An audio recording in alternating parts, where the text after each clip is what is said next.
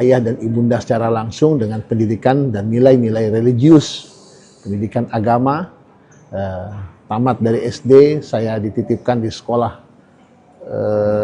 Madrasah Tarbiyatul Muallimin wal Muallimat yang ada di Jakarta Pusat. Hanya 2 tahun saya di sana karena saya menginginkan pendidikan yang lebih maksimal lewat pendidikan pondok pesantren. Akhirnya saya pun dititipkan oleh ayahanda saya, Ayahanda Haji Nazaruddin, di pondok pesantren Darul Rahman Jakarta yang diasuh langsung oleh guru kami Ayahanda Kiai Haji Syukron Ma'mun. Dan syukur alhamdulillah sebelum saya, lebih dahulu abang saya, anak nomor 2 dari kami 7 bersaudara, yang menyelesaikan pendidikan di pondok pesantren Darul Rahman, dilanjutkan dengan saya dan juga adik saya. Selainnya yang wanita itu dititipkan di sekolah Tarbiyatul Muallimin wal Muallimat di Jakarta Pusat.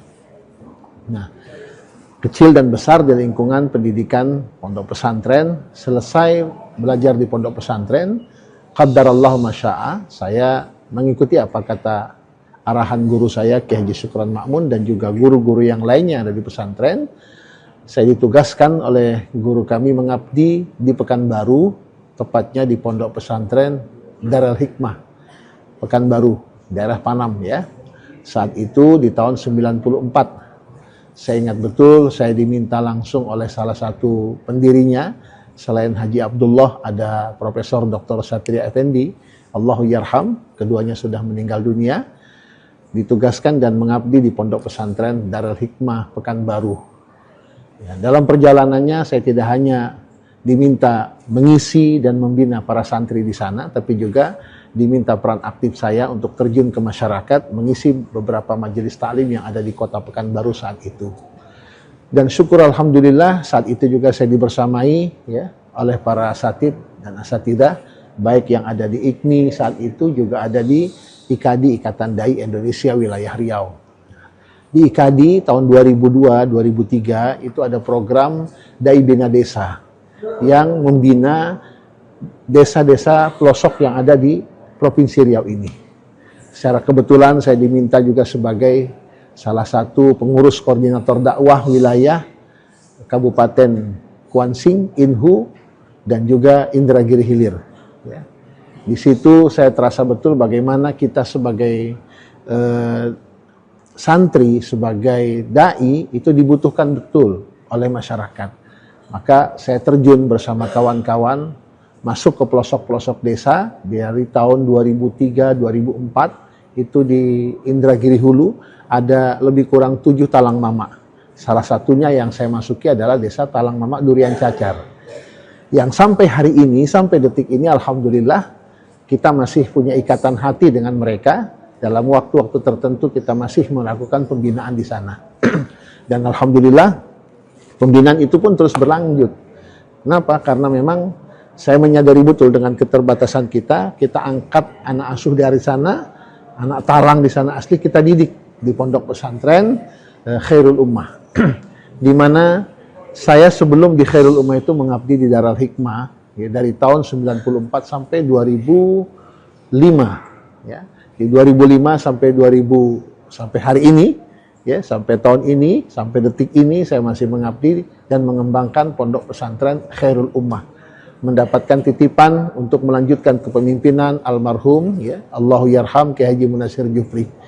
Ya, saat itu hanya ada pondok pesantren Khairul Ummah 1 di Indragiri Hulu, tepatnya di Air Molek, Desa Batu Gajah. Namun berkat kegigihan secara bersama para majelis guru yang ada di sana dan juga support dan dukungan dari pemerintah Kabupaten Indragiri Hulu, support dan dukungan dari masyarakat luas, Khairul Ummah sampai hari ini berkembang.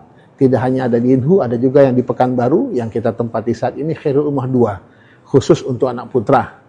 Dan insya Allah juga sudah berkembang ada Khairul Ummah 3 yang ada di Indragiri Hilir. Dan saat ini kita juga sedang membangun pondok pesantren Khairul Ummah yang keempat nanti untuk yang putri di Pekanbaru ini. Berkah dari perjalanan dakwah ini juga keinginan dari masyarakat luas terhadap diri saya untuk bisa berkiprah kepada masyarakat lebih luas, khususnya di Provinsi Riau ini. Tidak sedikit permintaan dari masyarakat untuk saya terjun ke politik secara khusus Ya, karena saya coba menghindari konflik interest yang cukup besar, maka saya tidak mengambil ranah politik tapi tidak lewat partai, saya ambil lewat DPD RI, Dewan Perwakilan Daerah. Ya, qadarallahu masya'a, alhamdulillah wa syukrulillah, ya. Support dan dukungan yang begitu besar itu membuahkan hasil, dan sampai hari ini saya selain sebagai pengasuh, ya, tidak lagi pimpinan pesantren, karena Khairul Ummah 1, Khairul Ummah 2, Khairul Ummah 3, Khairul Ummah 4 itu sudah ada pimpinannya yang kita tugaskan. Saya tidak lagi secara praktis, secara langsung, bukan berarti meninggalkan pesantren, tidak, tapi berbagi tugas agar pesantren tetap terayomi, santri tetap terbina secara maksimal, dan sampai hari ini juga kita lihat bagaimana santri tetap beraktivitas, menunaikan kewajiban mereka, menjalankan aktivitas mereka bersama para asatid dan para kiai yang ada di setiap pesantren cabang yang ada di Khairul Ummah. Saya pun alhamdulillah bisa maksimal coba menjalankan peran dan fungsi saya sebagai salah satu anggota DPD RI Daerah Pemilihan Riau. Kita punya keinginan sebagaimana nama pondok pesantren ini Khairul Ummah. Cita-cita kita sederhana, tapi insya Allah memberikan kontribusi yang besar. Kita hanya ingin melahirkan santri-santri yang berkualitas, santri-santri yang sebagaimana namanya, pondok pesantren Khairul Ummah, santri yang memang menjadi umat yang terbaik di tengah-tengah masyarakat. Artinya, apapun peran dan status sosial kita, berperanlah dan berilah kontribusi yang terbaik untuk umat dan masyarakat ini. Karena tidak semuanya harus menjadi pejabat, tidak semuanya harus jadi politisi. Bisa jadi ada di antara kita yang menjadi bisnismen, menjadi teknokrat, ya, menjadi asatid, menjadi ulama. Silakan berperan dengan peran kita semaksimal mungkin untuk memberikan yang terbaik. Artinya keberadaan kiai saat ini di parlemen juga merupakan bagian dari perjuangan untuk umat ataupun pondok pesantren, seperti apa? Sudah barang tentu seperti itu yang kita harapkan. Kalau kita ada di tempat, ya, di salah satu tempat tapi tidak bisa memberikan warna, untuk apa? Kita ingin memberikan warna yang positif tentunya.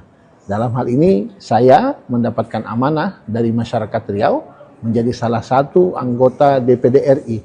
Tentu harapannya bagaimana saya bisa memberikan warna yang positif, membawa program-program yang diinginkan untuk perbaikan masyarakat Riau, Provinsi Riau ini tentunya.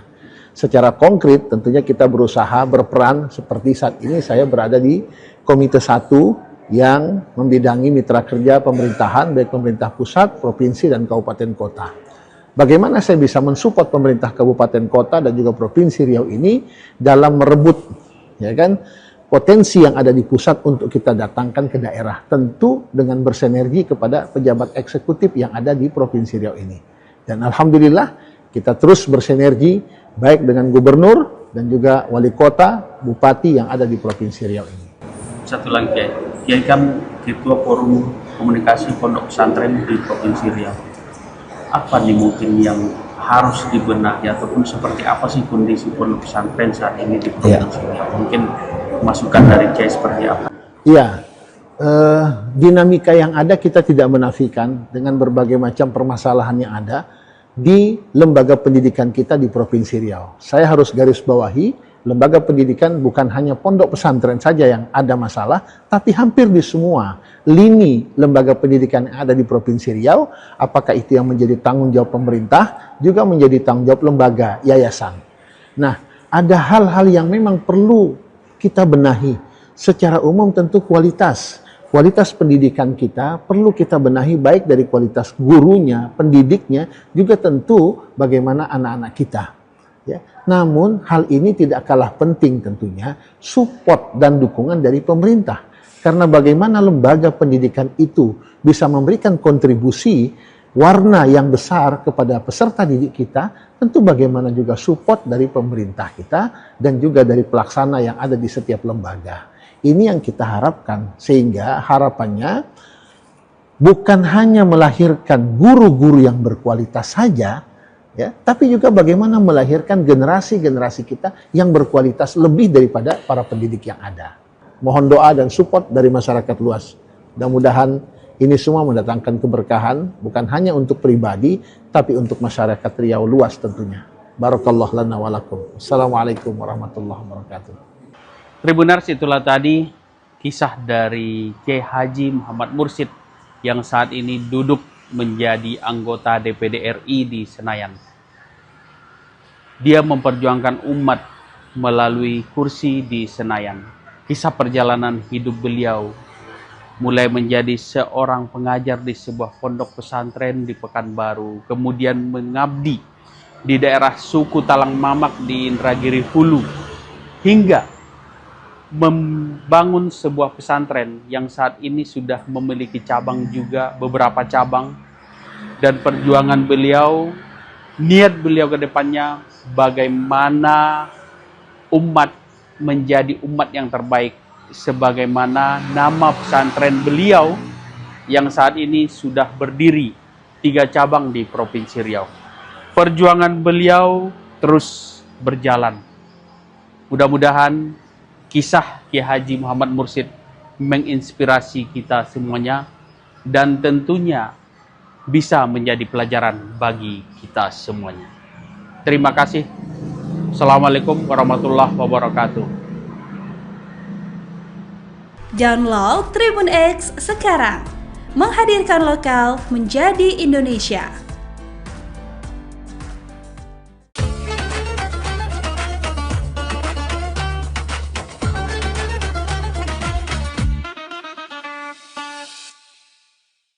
Bismillahirrahmanirrahim. Assalamualaikum warahmatullahi wabarakatuh.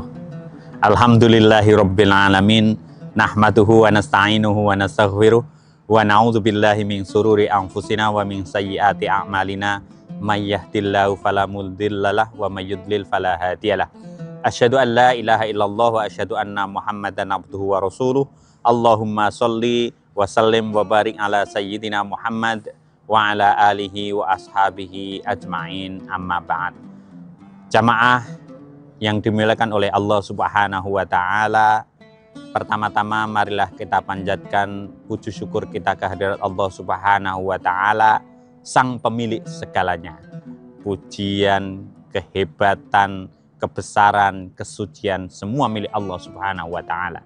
Salawat dan salam tentu kita panjatkan kehadirat Kanjeng Nabi Muhammad Sallallahu Alaihi Wasallam yang nanti kita nantikan syafaatnya di Yaumil Qiyamah. Jamaah muslim yang dimuliakan oleh Allah Subhanahu wa ta'ala, kita berada pada bulan yang sangat mulia, bulan suci Ramadan. Allah Subhanahu wa ta'ala telah berfirman, memberikan pesan kepada kita sekalian dalam surat Al-Baqarah, ya ayyuhalladzina amanu kutiba alaikumussyam kama kutiba alal ladzina min qablikum la'allakum tattaqun. Shadaqallahul azim. Dalam ayat yang sangat populer ini banyak pesan yang mendalam, yang merupakan inti dari kehidupan, yang mengingatkan kepada kita sekalian, yaitu adalah takwa. Takwa ini bukan hanya disampaikan pada bulan Ramadan, tapi hampir setiap minggu, minimal pada Jumatan, khutbah Jumat pun tidak sah jika tidak ada perintah mengajak kita untuk bertakwa. Jadi takwa kepada Allah Subhanahu wa ta'ala itu adalah inti kehidupan. Artinya apa? Itu adalah sumber kesuksesan, sumber kebahagiaan hidup di dunia dan di akhirat. Takwa. Takwa itu salah satu maknanya itu adalah, hakikatnya itu adalah pengendalian diri. Jadi internal, mengendalikan diri kita sendiri.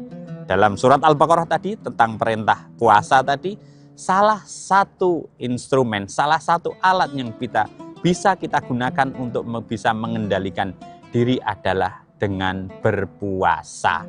Itu adalah salah satu alat agar kita nanti ujungnya bisa menjadi orang yang bertakwa. Puasa pada lahiriahnya itu adalah ibadah menahan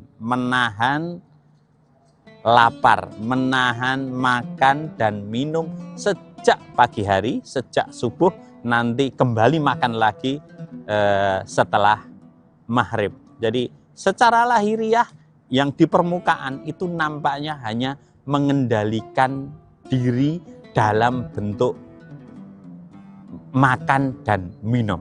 Itu jika kita dalami lebih mendalam itu akan semakin luar biasa. Karena hanya dengan menahan dari makan itu aja kita sudah merasakan luar biasa bagaimana lemahnya kita, bagaimana kekurangan kita. Nah itu dengan mengendalikan diri kita akan bisa merasakan kelemahan kita. Dan nanti di ujungnya dengan mengendalikan diri pada saat berbuka puasa kita akan bisa merasakan nikmatnya lahiriah. Bagaimana ketika kita bisa menahan itu pada akhirnya kita akan mendapatkan kebahagiaan yang luar biasa. Ini sama pelajaran dalam hidup kita seluruhnya. Dari kita mengendalikan diri itu adalah salah satu inti dari kehidupan yang bisa menghantarkan kita kepada ketakwaan. Sebagai contoh yang bisa kita jelaskan, saat ini adalah era digital, era media sosial yang luar banjir informasi. Namanya banjir itu justru kelemahannya adalah kita mendapatkan air yang bersih, informasi yang bersih itu sangat sulit sekali. Sehingga pada intinya di era digital ini, pelajaran puasa, mengendalikan diri kita sendiri itu menjadi sangat penting. Jadi sebagai contoh adalah mulai dari kita mereview, mengendalikan diri, mana yang perlu dan mana yang tidak perlu. Ketika men-scroll mendapatkan informasi yang tidak perlu kita lewati. Terus kemudian kita menchat, merespon dari informasi itu di media sosial. Itu juga kita harus bisa mengendalikan diri.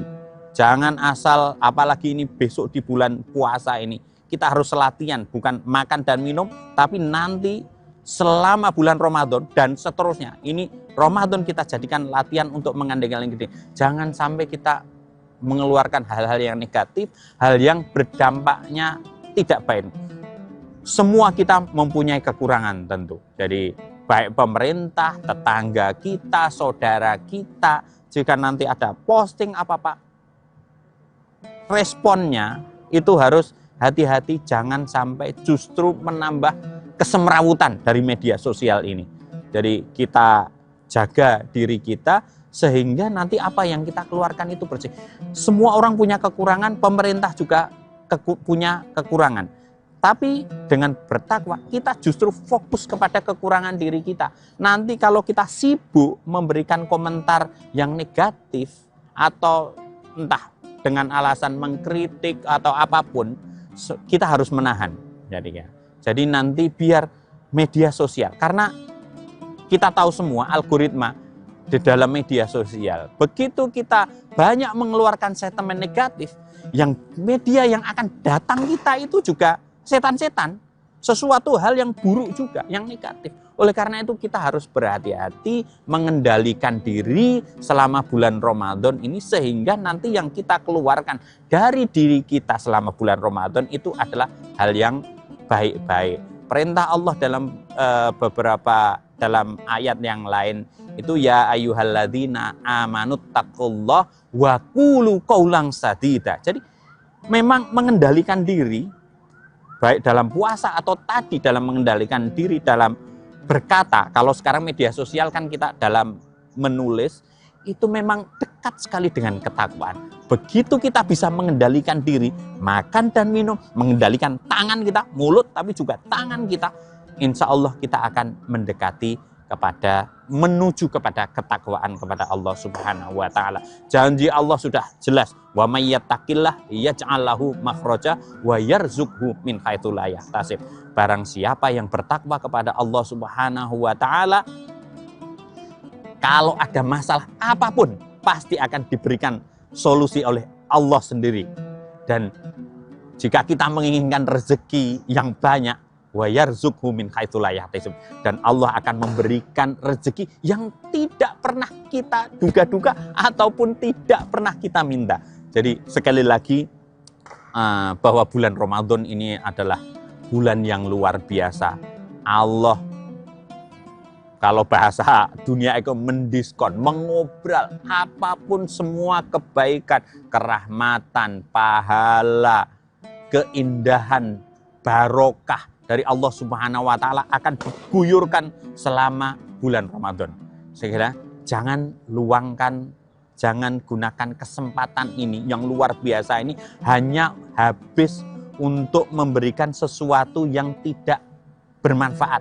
Setiap saat kita coba manfaatkan bulan Ramadan ini. Sehingga nanti kalau kita bermedsos pun nggak apa-apa. Jadi nanti media sosial, akun-akun yang mengajak komentarnya negatif di-unfollow. Tidak diikuti. Tapi akun-akun yang mengajak kebaikan seperti akun Masjid Raya Syekh Zayed Solo ini yang ada live pengajian, dapat ikuti. Nanti insya Allah ketika kita jenengan semua unfollow yang tidak, misalnya 5 yang komentar negatif-negatif, jelek-jelek itu di-unfollow, terus kemudian Anda follow masjid-masjid atau pengajian, kemudian di-follow, otomatis itu akan menutup pintu negatif. Dan itu nanti dari media sosial, algoritmanya akan mengarahkan semua yang baik-baik itu akan datang kepada Anda.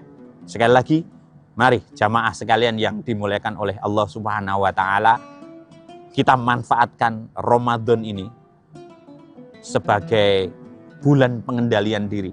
Pertama, kita mengendalikan diri kita sendiri dari hal-hal yang buruk atau hal-hal yang mengarah kepada yang buruk, dan kita mendekati hal-hal yang baik. Silahkan dicari sendiri apa yang sudah nanti akan diobral, akan didiskon, akan diberikan luar biasa banjir kebaikan yang akan diberikan oleh Allah Subhanahu wa taala pada bulan Ramadan ini, dan mari kita sambut barokah pertolongan dari Allah, pengampunan dari Allah selama bulan Ramadan ini. Semoga kultum kali ini bisa bermanfaat dan semakin membuat kita dekat kepada Allah Subhanahu wa taala dan menjadi insan yang baik, yang bermanfaat untuk semuanya. Wallahul muwafiq ila aqwamit thoriq. Assalamualaikum warahmatullahi wabarakatuh. Download Tribun X sekarang. Menghadirkan lokal menjadi Indonesia. Dari founder yang menggelontorkan dananya untuk pembangunan Masjid Al-Hakim, memang beliau suka dengan desain Taj Mahal, beliau suka dengan, ya itulah, dengan nuansa Taj Mahal tuh, makanya terus dibawa ke Masjid Al-Hakim Padang. Nah, jadi kan kita kan sudah hitung seluruh keperluannya. Kalau misalkan kita mau menyediakan 1000 porsi setiap hari itu, kita butuh dana sekitar 450-an juta. Kalau ada terkumpul dana segitu, tentu kita bisa menyediakan 1000 porsi. Kalau sudah 1000 porsi, Kak, sudah tidak perlu kupon.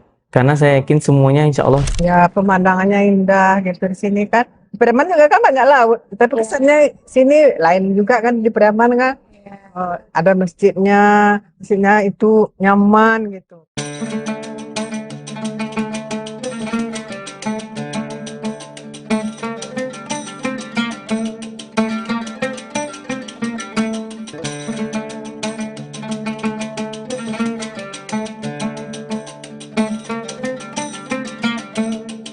Tribuners, kalau lagi jalan-jalan ke Pantai Padang, rasanya belum lengkap nih kalau belum mampir ke Masjid Al-Hakim.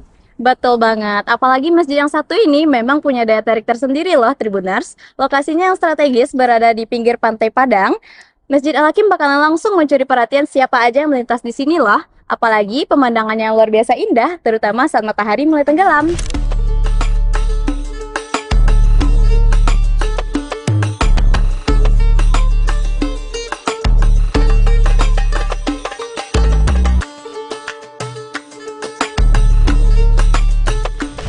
Gak cuma jadi tempat ibadah, Masjid Al-Hakim juga sudah menjadi salah satu ikon kota Padang yang paling sering dikunjungi oleh masyarakat hingga wisatawan loh. Ya, karena selain ikonik, keindahan masjid ini emang udah nggak bisa dipungkiri lagi loh Tribuners. Mulai dari kubah putihnya terlihat begitu elegan, berpadu dengan birunya laut dan langit, serta arsitekturnya nggak kalah menarik loh.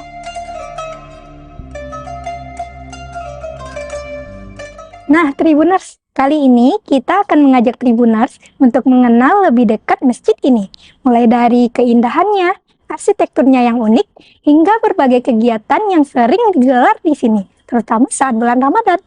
Yuk kita lihat lebih dekat pesona Masjid Al-Hakim ini.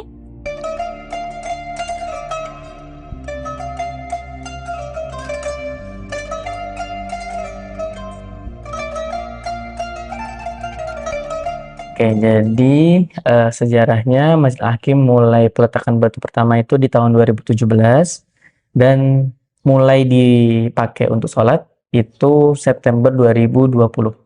Jadi saat itu lagi COVID kan, 2020. Nah, itu saat pertama kali Masjid Al-Hakim digunakan untuk sholat berjamaah.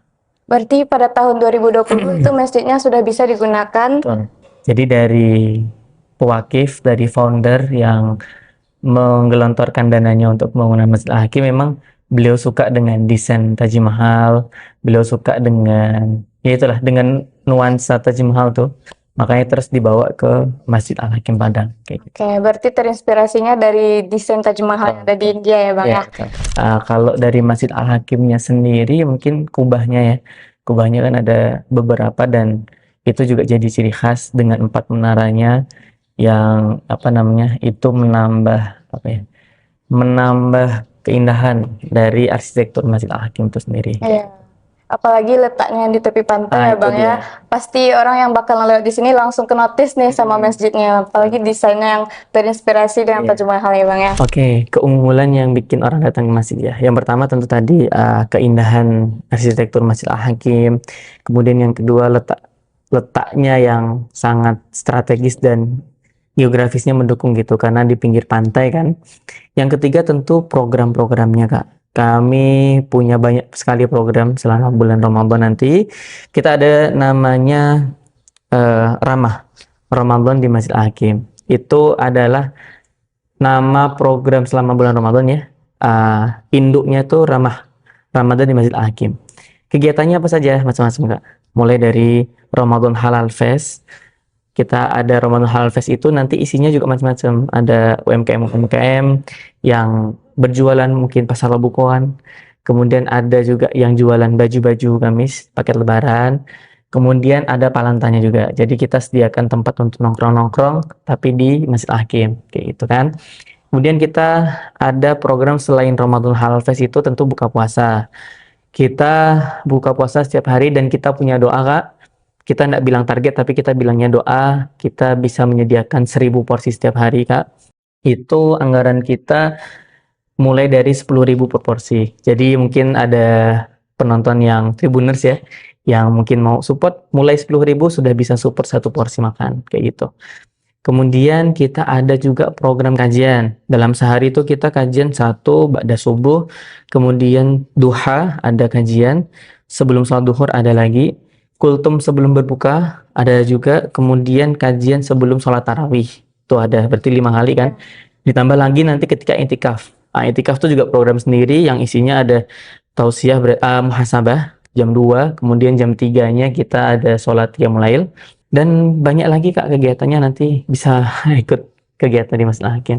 Oke. Nah Bang, yang menjadi perhatian mungkin bagi para Tribuners juga nantinya nih Bang ya, kayak seperti berbuka puasa bersama di sini ada ya Bang Ya programnya? insya Allah ada. Nah kalau misalnya berbuka di sini itu apakah perlu ada kupon dulu atau bisa langsung masyarakat datang ke sini untuk berbuka puasa atau gimana ya Bang Siap. kira-kira? Jadi tentu tadi kita punya doa 1000 porsi per hari Kak. Kalau misalkan nanti, jadi kan kita kan sudah hitung seluruh keperluannya. Kalau misalkan kita mau menyediakan 1000 porsi setiap hari itu, kita butuh dana sekitar 450-an juta. Kalau ada terkumpul dana segitu, tentu kita bisa menyediakan 1000 porsi. Kalau sudah 1000 porsi Kak, sudah tidak perlu kupon. Karena saya yakin semuanya insya Allah tercukupi lah. Kayak gitu.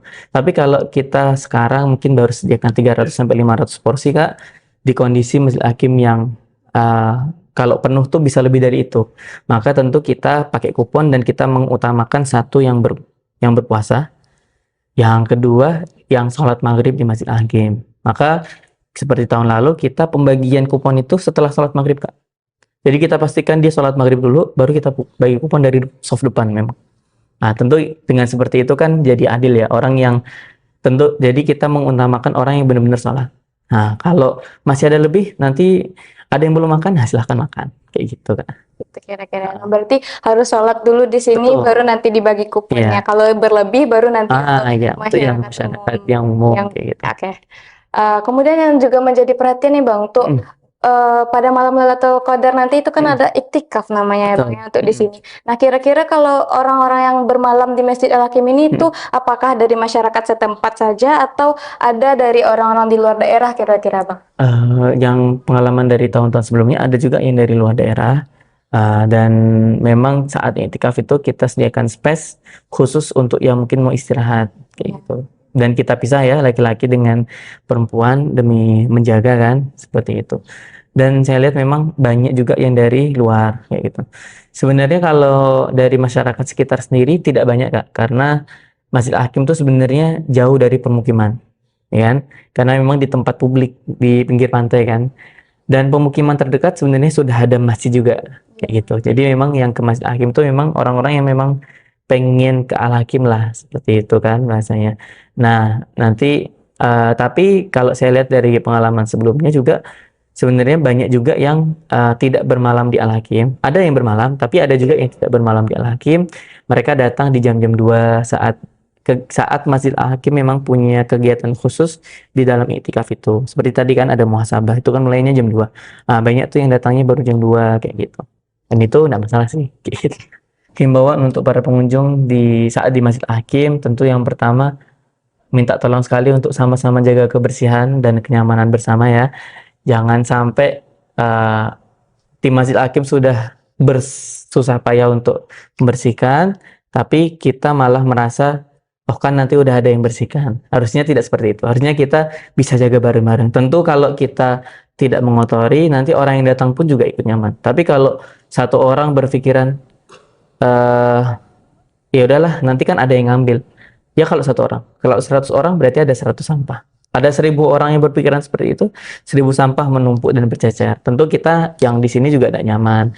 Kawan-kawan yang sudah bersih-bersih juga kasihan kan istilahnya. Ada orang-orang yang tidak bertanggung jawab. Tentu kebersihan ini demi kenyamanan bersama juga kan, seperti itu. Dan tentunya jaga barang-barang keamanan. Kita tuh sudah sediakan tempat penitipan barang Kak. Jadi kalau ada helm, sandal, sepatu, mungkin ada yang mahal-mahal ya titipkan enggak apa-apa. Tapi kalau ada yang tidak mahal gimana? Misalkan sandal Swallow, saya nyebut merek ya, yang mungkin harganya tidak sampai 15.000 misalkan.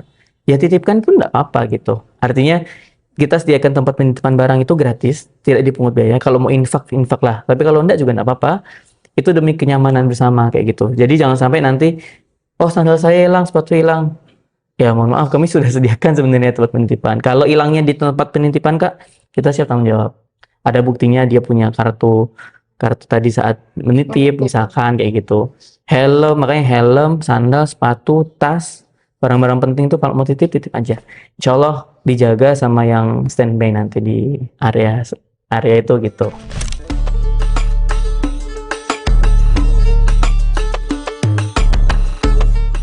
Sudah berapa kali Ibu kira-kira mengunjungi Masjid Al-Hakim ini Bu? Sudah 2 kali. Sudah 2 kali. 2 kali sama sekarang ya Bu Sama ya? sekarang. Kemudian apa yang membuat Ibu tertarik datang ke Masjid Al-Hakim ini Bu? Ya pemandangannya indah gitu di sini kan. Di Preman juga kan banyak laut, tapi kesannya sini lain juga kan di Preman kan. Ada masjidnya itu nyaman gitu. Lebih gimana gitu ibadahnya gitu. Lebih tenang. Lebih kusyuk juga ya Bu ya. Kemudian Orangnya juga ramah-ramah gitu. menurut Ibu gimana suasana beribadah di Masjid Al-Hakim ini Bu dibandingkan dengan masjid yang lainnya? Suasananya. Suasananya tenang lah gitu. Nyaman gitu. Lebih kusyuk kan. Terus sebelum sholat ada ceramah Ada gitu, ceramahnya ya. biar Ada bikin kita ceramahnya. enak gitu dengan Beda ya Bu kalau di masjid lain Iya, langsung iya. sholat. Sholat, Kalau di ada sini- siram rohani gitu ya. Ya. Oke. Nah, kemudian apa sebelumnya Ibu udah pernah saat Ramadan berkunjung ke Al-Hakim ini ya Bu? Belum lagi. Belum. Nah, kira-kira apa harapan Ibu kalau misalnya saat Ramadan Ibu bisa berkunjung ke sini? Berharap gitulah gitu mau ke sini semoga kalau kita kesini lagi nanti bulan Ramadan kan. panjang umur sehat badan. Tribuners, Masjid Al-Hakim bukan cuma sekedar indah dari luarnya saja, tapi juga terasa nyaman saat kita di dalamnya. Mau datang buat ibadah, ngabuburit, atau sekedar menikmati senja di tepi pantai, semuanya bisa dilakukan di sini.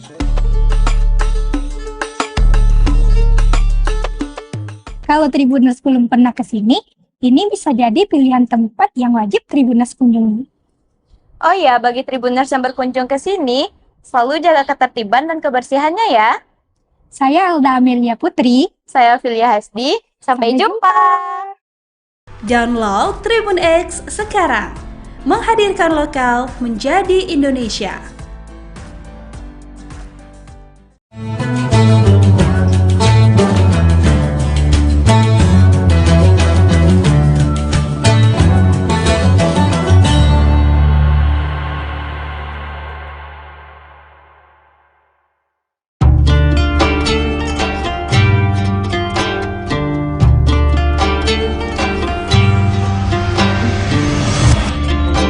Syukur Alhamdulillah, tahun ini kita masih dipertemukan dengan bulan suci Ramadan.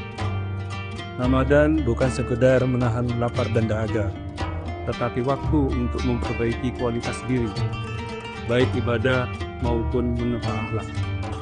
Jadikan Ramadan ini sebagai titik balik untuk menjadi pribadi yang jujur dalam perbuatan, sabar dalam ujian, dan disiplin dalam ketaatan. Dewan Komisaris, Direksi dan seluruh karyawan PT Semen Tonasa mengucapkan Selamat menunaikan ibadah puasa.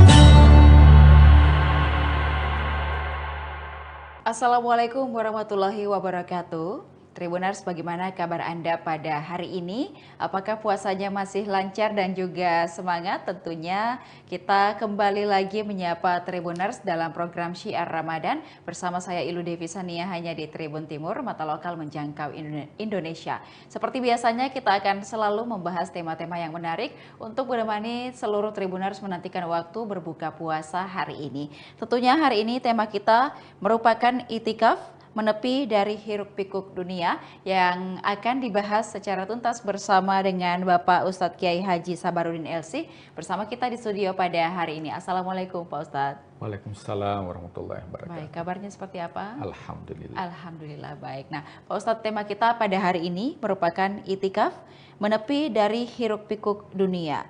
Dan di tengah kesibukan kita yang luar biasa sepanjang tahun ini, kemudian juga ada beberapa esensi ataupun juga apa esensi dari itikaf sendiri, kemudian apakah ini bisa jadi semacam detox begitu Pak Ustadz untuk spiritual agar kita bisa kembali fokus kepada Allah Subhanahu wa taala. Silakan.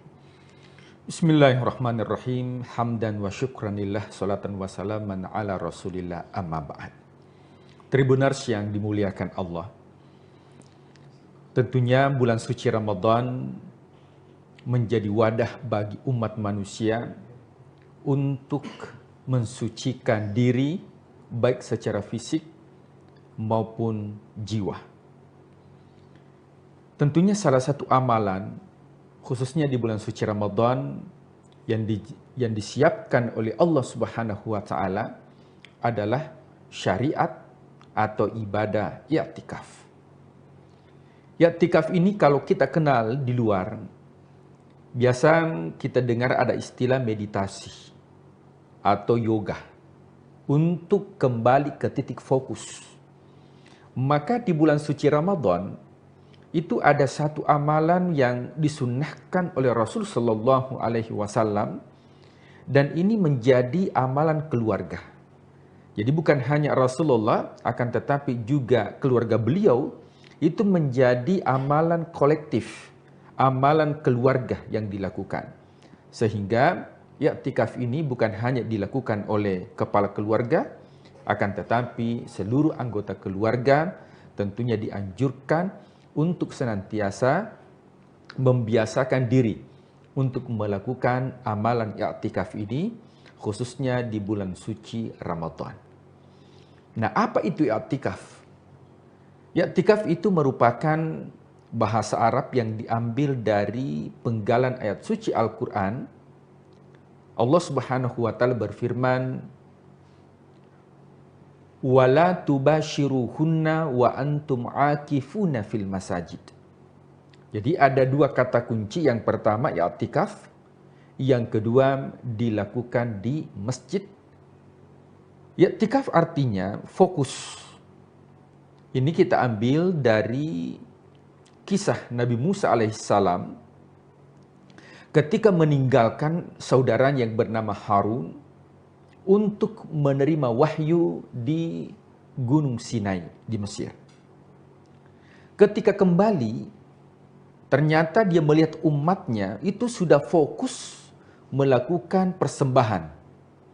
Ketika diajak oleh Nabi Musa mengatakan, apa yang engkau lakukan setelah aku tinggalkan? Ternyata dia tidak menghiraukan ajakan atau dakwah Nabi Musa alaihissalam. Maka di sini redaksi Al-Quran menggunakan ya'kufuna. Dia fokus dan dia tidak berpaling terhadap ajakan dari luar. Maka i'tikaf itu artinya berfokus ke titik Tuhan. Bagaimana kita menjadikan i'tikaf ini khususnya di bulan suci Ramadan dengan tujuan yang pertama tazkiyatun nafs, untuk mensucikan diri kita. Allah Subhanahu wa Ta'ala berfirman, "Qad aflaha man zakkaha wa qad khaba man dassaha." Beruntunglah orang yang mensucikan jiwanya dan sungguh merugi orang-orang yang mengotori jiwanya. Tentu dalam diri kita itu ada unsur jasad. Bagaimana cara mendetoks jasad kita? Dengan melakukan ibadah puasa, racun-racun yang ada dalam tubuh kita itu bisa keluar. Akan tetapi, apakah racun-racun yang ada dalam jiwa kita mampu kita keluarkan dari sifat kesombongan, sifat iri hati, angkuh, merasa lebih dari orang lain. Bukan pintar merasa, tapi merasa pintar. Sehingga dari keburukan-keburukan jiwa ini, racun-racun yang ada dalam jiwa kita mampu untuk didetoks dengan amalan ibadah i'tikaf ini. Nah, i'tikaf ini ada dua unsur yang perlu kita perhatikan, Tribuners. Yang pertama yaitu dari segi fikih, dan yang kedua yaitu dari segi tasawuf. Fikih artinya apa yang terlihat, sedangkan tasawuf yaitu apa yang tidak terlihat. Nah, seorang ulama memberikan sebuah ungkapan mengatakan bahwa man tafaqqaha wa lam yatasawwafa, barang siapa yang berfikih akan tetapi tidak bertasawuf, faqad tafassaka, maka sesungguhnya orang tersebut telah melakukan amalan fasik. Sebaliknya, wa man tasawwafa, barang siapa yang bertasawuf, walam yatafaqqaha, akan tetapi tidak berfikih, faqad tasandaqa, maka sesungguhnya sudah melakukan amalan kebohongan. Maka dalam ibadah itu tidak terlepas dari fikihnya, akan tetapi yang paling terpenting adalah substansi daripada setiap amal ibadah itu yang disebut dengan tasawuf. Kita berpuasa menahan lapar dan dahaga, itu bagian dari fikih. I'tikaf tentunya dimulai dengan niat. Nawaitu atakafa lillahi ta'ala. Saya berniat i'tikaf karena Allah. Fisik kita itu berada di masjid, berdiam diri, itu fisik kita. Kalau hanya sekedar berdiam diri atau hanya berpindah dari tempat tidur yang empuk, kemudian tinggal di masjid, berdiam diri di karpet, maka itu hanya sekedar berpindah tempat tidur atau hanya melakukan fikihnya saja. Tapi kita tidak melakukan yang namanya tasawufnya. Apa itu tasawuf? Bahwa i'tikaf itu ada substansi di dalamnya. Di antaranya yang dijelaskan tadi adalah tazkiyatun nafs, membersihkan jiwa. Dan yang kedua adalah muhasabah. Muhasabah itu adalah introspeksi diri. Muhasabah artinya evaluasi diri. Bahkan ya dalam sebuah riwayat dikatakan Man tafakkara sa'atan khairu, siapa yang bertafakkur sejenak, maka jauh lebih baik dibandingkan melakukan salat 1000 rakaat. Ya, 1000 rakaat ini fikhi. Akan tetapi bertafakkur atas ciptaan Allah, bertafakkur atas nikmat yang diberikan oleh Allah selama 330 hari, tapi kita gunakan satu malam untuk bertafakkur atau yang disebut dengan i'tikaf, maka tentunya ini yang dicintai oleh Allah Subhanahu wa taala. Kemudian selanjutnya adalah bahwa substansi daripada i'tikaf itu bagaimana kita kembali kepada fitrah. Karena sesungguhnya manusia itu memiliki sifat dasar yang negatif. Yang pertama, sesungguhnya manusia memiliki sifat dasar yang negatif apa? Terburu-buru, tergesa-gesa. Itu sifat dasar manusia. Makanya dalam Al-Quran digambarkan ada orang yang suka mencela, suka mendoakan keburukan, di waktu yang lain suka meminta kebaikan. Ada orang tua yang mungkin di pagi hari mendoakan anaknya, ya Allah jadikanlah anakku qurrata ayun, menjadi penyejuk hati. Itu didoakan di pagi hari. Akan tetapi di sore hari justru dicela. Maka sifat dasar manusia adalah tergesa-gesa atau terburu-buru. Yang kedua, sifat dasar manusia itu adalah bakhil. Kenapa? Manusia tidak mau harta yang dimiliki itu berkurang. Jadi kalau ada manusia yang enggan untuk berinfak, bersedekah, maka itu sifat dasar manusia. Beda dengan Allah. Makanya Allah memiliki sifat yang disebut dengan Al-Ghani. Apa itu Al-Ghani? Artinya maha kaya. Saking maha kayanya Allah, Allah itu senang kalau diminta. Beda dengan manusia. Kalau manusia diminta pertama kali, mungkin dia senang. Tapi kalau sudah 2 kali, mungkin dia senang. Ketiga kalinya pas dia jengkel. Itu sifat dasar manusia. Beda dengan Allah. Justru Allah ketika kita meminta, Allah senang. Yang kedua, Allah itu ketika dia memberi, dia pasti mengabulkan. Beda dengan manusia. Ketika kita meminta, belum tentu dikabulkan. Dan inilah sifat dasar manusia. Yang ketiga, sifat dasar manusia itu adalah berkeluh kesah. Ya. Sesungguhnya manusia khuliqal insanu, ya, manusia itu diciptakan dalam keadaan berkeluh kesah. Idza massahu syarr, apabila mendapatkan keburukan, maka dia berkeluh kesah kepada Allah. Ya Allah, kenapa mesti saya? Kenapa bukan tetangga saya? Kenapa bukan orang lain? Maka Allah memberikan kebahagiaan. Tapi apa kata Allah? Wa idza massahul khair manu'a, justru kalau diberikan kebaikan, justru dia menolak, justru dia ingkar. Dan inilah sifat atau watak dasar manusia. Tentunya kita bertanya, jika demikian, nah apakah manusia harus berpangku begitu saja? Sudah mideh, karena memang saya orangnya bakhil. Sudah mideh, karena memang saya orang tergesa-gesa. Maka dikatakan oleh ulama tidak. Kenapa? Karena manusia dibekali yang namanya fitrah.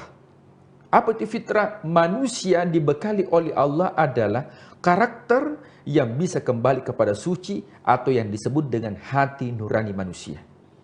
Kullu mauludin yuladu alal fitrah. Setiap manusia diciptakan oleh Allah beserta dengan fitrah manusia itu atau kesucian. Maka biasa ada istilah kembali kepada fitrah.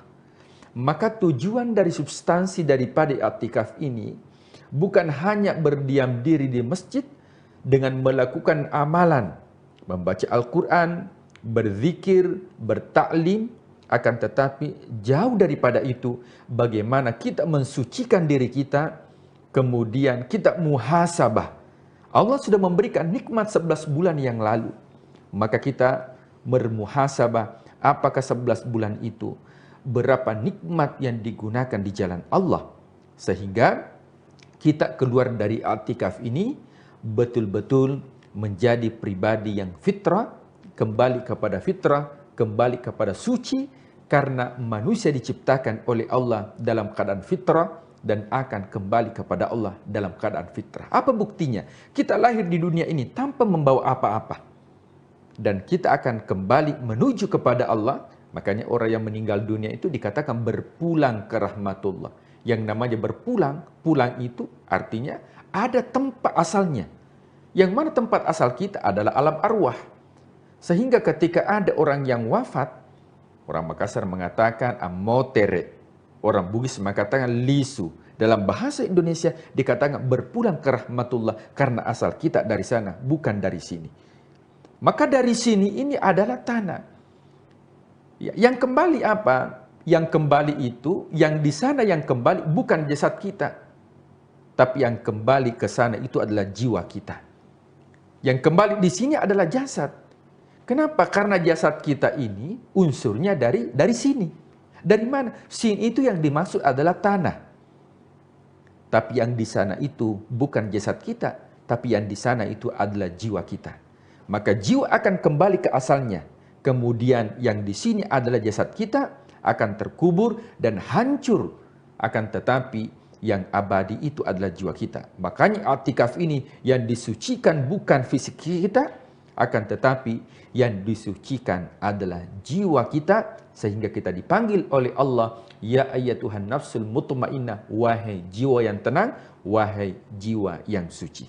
Mudah-mudahan i'tikaf ini menjadi momentum di dalam bulan suci Ramadan untuk kita berdiam diri sejenak, fokus, bermeditasi dengan Allah, sehingga betul-betul di dunia ini apa yang kita lakukan bisa betul-betul kita bermuhasabah, sehingga fokus kepada Allah Subhanahu wa taala. Kalau kita fokus kepada Allah, tentunya Allah juga akan fokus kepada apa yang kita harapkan di dunia. Walal akhiratu khairul laka minal ula. Kedepankan urusan akhirat, maka dunia akan ikut. Semakin kita kejar dunia, maka akhirat tertinggal. Akan tetapi ketika kita mengejar akhirat, maka dunia ini menjadi ladang amal bagi kita. Wallahu a'lam bishawab.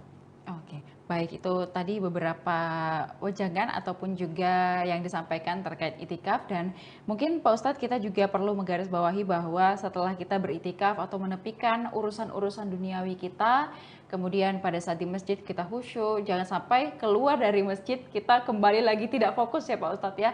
Ini harus kita tetap jaga, bukan hanya pada saat di dalam masjid saja, tetapi setelah kita keluar kita bisa mengendalikan diri kita, tetap memisahkan antara mana urusan dunia dan juga kapan kita harus mendekatkan diri kepada Allah Subhanahu wa taala. Semoga ini menjadi ilmu lagi untuk kita selama bulan suci Ramadan ini, dan semoga kita bisa memperkokoh iman kita dengan segala kebaikan yang bisa kita lakukan dan kita memanen pahala selama Ramadan kali ini. Dan Pak Ustadz, terima kasih sudah memberikan kita banyak sekali pengetahuan, dan semoga ini bisa menjadi siraman rohani begitu ya bagi seluruh Tribuners yang sedang menyaksikan. Dan terima kasih juga kepada seluruh Tribuners setelah menyaksikan program ini. Jangan lupa saksikan berita dan program menarik lainnya hanya di kanal YouTube dan Facebook Tribun Timur, mata lokal menjangkau Indonesia. Saya Elu Devi Sania beserta narasumber dan seluruh kerabat kerja pamit undur diri. Wassalamualaikum warahmatullahi wabarakatuh. Waalaikumsalam warahmatullahi wabarakatuh.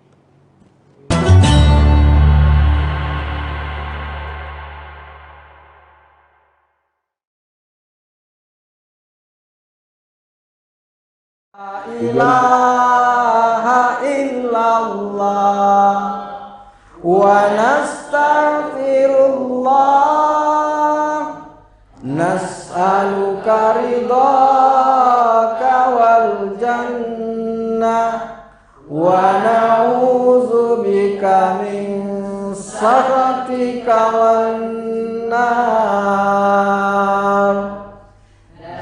Asyhadu an la ilaha illallah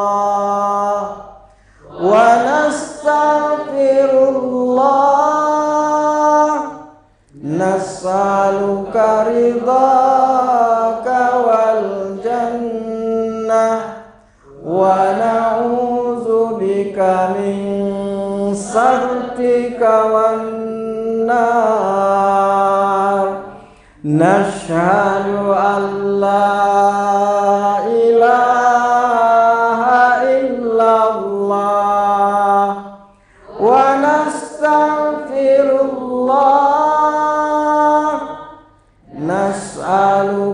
ridhaka wal jannah wa na'udzubika min sakhatika wan nar.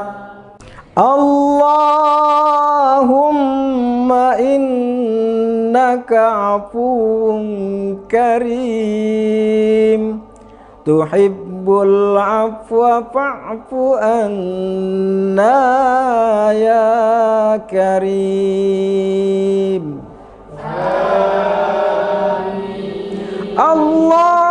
Allahumma innaka afuwun karim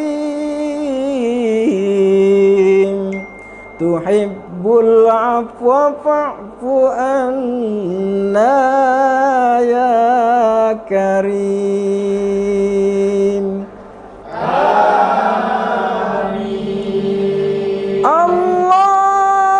Allahumma innaka afuwun karim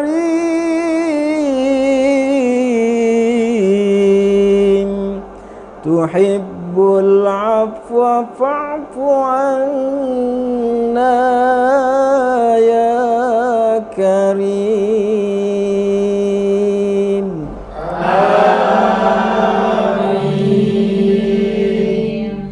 Nashhadu an la ilaha illallah wa nastaghfirullah nas'aluka ridhaka wal jannah wa na'udzubika min sakhatika wan nar. Asyhadu an la ilaha illallah wa nastaghfirullah nas'aluka ridhaka wal jannah wa na'udzubika min sakhatika wan nar. Nashhadu an la ilaha illallah wa nastaghfirullah nas'aluka ridhaka wal jannah wa na'udzubika min sakhatika wan nar. Allahumma innaka afuwun karim tuhibbul afwa fa'fu anna ya karim. Allahumma innaka afuwun karim tuhibbul afwa fa'fu anna ya karim.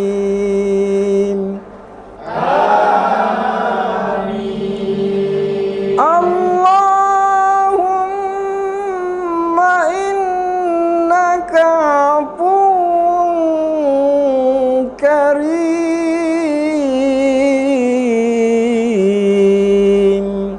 tuhibbul afwa fa'fu anna ya karim.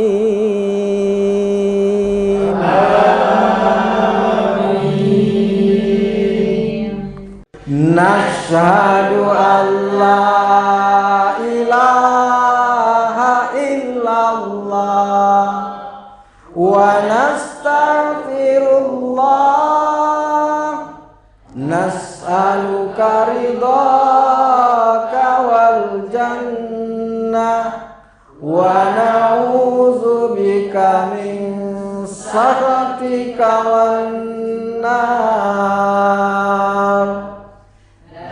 Nashhadu an la ilaha illallah wa nastaghfirullah nas'aluka ridhaka wal jannah wa na'udzubika min sakhatika wan nar.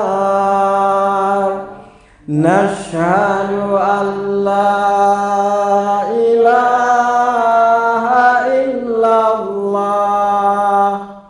wa nastaghfirullah nas'aluka ridhaka wal jannah wa na'udzubika min sakhatika wan nar. Allahumma innaka afuwun karim tuhibbul afwa fa'fu anna ya karim.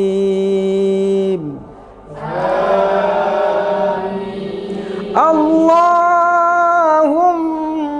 innaka afuwun karim tuhibbul afwa fa'fu anna ya karim.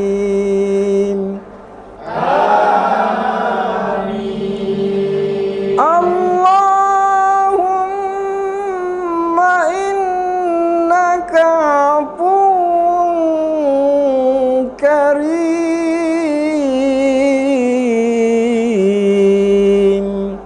tuhibbul afwa fa'fu anna ya karim.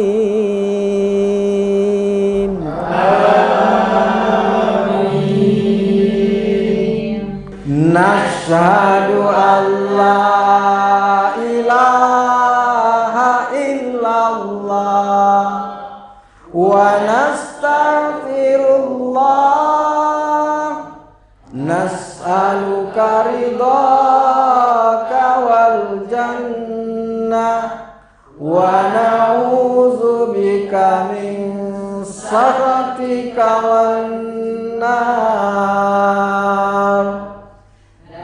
Nashhadu an la ilaha illallah wa nastaghfirullah nas'aluka ridhaka wal jannah wa na'udzubika min sakhatika wan nar. Nashhadu an la ilaha illallah wa nastaghfirullah nas'aluka ridhaka wal jannah wa na'udzubika min sakhatika wan nar. Allahumma innaka afuwun karim tuhibbul afwa fa'fu anna ya karim. Allahumma innaka afuwun karim tuhibbul afwa fa'fu anna ya karim.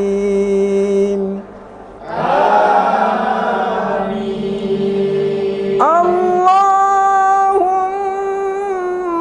innaka afuwun karim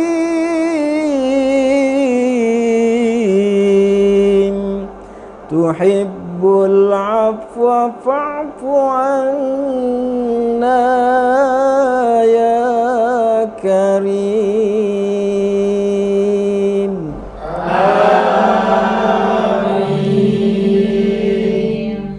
Nashhadu an la ilaha illallah wa nastaghfirullah, nas'aluka ridhaka wal jannah wa na'udzubika min sakhatika wan nar.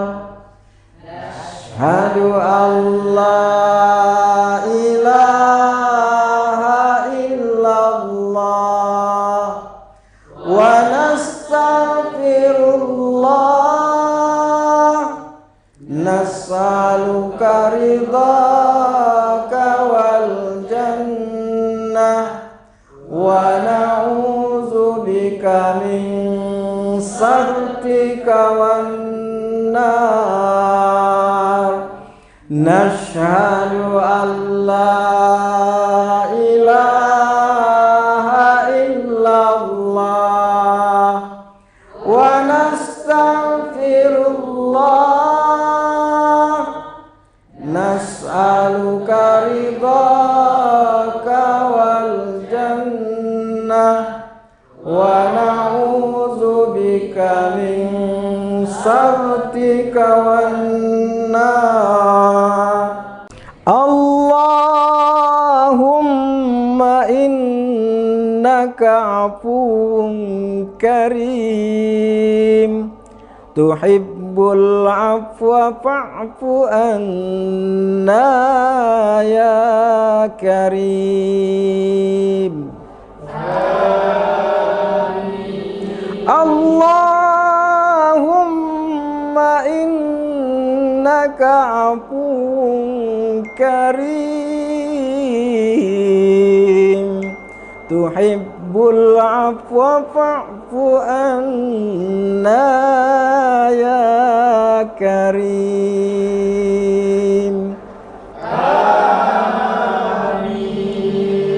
Allahumma innaka afuwun karim,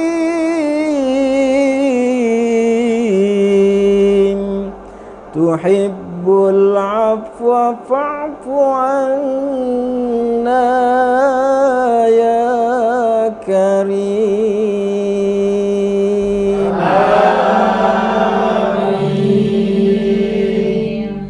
Nashhadu an la ilaha illallah wa nastaghfirullah, nas'aluka ridhaka wal jannah wa na'udzubika min sakhatika wan nar.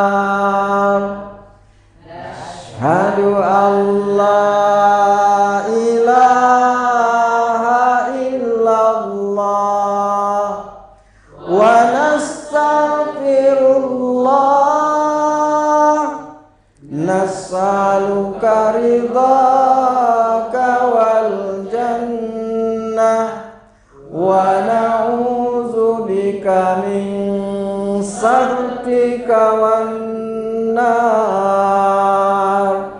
Nashhadu an la ilaha illallah wa nastaghfirullah, nas'aluka ridhaka wal jannah wa na'udzubika min sakhatika wan nar. Allahumma innaka afuwun karim, tuhibbul tuhibbul afwa fa'fu anna ya karim. Allahumma innaka afuwun karim tuhibbul afwa fa'fu anna ya karim.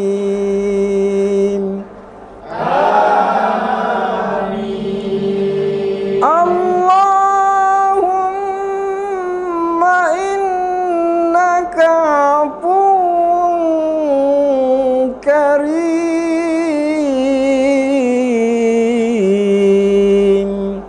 tuhibbul afwa fa'fu anna ya karim.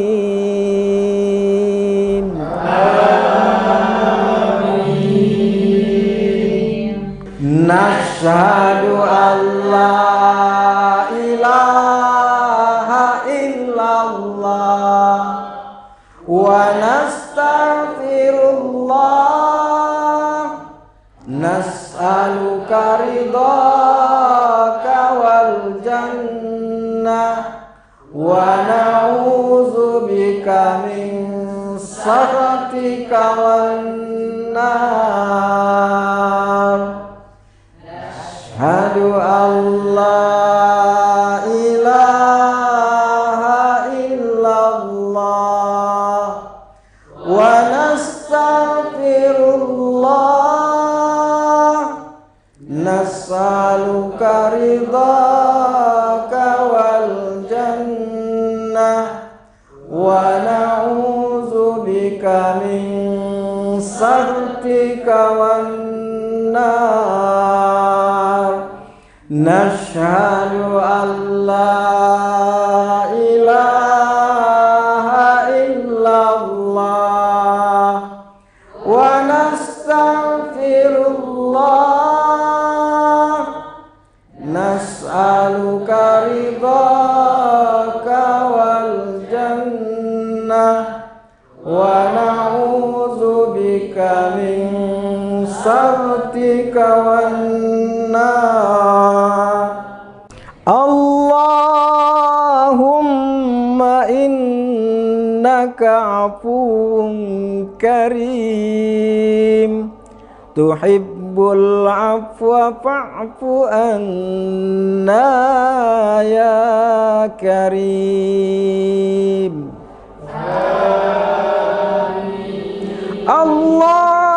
Allahumma innaka afuwun karim tuhibbul afwa fa'fu anna ya karim.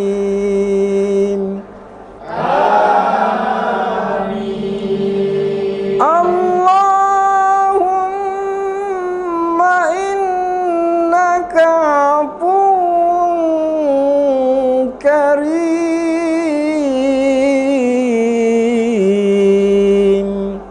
tuhibbul afwa fa'fu anna ya karim.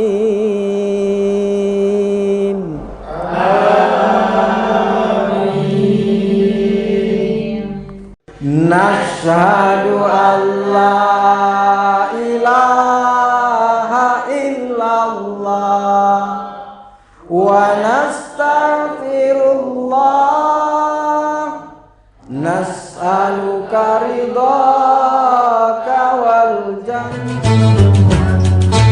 Allahumma laka sumna wa ala rizqika aftarna zahabat dam'u wa batallatil uruq wa thabatal ajru insyaallah.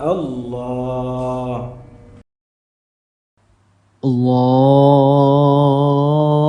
akbar, Allahu akbar, Allah الله أكبر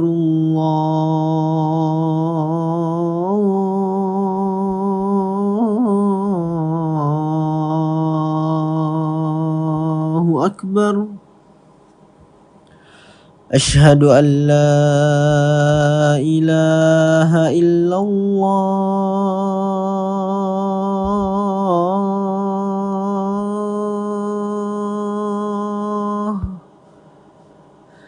أشهد أن لا إله إلا الله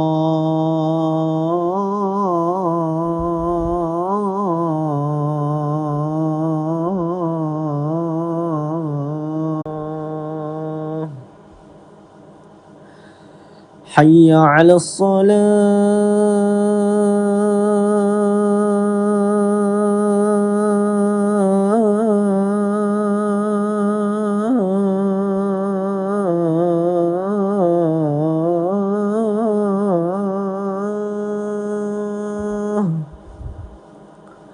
حي على الصلاة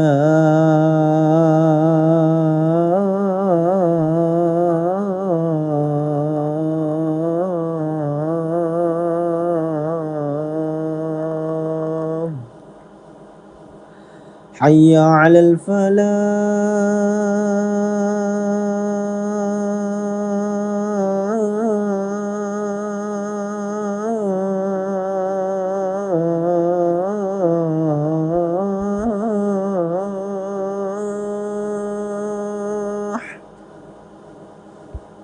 حي على الفلاح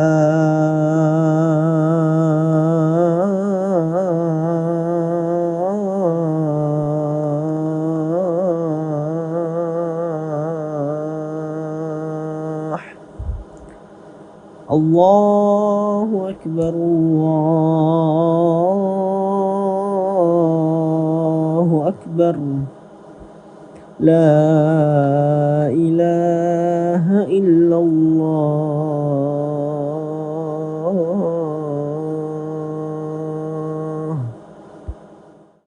اللهم رب هذه الدعوة التامة والصلاة القائمة آت محمدا الوسيلة والفضيلة والشرف والدرجة العالية الرفيعة وبعثه مقاما محمودا الذي وعدته إنك لا تخلف الميعاد.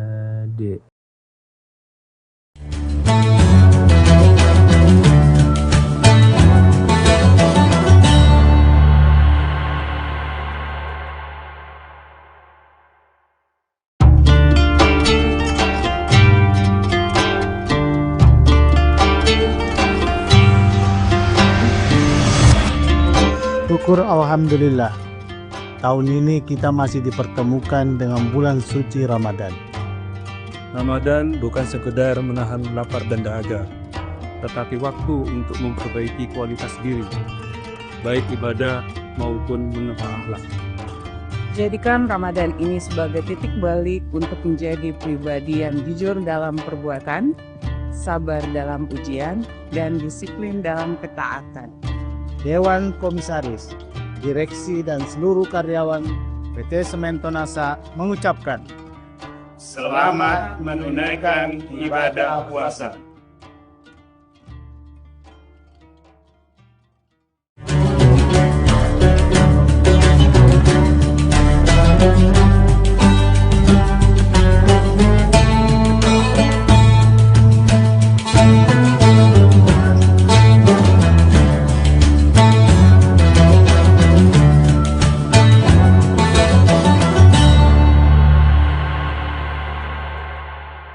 Assalamualaikum warahmatullahi wabarakatuh. Tribuners, bagaimana kabar Anda pada hari ini? Apakah puasanya masih lancar dan juga semangat? Tentunya kita kembali lagi menyapa Tribuners dalam program Syiar Ramadan bersama saya Ilu Devi Sania hanya di Tribun Timur, mata lokal menjangkau Indonesia. Seperti biasanya kita akan selalu membahas tema-tema yang menarik untuk menemani seluruh Tribuners menantikan waktu berbuka puasa hari ini. Tentunya hari ini tema kita merupakan itikaf, menepi dari hiruk-pikuk dunia yang akan dibahas secara tuntas bersama dengan Bapak Ustadz Kiai Haji Sabarudin LC bersama kita di studio pada hari ini. Assalamualaikum Pak Ustadz. Waalaikumsalam warahmatullahi wabarakatuh. Baik, kabarnya seperti apa? Alhamdulillah. Alhamdulillah, baik. Nah, Pak Ustadz, tema kita pada hari ini merupakan itikaf, menepi dari hiruk-pikuk dunia. Dan di tengah kesibukan kita yang luar biasa sepanjang tahun ini, kemudian juga ada beberapa esensi ataupun juga apa esensi dari itikaf sendiri, kemudian apakah ini bisa jadi semacam detox begitu Pak Ustadz untuk spiritual agar kita bisa kembali fokus kepada Allah Subhanahu wa taala. Silakan. Bismillahirrahmanirrahim. Hamdan wa syukranillah, salatan wa salaman ala Rasulillah, amma ba'd. Tribuners yang dimuliakan Allah. Tentunya bulan suci Ramadan menjadi wadah bagi umat manusia untuk mensucikan diri baik secara fisik maupun jiwa. Tentunya salah satu amalan khususnya di bulan suci Ramadan yang disiapkan oleh Allah Subhanahu wa taala adalah syariat atau ibadah i'tikaf. I'tikaf ini kalau kita kenal di luar, biasa kita dengar ada istilah meditasi atau yoga untuk kembali ke titik fokus. Maka di bulan suci Ramadan itu ada satu amalan yang disunnahkan oleh Rasul Shallallahu Alaihi Wasallam dan ini menjadi amalan keluarga. Jadi bukan hanya Rasulullah, akan tetapi juga keluarga beliau itu menjadi amalan kolektif, amalan keluarga yang dilakukan. Sehingga i'tikaf ini bukan hanya dilakukan oleh kepala keluarga, akan tetapi seluruh anggota keluarga tentunya dianjurkan untuk senantiasa membiasakan diri untuk melakukan amalan i'tikaf ini, khususnya di bulan suci Ramadan. Nah, apa itu i'tikaf? I'tikaf itu merupakan bahasa Arab yang diambil dari penggalan ayat suci Al-Quran. Allah Subhanahu wa taala berfirman, "Wala tubashiruhunna wa antum aakifuna fil masajid." Jadi ada dua kata kunci, yang pertama i'tikaf, yang kedua dilakukan di masjid. I'tikaf artinya fokus.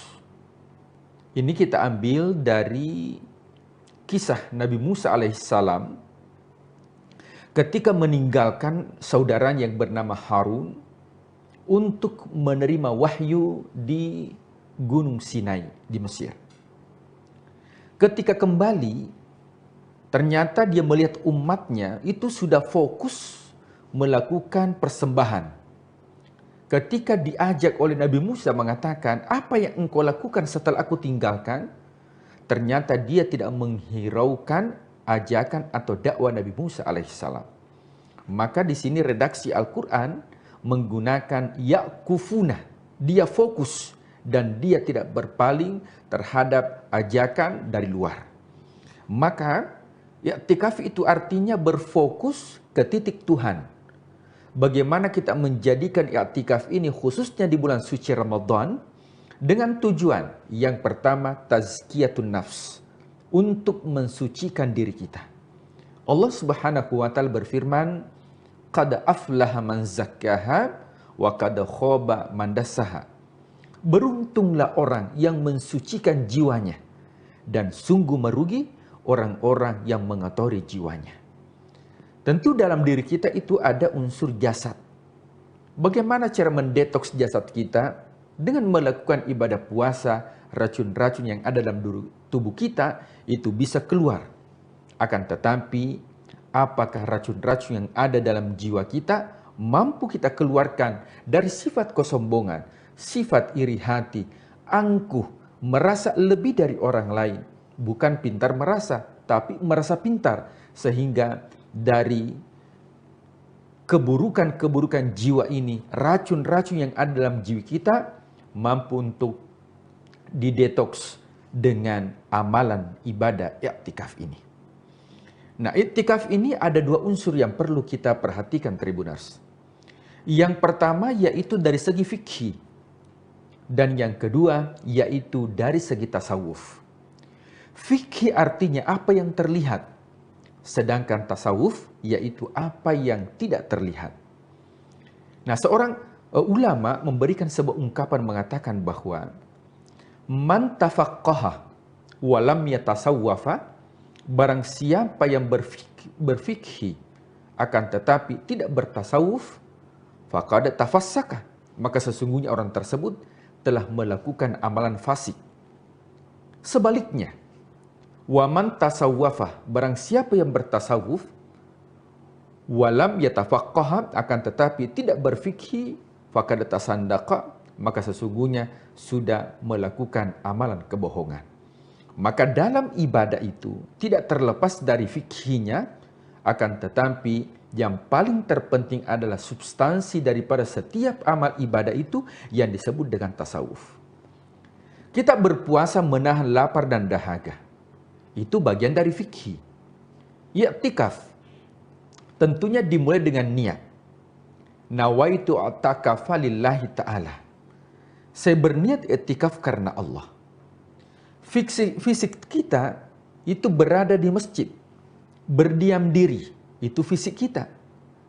Kalau hanya sekedar berdiam diri atau hanya berpindah dari tempat tidur yang empuk, kemudian tinggal di masjid, berdiam diri di karpet, maka itu hanya sekedar berpindah tempat tidur atau hanya melakukan fikihnya saja. Tapi kita tidak melakukan yang namanya tasawufnya.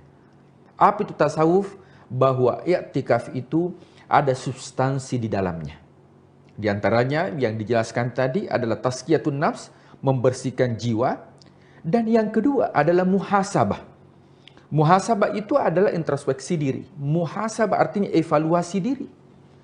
Bahkan ya dalam sebuah riwayat dikatakan, man tafakkara sa'atan khairu, siapa yang bertafakkur sejenak maka jauh lebih baik dibandingkan melakukan salat 1000 rakaat.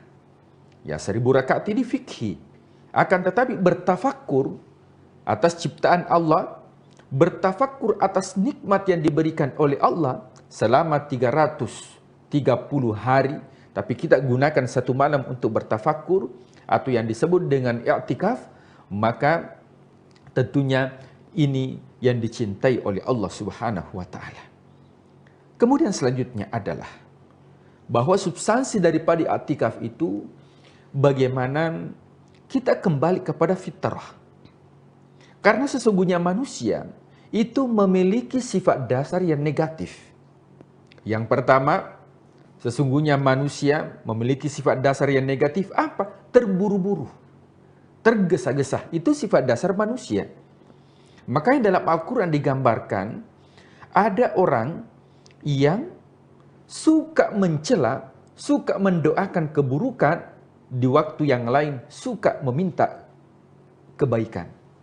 Ada orang tua yang mungkin di pagi hari mendoakan anaknya, ya Allah jadikanlah anakku qurrata ayun, menjadi penyejuk hati, itu didoakan di pagi hari.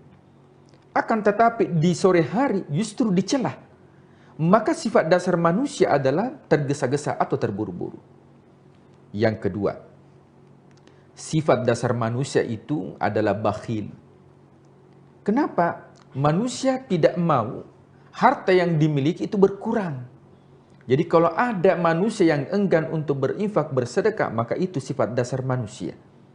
Beda dengan Allah. Makanya Allah memiliki sifat yang disebut dengan Al-Ghani. Apa itu Al-Ghani? Artinya maha kaya. Saking maha kayanya Allah, Allah itu senang kalau diminta. Beda dengan manusia. Kalau manusia diminta pertama kali, mungkin dia senang. Tapi kalau sudah 2 kali, mungkin dia senang. Ketiga kalinya pas dia jengkel. Itu sifat dasar manusia. Beda dengan Allah. Justru Allah ketika kita meminta, Allah senang. Yang kedua, Allah itu ketika dia memberi, dia pasti mengabulkan. Beda dengan manusia. Ketika kita meminta, belum tentu dikabulkan.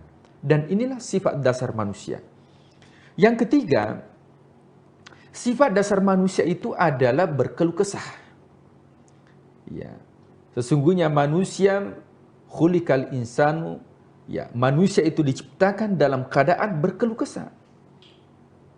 Idza massahu syarr, apabila mendapatkan keburukan, maka dia berkeluh kesah kepada Allah. Ya Allah, kenapa mesti saya? Kenapa bukan tetangga saya? Kenapa bukan orang lain? Maka Allah memberikan kebahagiaan. Tapi apa kata Allah? Wa idza massahul khair manu'a, justru kalau diberikan kebaikan, justru dia menolak, justru dia ingkar. Dan inilah sifat atau watak dasar manusia. Tentunya kita bertanya, jika demikian, nah apakah manusia harus berpangku begitu saja? Sudah mideh, karena memang saya orangnya bakhil. Sudah mideh, karena memang saya orang yang tergesa-gesa. Maka dikatakan oleh ulama tidak. Kenapa? Karena manusia dibekali yang namanya fitrah. Apa itu fitrah? Manusia dibekali oleh Allah adalah karakter yang bisa kembali kepada suci atau yang disebut dengan hati nurani manusia. Kullu mauludin yuladu alal fitrah. Setiap manusia diciptakan oleh Allah beserta dengan fitrah manusia itu atau kesucian. Maka biasa ada istilah kembali kepada fitrah. Maka tujuan dari substansi daripada i'tikaf ini bukan hanya berdiam diri di masjid dengan melakukan amalan, membaca Al-Quran, berzikir, bertaklim, akan tetapi jauh daripada itu, bagaimana kita mensucikan diri kita, kemudian kita muhasabah. Allah sudah memberikan nikmat 11 bulan yang lalu. Maka kita bermuhasabah, apakah 11 bulan itu, berapa nikmat yang digunakan di jalan Allah. Sehingga kita keluar dari i'tikaf ini, betul-betul menjadi pribadi yang fitrah, kembali kepada fitrah, kembali kepada suci, karena manusia diciptakan oleh Allah dalam keadaan fitrah dan akan kembali kepada Allah dalam keadaan fitrah. Apa buktinya? Kita lahir di dunia ini tanpa membawa apa-apa. Dan kita akan kembali menuju kepada Allah. Makanya orang yang meninggal dunia itu dikatakan berpulang ke rahmatullah. Yang namanya berpulang, pulang itu artinya ada tempat asalnya. Yang mana tempat asal kita adalah alam arwah. Sehingga ketika ada orang yang wafat, orang Makassar mengatakan amotere. Orang Bugis mengatakan lisu. Dalam bahasa Indonesia dikatakan berpulang ke rahmatullah karena asal kita dari sana, bukan dari sini. Maka dari sini ini adalah tanah. Ya, yang kembali apa? Yang kembali itu, yang di sana yang kembali bukan jasad kita. Tapi yang kembali ke sana itu adalah jiwa kita. Yang kembali di sini adalah jasad. Kenapa? Karena jasad kita ini unsurnya dari sini. Dari mana? Sini itu yang dimaksud adalah tanah. Tapi yang di sana itu bukan jasad kita, tapi yang di sana itu adalah jiwa kita. Maka jiwa akan kembali ke asalnya. Kemudian yang di sini adalah jasad kita akan terkubur dan hancur. Akan tetapi yang abadi itu adalah jiwa kita. Makanya i'tikaf ini yang disucikan bukan fisik kita, akan tetapi yang disucikan adalah jiwa kita, sehingga kita dipanggil oleh Allah, ya ayyatuhan nafsul mutmainnah, wahai jiwa yang tenang, wahai jiwa yang suci. Mudah-mudahan i'tikaf ini menjadi momentum di dalam bulan suci Ramadan untuk kita berdiam diri sejenak, fokus, bermeditasi dengan Allah, sehingga betul-betul di dunia ini apa yang kita lakukan bisa betul-betul kita bermuhasabah sehingga fokus kepada Allah Subhanahu wa taala. Kalau kita fokus kepada Allah, tentunya Allah juga akan fokus kepada apa yang kita harapkan di dunia. Walal akhiratu khairul laka minal ula, kedepankan urusan akhirat, maka dunia akan ikut. Semakin kita kejar dunia, maka akhirat tertinggal. Akan tetapi ketika kita mengejar akhirat, maka dunia ini menjadi ladang amal bagi kita. Wallahu a'lam bishawab.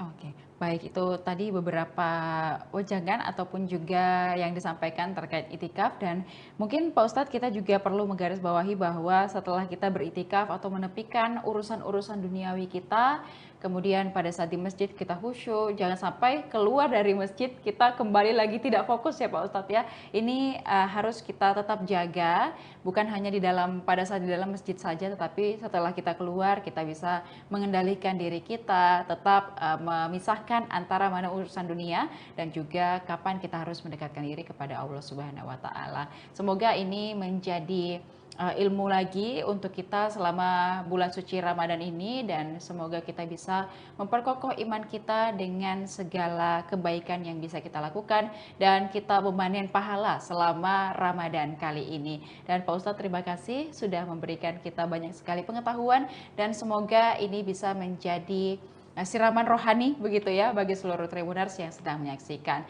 Dan terima kasih juga kepada seluruh Tribuners setelah menyaksikan program ini. Jangan lupa saksikan berita dan program menarik lainnya hanya di kanal YouTube dan Facebook Tribun Timur, mata lokal menjangkau Indonesia. Saya Elu Devi Sania beserta narasumber dan seluruh kerabat kerja pamit undur diri. Wassalamualaikum warahmatullahi wabarakatuh. Waalaikumsalam warahmatullahi wabarakatuh.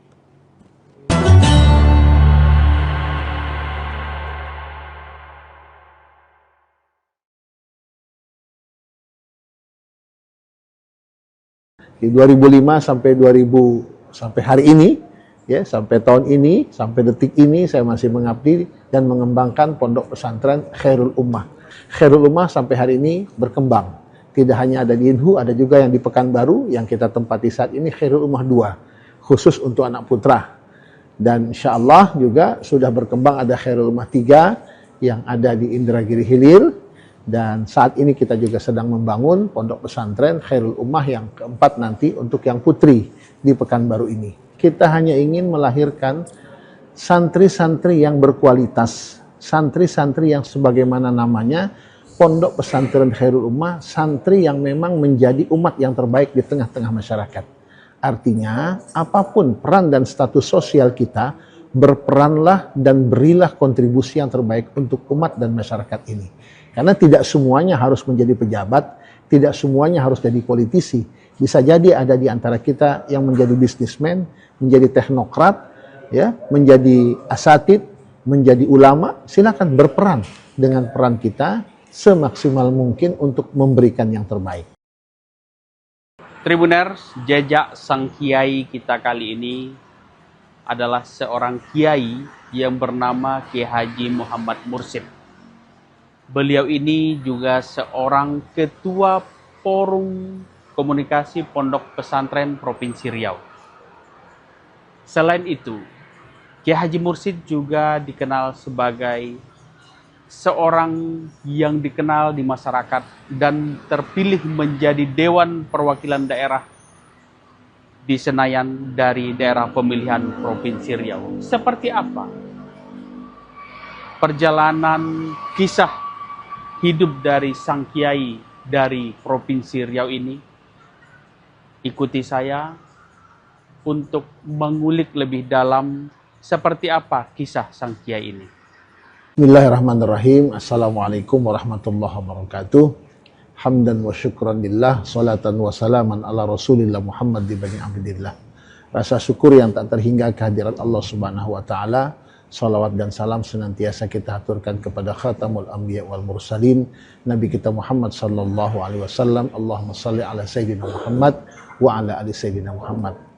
Jujur secara pribadi saya sangat bersyukur kehadirat Allah Subhanahu wa taala atas segala nikmat dan karunia yang telah Allah berikan baik kepada diri saya pribadi, keluarga, dan tentu kita sebagai warga negara Republik Indonesia yang hidup di negeri yang kita cintai ini.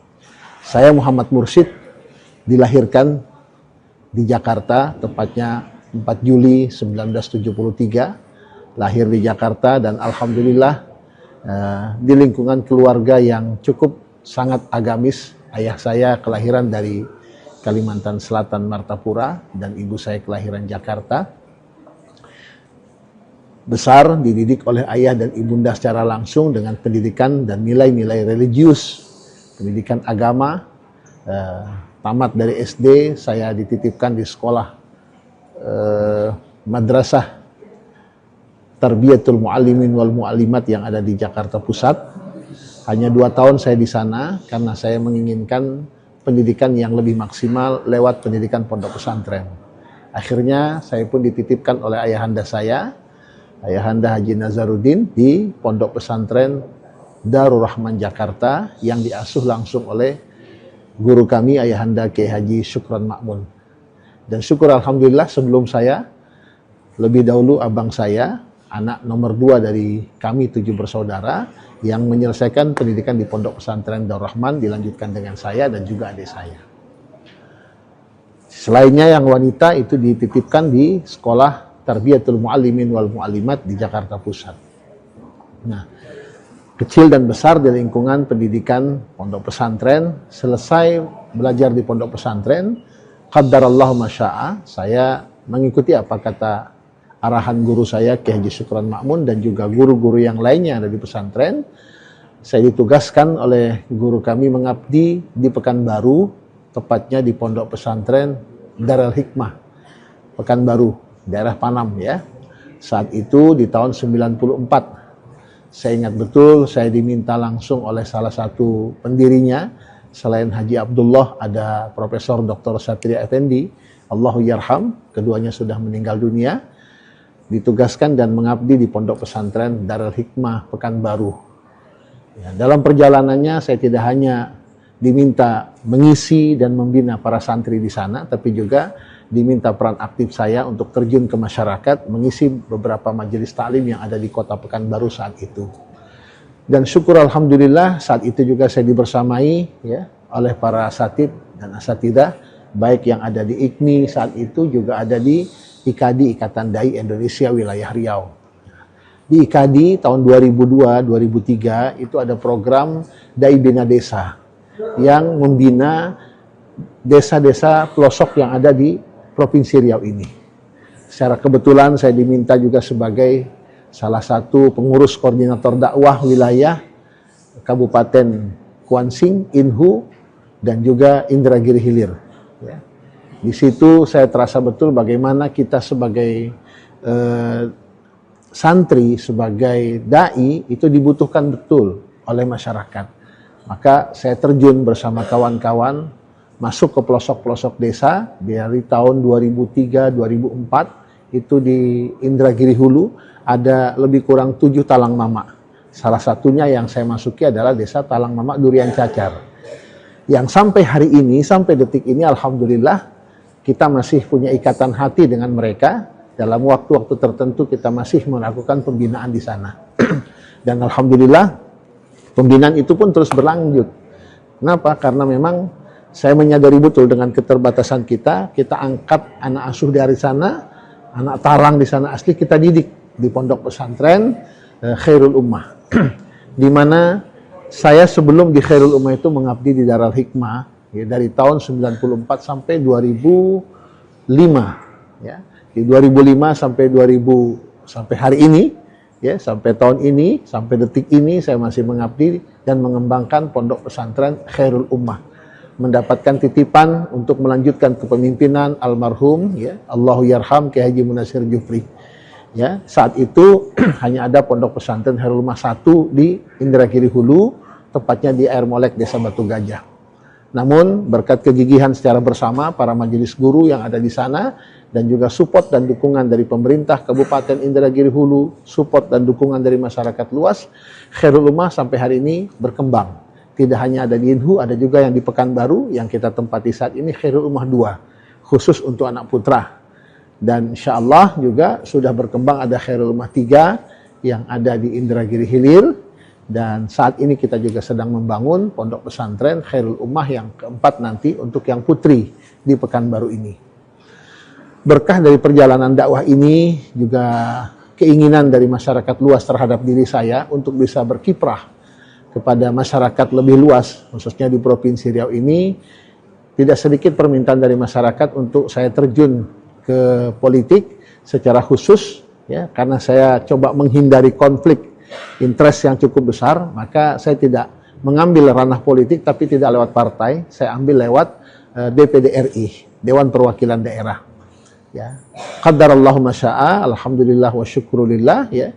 Support dan dukungan yang begitu besar itu membuahkan hasil dan sampai hari ini saya selain sebagai pengasuh, ya, tidak lagi pimpinan pesantren karena Khairul Ummah 1, Khairul Ummah 2, Khairul Ummah 3, Khairul Ummah 4 itu sudah ada pimpinannya yang kita tugaskan. Saya tidak lagi secara praktis, secara langsung, bukan berarti meninggalkan pesantren, tidak, tapi berbagi tugas agar pesantren tetap terayomi, santri tetap terbina secara maksimal, dan sampai hari ini juga kita lihat bagaimana santri tetap beraktivitas, menunaikan kewajiban mereka, menjalankan aktivitas mereka bersama para asatid dan para kiai yang ada di setiap pesantren cabang yang ada di Khairul Ummah. Saya pun alhamdulillah bisa maksimal coba menjalankan peran dan fungsi saya sebagai salah satu anggota DPD RI Daerah Pemilihan Riau. Kita punya keinginan sebagaimana nama pondok pesantren ini Khairul Ummah.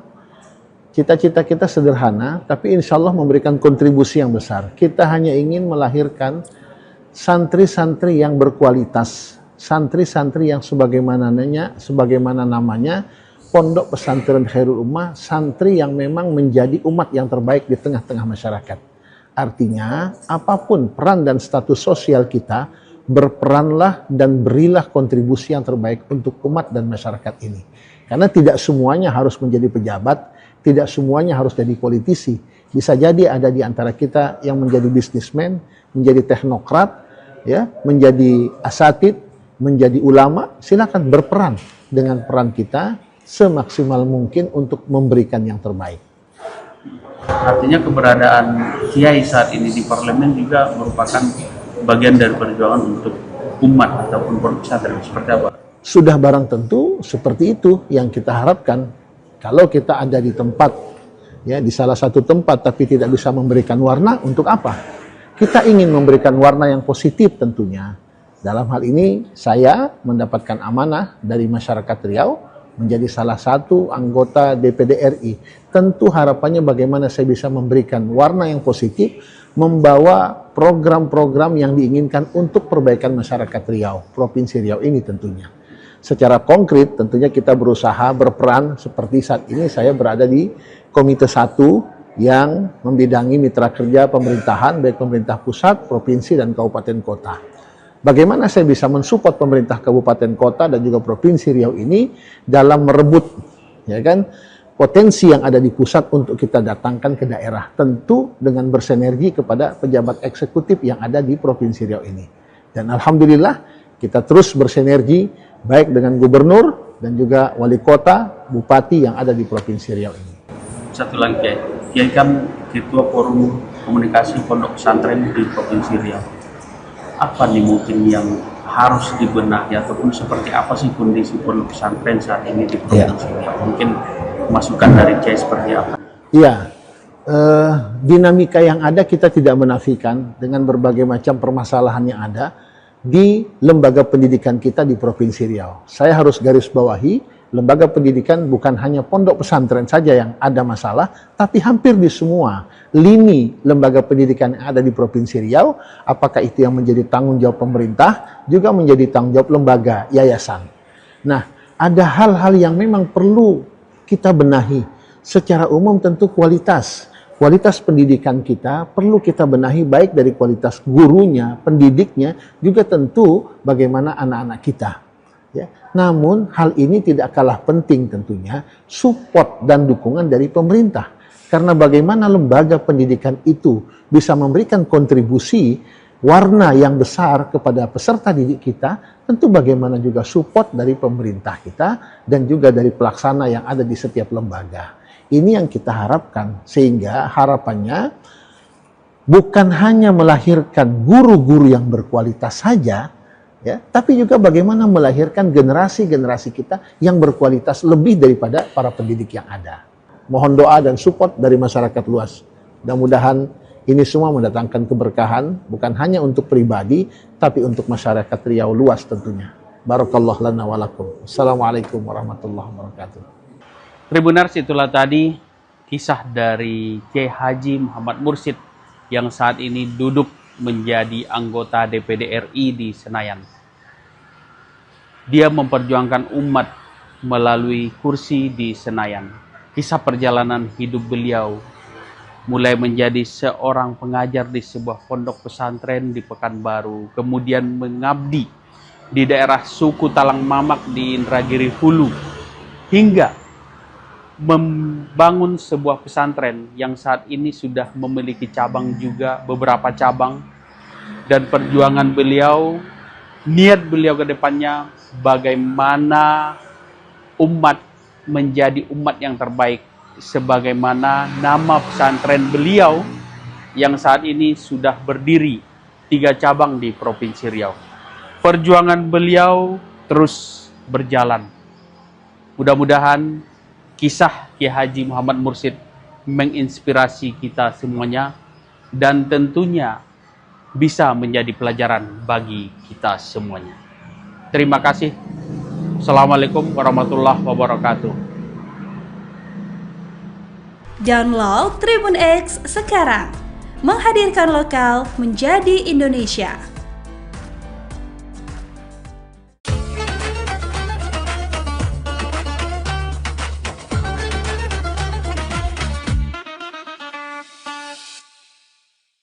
Bismillahirrahmanirrahim. Assalamualaikum warahmatullahi wabarakatuh.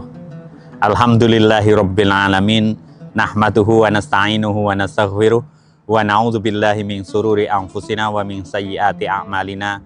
May yahdihillahu fala mudhillalah wa may yudlil fala hadiyalah. Asyhadu an la ilaha illallah wa asyhadu anna Muhammadan abduhu wa rasuluh. Allahumma sholli wa sallim wa barik ala sayyidina Muhammad wa ala alihi wa ashabihi ajma'in, amma ba'd. Jamaah yang dimuliakan oleh Allah Subhanahu wa taala, pertama-tama marilah kita panjatkan puji syukur kita kehadirat Allah Subhanahu wa taala, sang pemilik segalanya. Pujian, kehebatan, kebesaran, kesucian semua milik Allah Subhanahu wa taala. Salawat dan salam tentu kita panjatkan kehadirat Kanjeng Nabi Muhammad sallallahu alaihi wasallam yang nanti kita nantikan syafaatnya di yaumil qiyamah.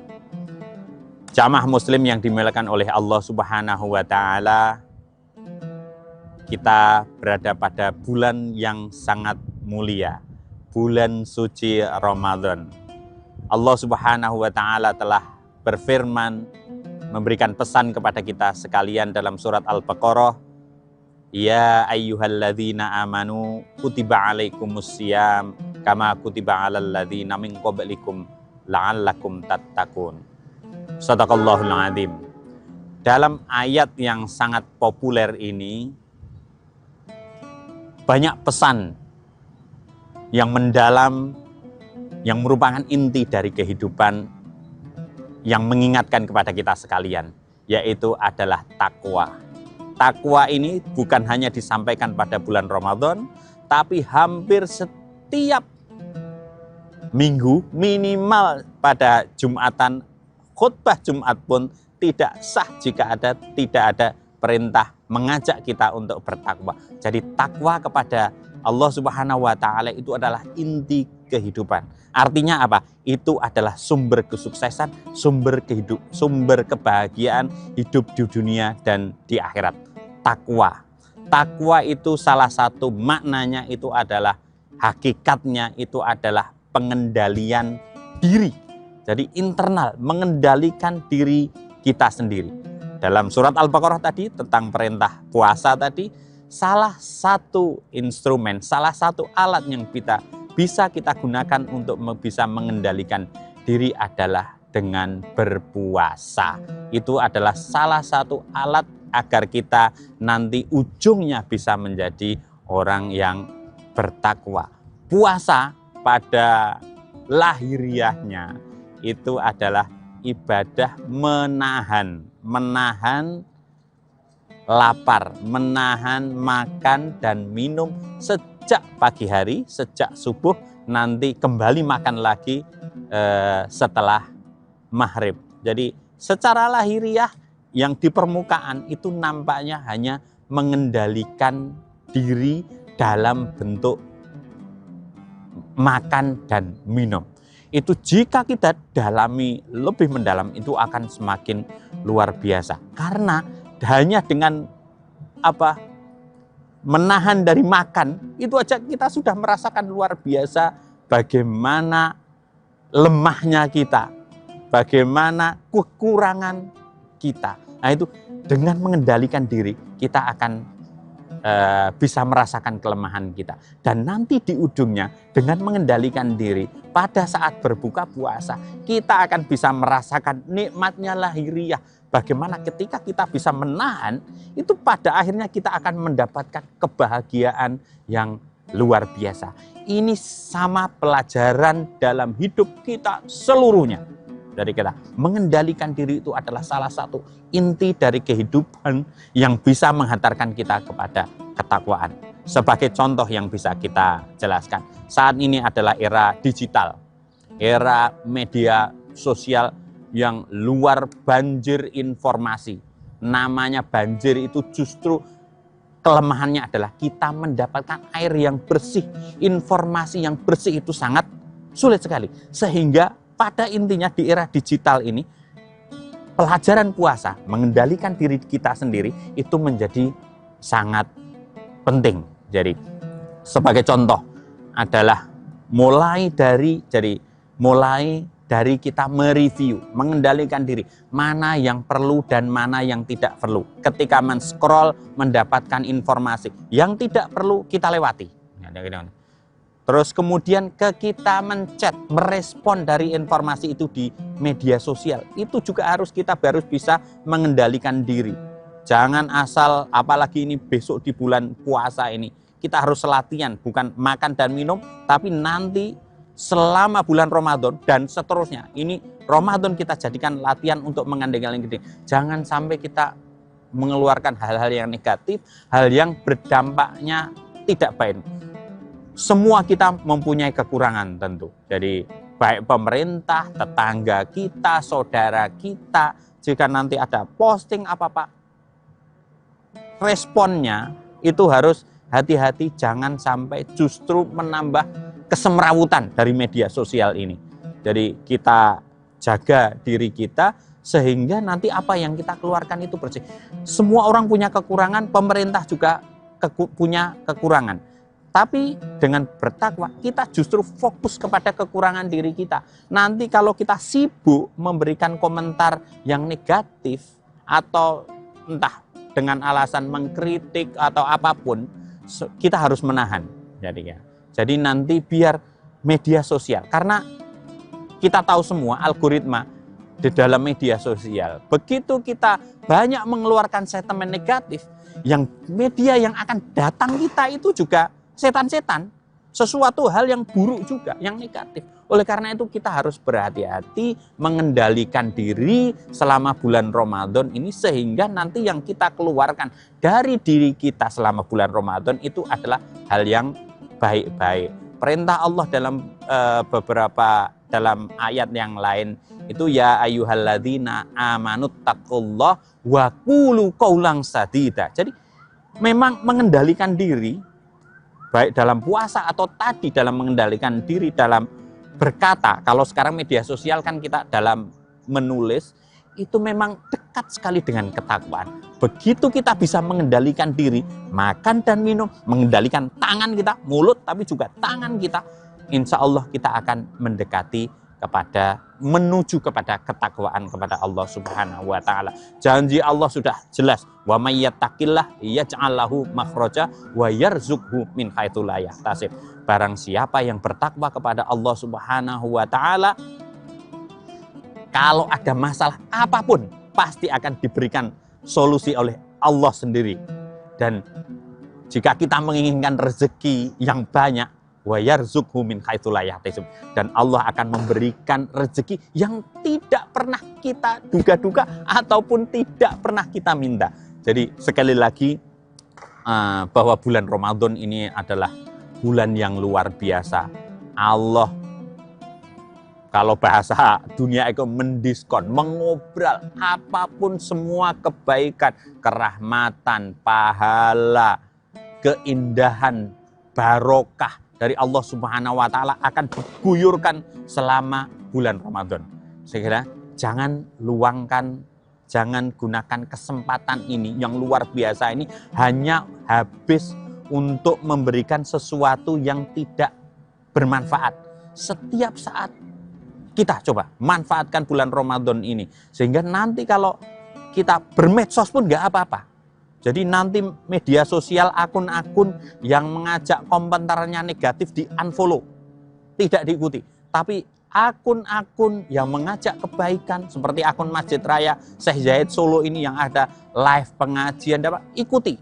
Nanti insya Allah ketika kita jenengan semua unfollow yang tidak, misalnya 5 yang komentar negatif-negatif, jelek-jelek itu di-unfollow. Terus kemudian Anda follow masjid-masjid atau pengajian, kemudian di-follow, otomatis itu akan menutup pintu negatif. Dan itu nanti dari media sosial, algoritmanya akan mengarahkan semua yang baik-baik itu akan datang kepada Anda. Sekali lagi, mari jamaah sekalian yang dimuliakan oleh Allah Subhanahu wa Ta'ala, kita manfaatkan Ramadan ini sebagai bulan pengendalian diri. Pertama, kita mengendalikan diri kita sendiri dari hal-hal yang buruk atau hal-hal yang mengarah kepada yang buruk, dan kita mendekati hal-hal yang baik. Silahkan dicari sendiri apa yang sudah nanti akan diobral, akan didiskon, akan diberikan luar biasa banjir kebaikan yang akan diberikan oleh Allah Subhanahu wa Ta'ala pada bulan Ramadan ini. Dan mari kita sambut barokah pertolongan dari Allah, pengampunan dari Allah selama bulan Ramadan ini. Semoga kultum kali ini bisa bermanfaat dan semakin membuat kita dekat kepada Allah Subhanahu wa Ta'ala dan menjadi insan yang baik, yang bermanfaat untuk semuanya. Wallahul muwafiq ila aqwamit thoriq. Assalamualaikum warahmatullahi wabarakatuh. Download Tribun X sekarang. Menghadirkan lokal menjadi Indonesia. Dari founder yang menggelontorkan dananya untuk pembangunan Masjid Al-Hakim, memang beliau suka dengan desain Taj Mahal, beliau suka dengan, ya itulah, dengan nuansa Taj Mahal tuh, makanya terus dibawa ke Masjid Al-Hakim Padang. Nah, jadi kan kita kan sudah hitung seluruh keperluannya. Kalau misalkan kita mau menyediakan 1000 porsi setiap hari itu, kita butuh dana sekitar 450-an juta. Kalau ada terkumpul dana segitu, tentu kita bisa menyediakan 1000 porsi. Kalau sudah 1000 porsi, Kak, sudah tidak perlu kupon. Karena saya yakin semuanya insya Allah. Ya, pemandangannya indah gitu di sini kan. Di Preman juga kan banyak laut. Tapi kesannya sini lain juga kan di Preman kan. Ada masjidnya itu nyaman gitu.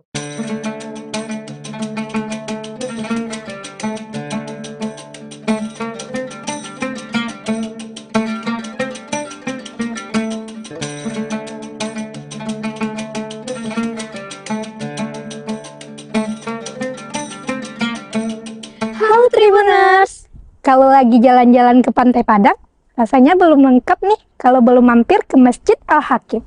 Betul banget, apalagi masjid yang satu ini memang punya daya tarik tersendiri loh Tribuners. Lokasinya yang strategis berada di pinggir Pantai Padang. Masjid Al-Hakim bakalan langsung mencuri perhatian siapa aja yang melintas di sini loh. Apalagi pemandangannya yang luar biasa indah, terutama saat matahari mulai tenggelam.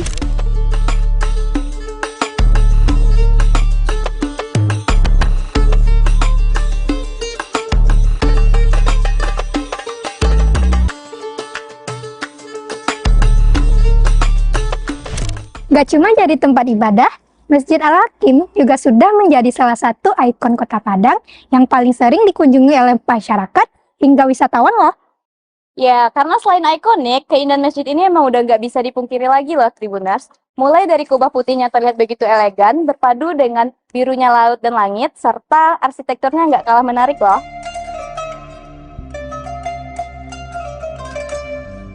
Nah, Tribuners, kali ini kita akan mengajak Tribuners untuk mengenal lebih dekat masjid ini. Mulai dari keindahannya, arsitekturnya yang unik, hingga berbagai kegiatan yang sering digelar di sini, terutama saat bulan Ramadan. Yuk kita lihat lebih dekat pesona Masjid Al-Hakim ini.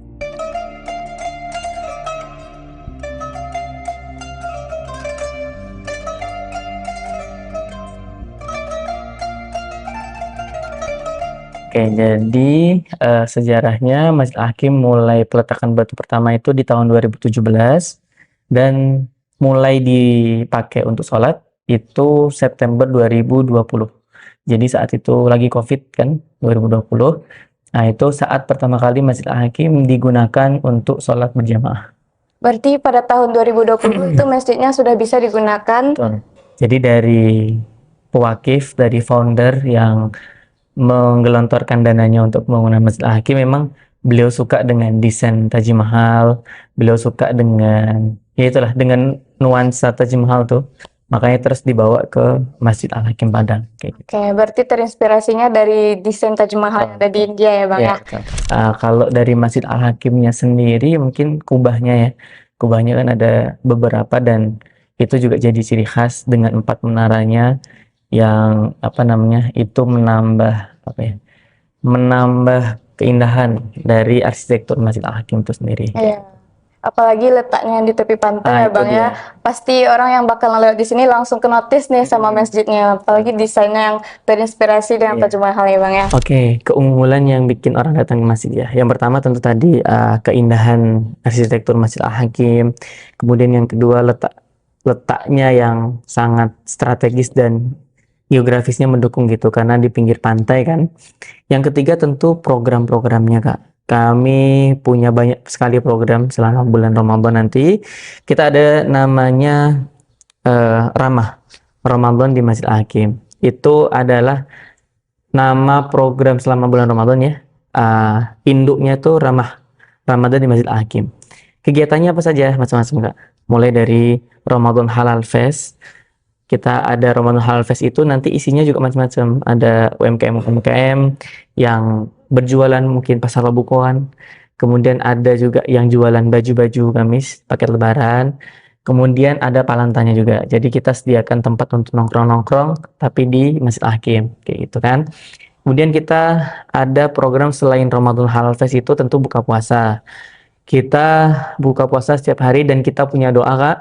Kita tidak bilang target tapi kita bilangnya doa. Kita bisa menyediakan 1000 porsi setiap hari Kak. Itu anggaran kita mulai dari 10.000 per porsi. Jadi mungkin ada penonton yang Tribuners ya, yang mungkin mau support, mulai 10.000 sudah bisa support 1 porsi makan, kayak gitu. Kemudian kita ada juga program kajian. Dalam sehari itu kita kajian 1 ba'da subuh, kemudian duha ada kajian, sebelum sholat duhur ada lagi, kultum sebelum berbuka ada juga, kemudian kajian sebelum sholat tarawih. Itu ada, berarti 5 kali kan.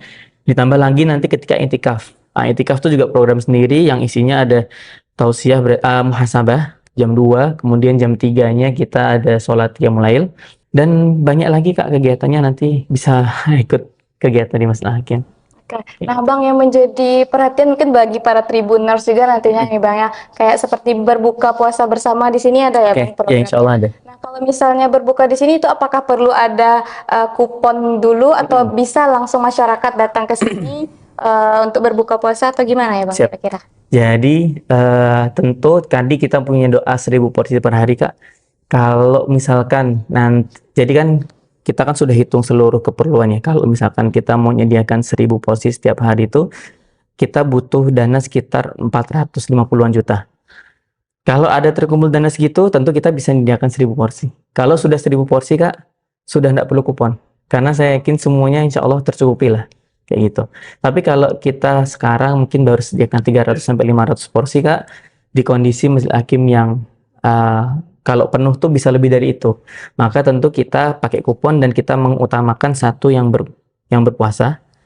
Yang kedua yang sholat maghrib di Masjid Al-Hakim. Maka seperti tahun lalu kita pembagian kupon itu setelah sholat maghrib Kak. Jadi kita pastikan dia sholat maghrib dulu, baru kita bagi kupon dari soft depan memang.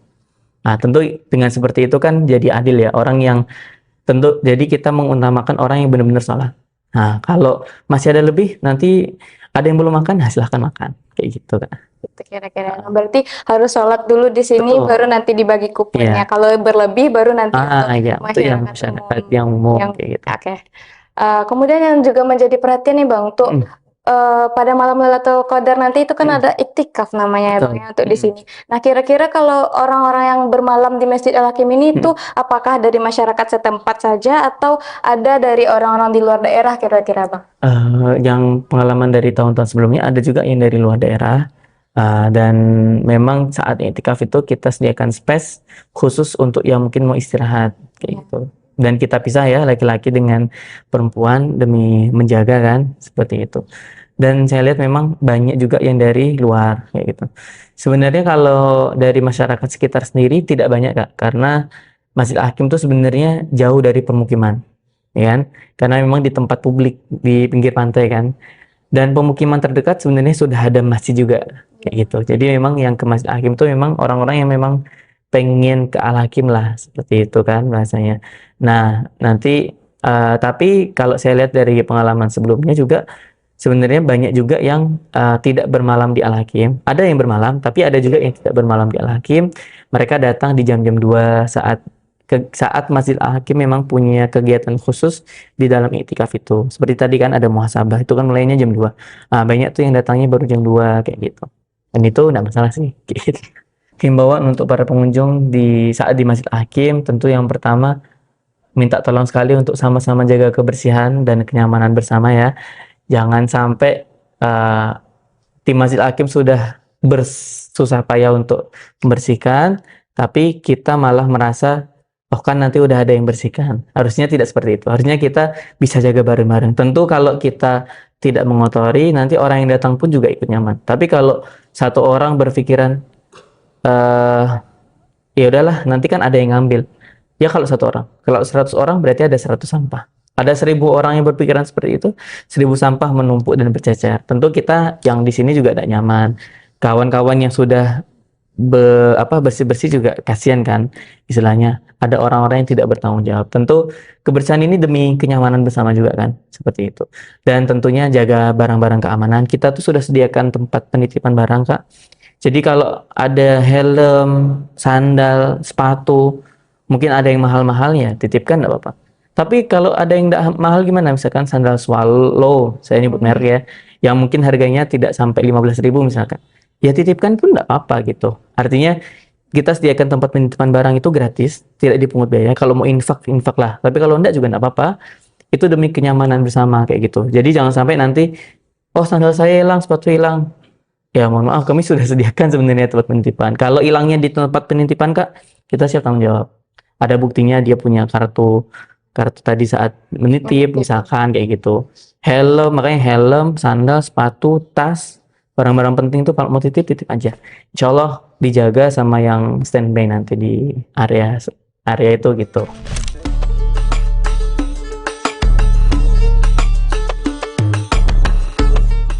Sudah berapa kali Ibu kira-kira mengunjungi Masjid Al-Hakim ini Bu? Sudah 2 kali. Sudah 2 kali. 2 kali sama sekarang ya Bu ya? Kemudian apa yang membuat Ibu tertarik datang ke Masjid Al-Hakim ini Bu? Ya pemandangannya indah gitu di sini kan. Preman juga kan banyak laut, tapi kesannya sini lain juga kan di Preman kan. Ada masjidnya itu nyaman gitu. Lebih gimana gitu ibadahnya gitu. Lebih tenang. Lebih khusyuk juga ya Bu ya. Kemudian orangnya juga ramah-ramah gitu. Menurut Ibu gimana suasana beribadah di Masjid Al-Hakim ini Bu dibandingkan dengan masjid yang lainnya? Suasananya? Suasananya tenang lah gitu. Nyaman gitu. Lebih khusyuk kan. Terus sebelum sholat ada ceramah. Ada ceramahnya ya. Bikin kita enak gitu dengan. Beda ya Bu, kalau di masjid lain langsung sholat. Kalau ada siram rohani gitu ya. Ya, oke. Nah, kemudian apa sebelumnya Ibu udah pernah saat Ramadan berkunjung ke Al-Hakim ini ya Bu? Belum lagi. Belum. Nah, kira-kira apa harapan Ibu kalau misalnya saat Ramadan Ibu bisa berkunjung ke sini? Berharap gitulah gitu, mau ke sini. Semoga kalau kita ke sini lagi nanti bulan Ramadan kan. Panjang umur, sehat badan. Tribuners, Masjid Al-Hakim bukan cuma sekedar indah dari luarnya saja, tapi juga terasa nyaman saat kita di dalamnya. Mau datang buat ibadah, ngabuburit, atau sekedar menikmati senja di tepi pantai, semuanya bisa dilakukan di sini.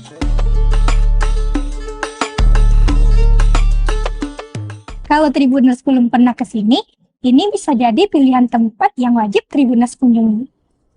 Oh ya, bagi Tribuners yang berkunjung ke sini, selalu jaga ketertiban dan kebersihannya ya.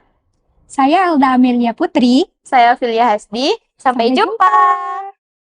Download Tribun X sekarang. menghadirkan lokal menjadi Indonesia.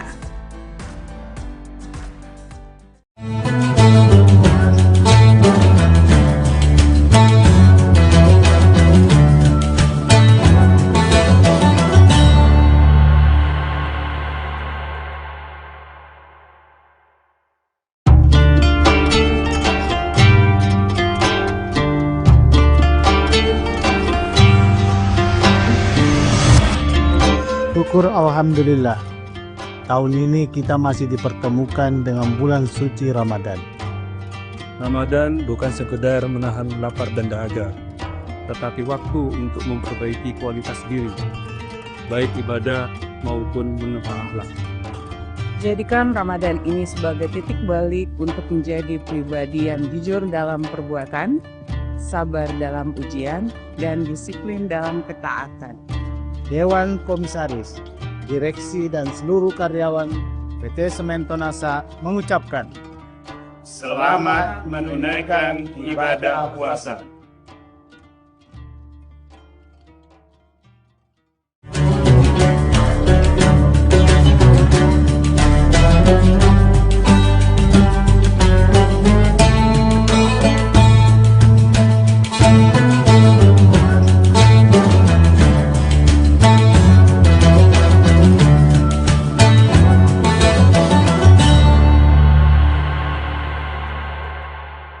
Assalamualaikum warahmatullahi wabarakatuh. Tribuners, bagaimana kabar Anda pada hari ini? Apakah puasanya masih lancar dan juga semangat? Tentunya kita kembali lagi menyapa Tribuners dalam program Syiar Ramadan bersama saya Ilu Devi Sania hanya di Tribun Timur, mata lokal menjangkau Indonesia. Seperti biasanya kita akan selalu membahas tema-tema yang menarik untuk menemani seluruh Tribuners menantikan waktu berbuka puasa hari ini. Tentunya hari ini tema kita merupakan itikaf, menepi dari hiruk pikuk dunia, yang akan dibahas secara tuntas bersama dengan Bapak Ustadz Kiai Haji Sabarudin LC bersama kita di studio pada hari ini. Assalamualaikum Pak Ustadz. Waalaikumsalam warahmatullahi wabarakatuh. Baik, kabarnya seperti apa? Alhamdulillah. Alhamdulillah, baik. Nah Pak Ustadz, tema kita pada hari ini merupakan itikaf, menepi dari hiruk pikuk dunia. Dan di tengah kesibukan kita yang luar biasa sepanjang tahun ini, kemudian juga ada beberapa esensi ataupun juga apa esensi dari itikaf sendiri, kemudian apakah ini bisa jadi semacam detox begitu Pak Ustadz untuk spiritual agar kita bisa kembali fokus kepada Allah Subhanahu wa taala. Silakan. Bismillahirrahmanirrahim. Hamdan wa syukranillah, salatan wa salaman ala Rasulillah, amma ba'd. Tribuners yang dimuliakan Allah. Tentunya bulan suci Ramadan menjadi wadah bagi umat manusia untuk mensucikan diri baik secara fisik maupun jiwa. Tentunya salah satu amalan khususnya di bulan suci Ramadan yang disiapkan oleh Allah Subhanahu wa taala adalah syariat atau ibadah i'tikaf. I'tikaf ini kalau kita kenal di luar, biasa kita dengar ada istilah meditasi atau yoga untuk kembali ke titik fokus.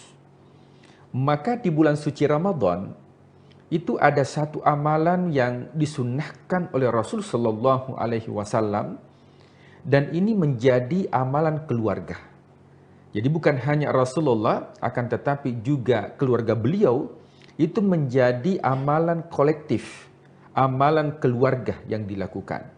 Sehingga i'tikaf ini bukan hanya dilakukan oleh kepala keluarga, akan tetapi seluruh anggota keluarga tentunya dianjurkan untuk senantiasa membiasakan diri untuk melakukan amalan i'tikaf ini, khususnya di bulan suci Ramadan.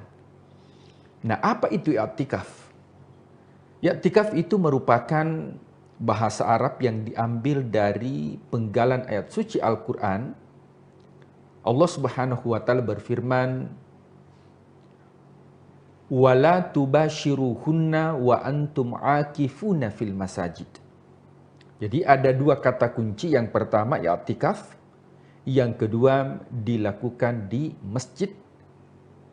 I'tikaf artinya fokus. Ini kita ambil dari kisah Nabi Musa alaihissalam ketika meninggalkan saudaranya yang bernama Harun untuk menerima wahyu di Gunung Sinai di Mesir. Ketika kembali, ternyata dia melihat umatnya itu sudah fokus melakukan persembahan. Ketika diajak oleh Nabi Musa mengatakan, apa yang engkau lakukan setelah aku tinggalkan? Ternyata dia tidak menghiraukan ajakan atau dakwah Nabi Musa alaihissalam. Maka di sini redaksi Al-Quran menggunakan ya'kufuna. Dia fokus dan dia tidak berpaling terhadap ajakan dari luar. Maka i'tikaf itu artinya berfokus ke titik Tuhan. Bagaimana kita menjadikan i'tikaf ini khususnya di bulan suci Ramadan dengan tujuan yang pertama tazkiyatun nafs, untuk mensucikan diri kita. Allah Subhanahu wa taala berfirman, qad aflaha man zakkaha wa qad khaba man dassaha. Beruntunglah orang yang mensucikan jiwanya dan sungguh merugi orang-orang yang mengotori jiwanya. Tentu dalam diri kita itu ada unsur jasad. Bagaimana cara mendetoks jasad kita? Dengan melakukan ibadah puasa, racun-racun yang ada dalam tubuh kita itu bisa keluar. Akan tetapi, apakah racun-racun yang ada dalam jiwa kita mampu kita keluarkan dari sifat kesombongan, sifat iri hati, angkuh, merasa lebih dari orang lain. Bukan pintar merasa, tapi merasa pintar. Sehingga dari keburukan-keburukan jiwa ini, racun-racun yang ada dalam jiwa kita mampu untuk didetoks dengan amalan ibadah i'tikaf ini. Nah, i'tikaf ini ada dua unsur yang perlu kita perhatikan, Tribuners. Yang pertama yaitu dari segi fikih, dan yang kedua yaitu dari segi tasawuf.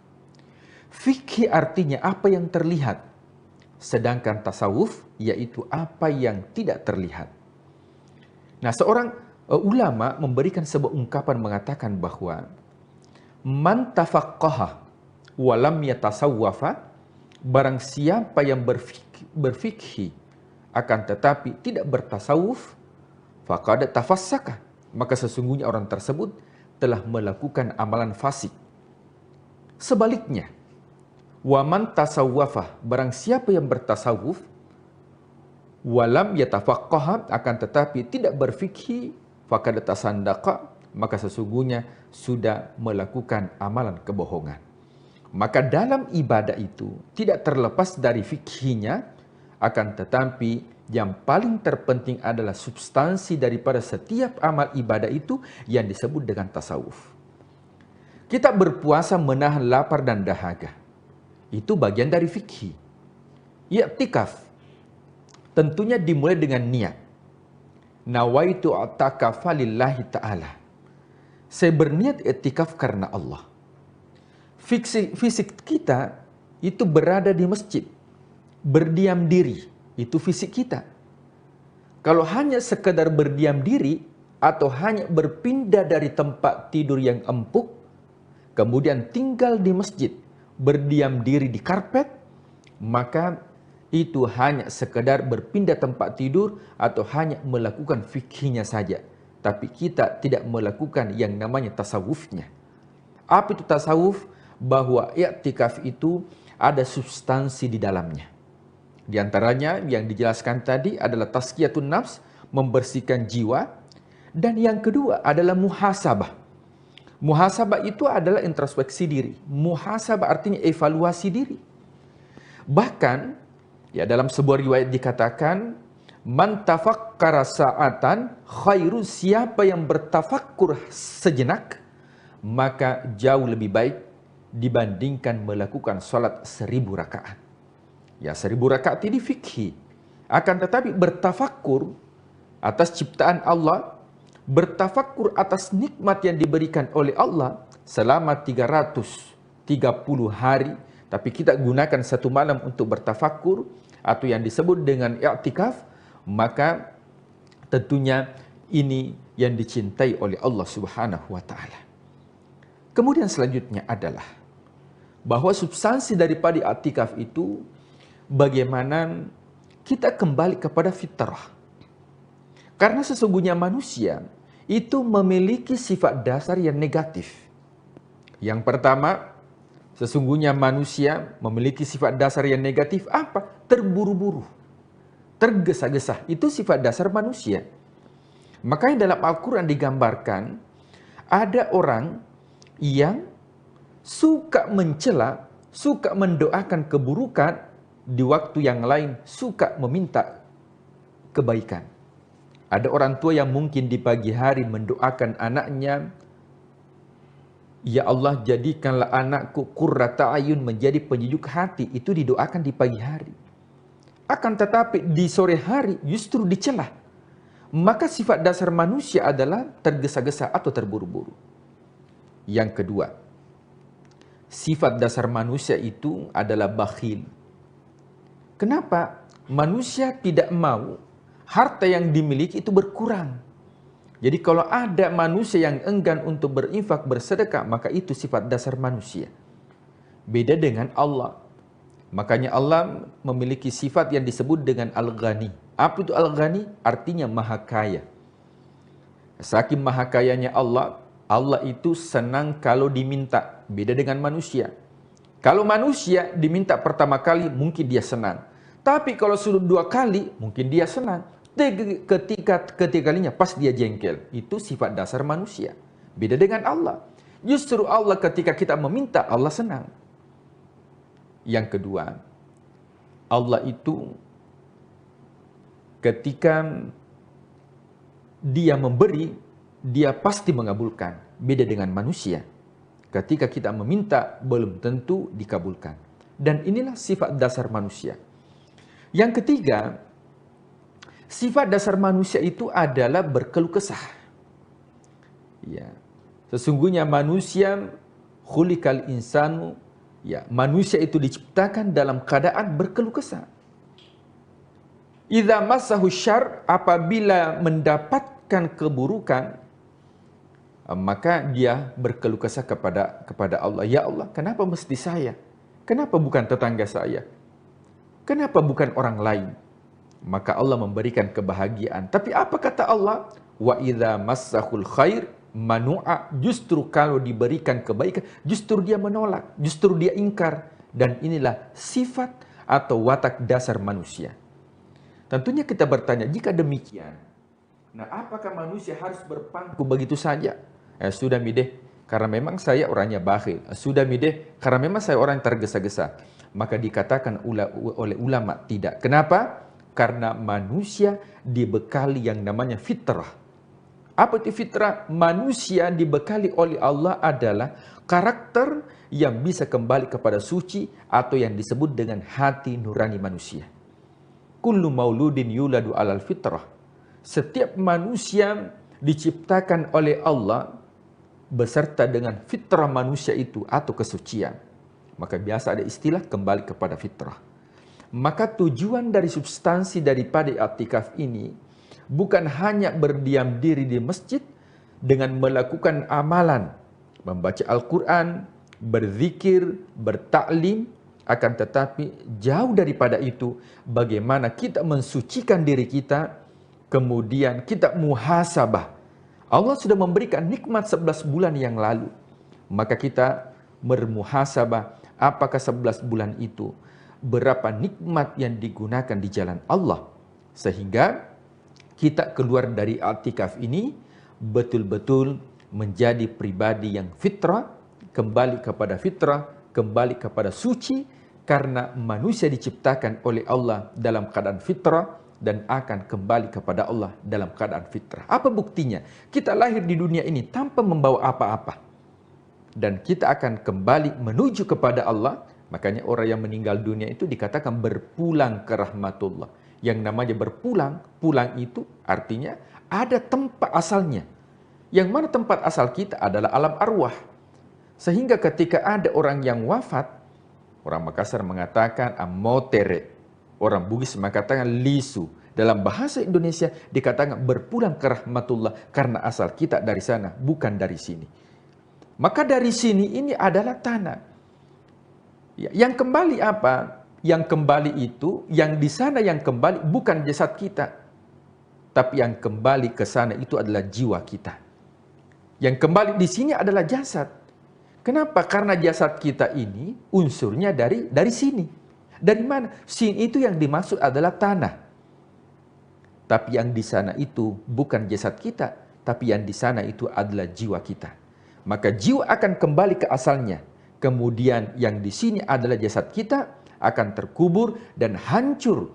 Akan tetapi yang abadi itu adalah jiwa kita. Makanya i'tikaf ini yang disucikan bukan fisik kita, akan tetapi yang disucikan adalah jiwa kita, sehingga kita dipanggil oleh Allah, ya ayyatuhan nafsul mutmainnah, wahai jiwa yang tenang, wahai jiwa yang suci.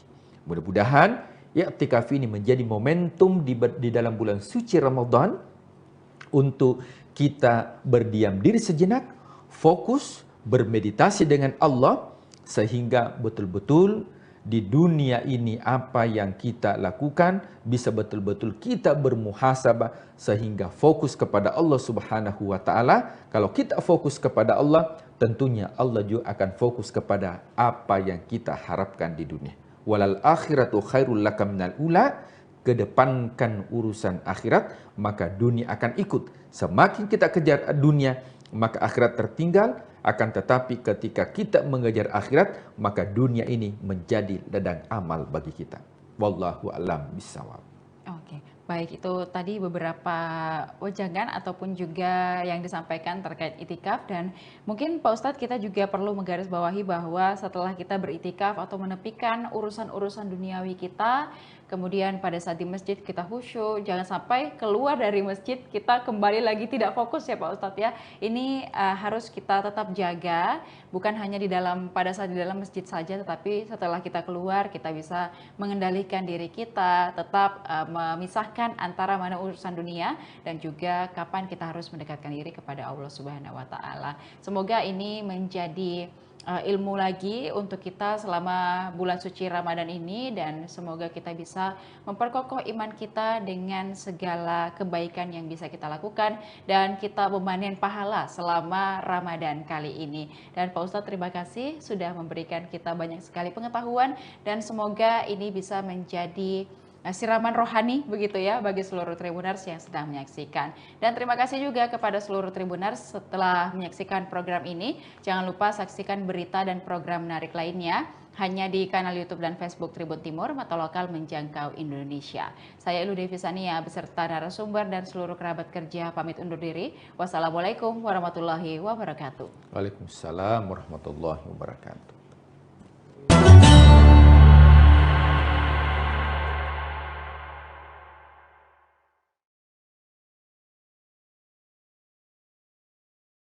Di 2005 sampai hari ini, ya, sampai tahun ini, sampai detik ini saya masih mengabdi dan mengembangkan Pondok Pesantren Khairul Ummah. Khairul Ummah sampai hari ini berkembang. Tidak hanya ada di Inhu, ada juga yang di Pekanbaru yang kita tempati saat ini, Khairul Ummah 2, khusus untuk anak putra.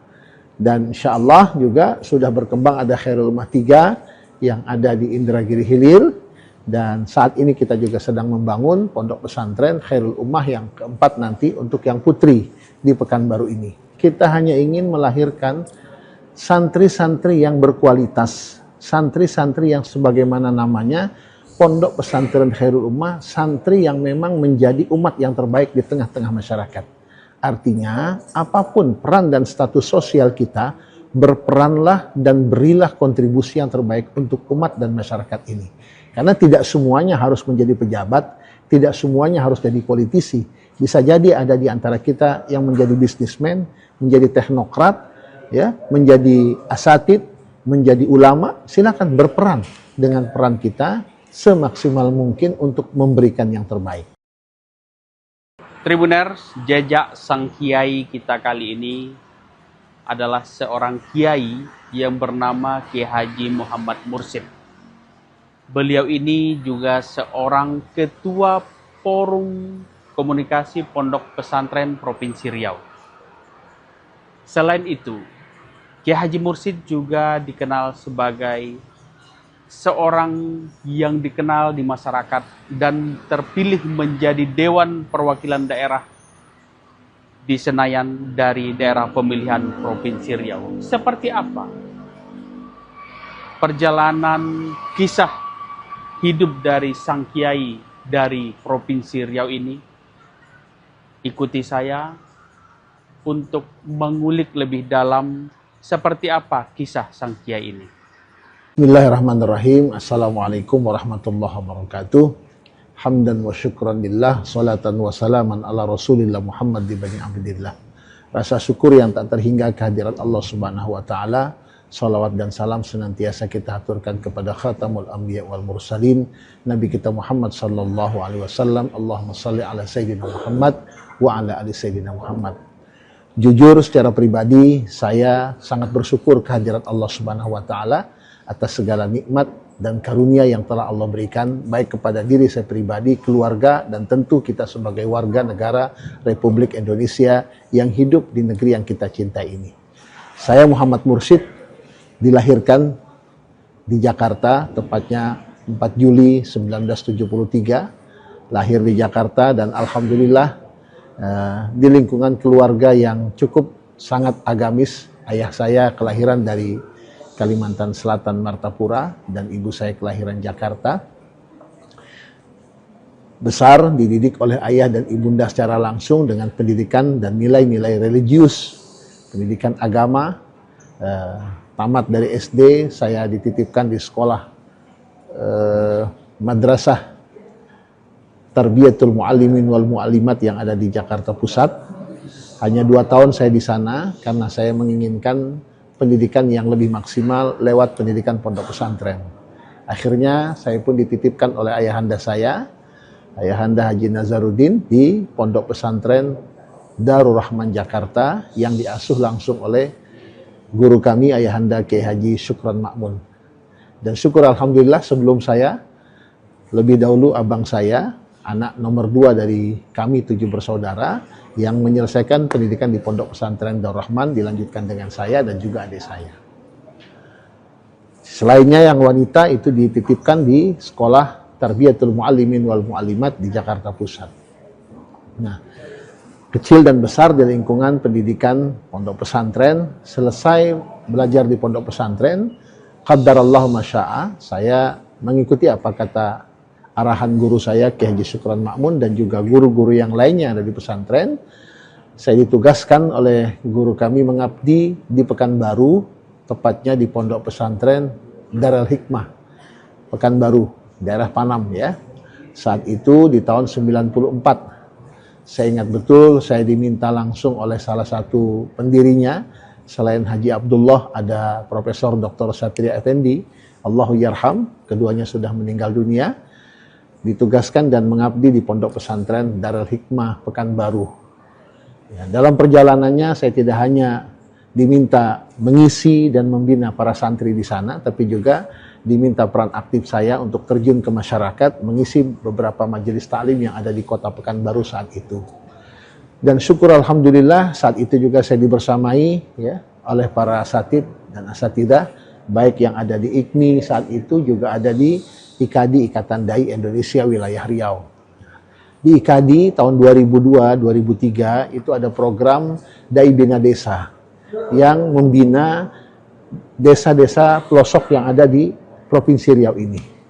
Secara kebetulan saya diminta juga sebagai salah satu pengurus koordinator dakwah wilayah Kabupaten Kuansing, Inhu, dan juga Indragiri Hilir. Ya. Di situ saya terasa betul bagaimana kita sebagai santri, sebagai dai itu dibutuhkan betul oleh masyarakat. Maka saya terjun bersama kawan-kawan masuk ke pelosok-pelosok desa dari tahun 2003-2004 itu di Indragiri Hulu ada lebih kurang 7 talang mama.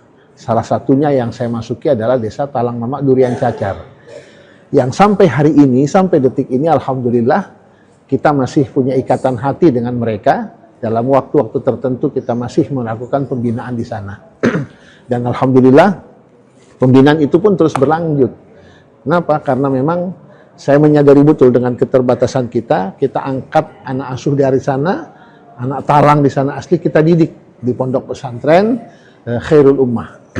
Di mana saya sebelum di Khairul Ummah itu mengabdi di Darul Hikmah ya, dari tahun 94 sampai 2005 ya.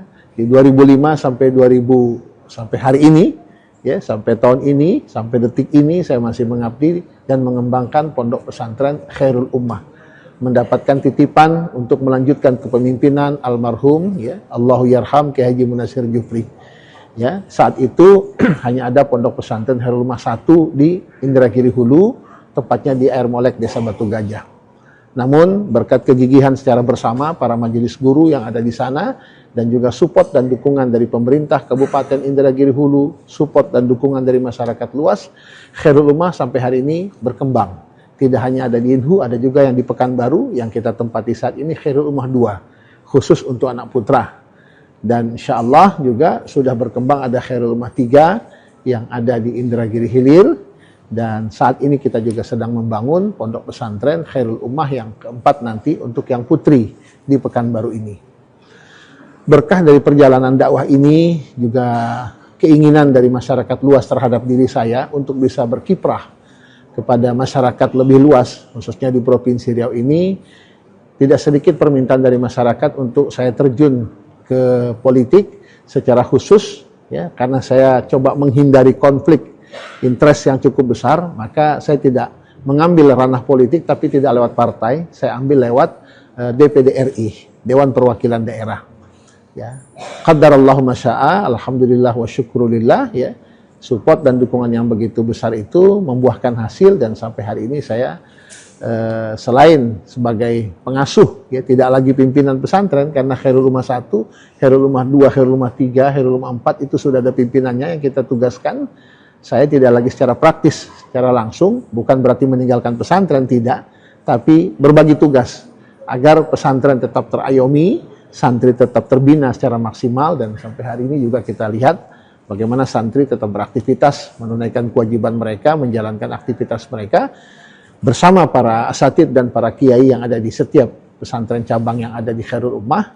Saya pun alhamdulillah bisa maksimal coba menjalankan peran dan fungsi saya sebagai salah satu anggota DPD RI Daerah Pemilihan Riau. Kita punya keinginan sebagaimana nama pondok pesantren ini Khairul Ummah. Cita-cita kita sederhana, tapi insya Allah memberikan kontribusi yang besar. Kita hanya ingin melahirkan santri-santri yang berkualitas, santri-santri yang sebagaimana namanya, pondok pesantren Khairul Ummah, santri yang memang menjadi umat yang terbaik di tengah-tengah masyarakat. Artinya, apapun peran dan status sosial kita, berperanlah dan berilah kontribusi yang terbaik untuk umat dan masyarakat ini. Karena tidak semuanya harus menjadi pejabat, tidak semuanya harus jadi politisi. Bisa jadi ada di antara kita yang menjadi bisnismen, menjadi teknokrat, ya, menjadi asatid, menjadi ulama. Silakan berperan dengan peran kita semaksimal mungkin untuk memberikan yang terbaik. Artinya keberadaan kiai saat ini di parlemen juga merupakan bagian dari perjuangan untuk umat ataupun pondok pesantren, seperti apa? Sudah barang tentu seperti itu yang kita harapkan. Kalau kita ada di tempat, ya, di salah satu tempat tapi tidak bisa memberikan warna, untuk apa? Kita ingin memberikan warna yang positif tentunya. Dalam hal ini saya mendapatkan amanah dari masyarakat Riau menjadi salah satu anggota DPD RI. Tentu harapannya bagaimana saya bisa memberikan warna yang positif, membawa program-program yang diinginkan untuk perbaikan masyarakat Riau, Provinsi Riau ini tentunya. Secara konkret tentunya kita berusaha berperan seperti saat ini saya berada di Komite 1 yang membidangi mitra kerja pemerintahan, baik pemerintah pusat, provinsi, dan kabupaten kota.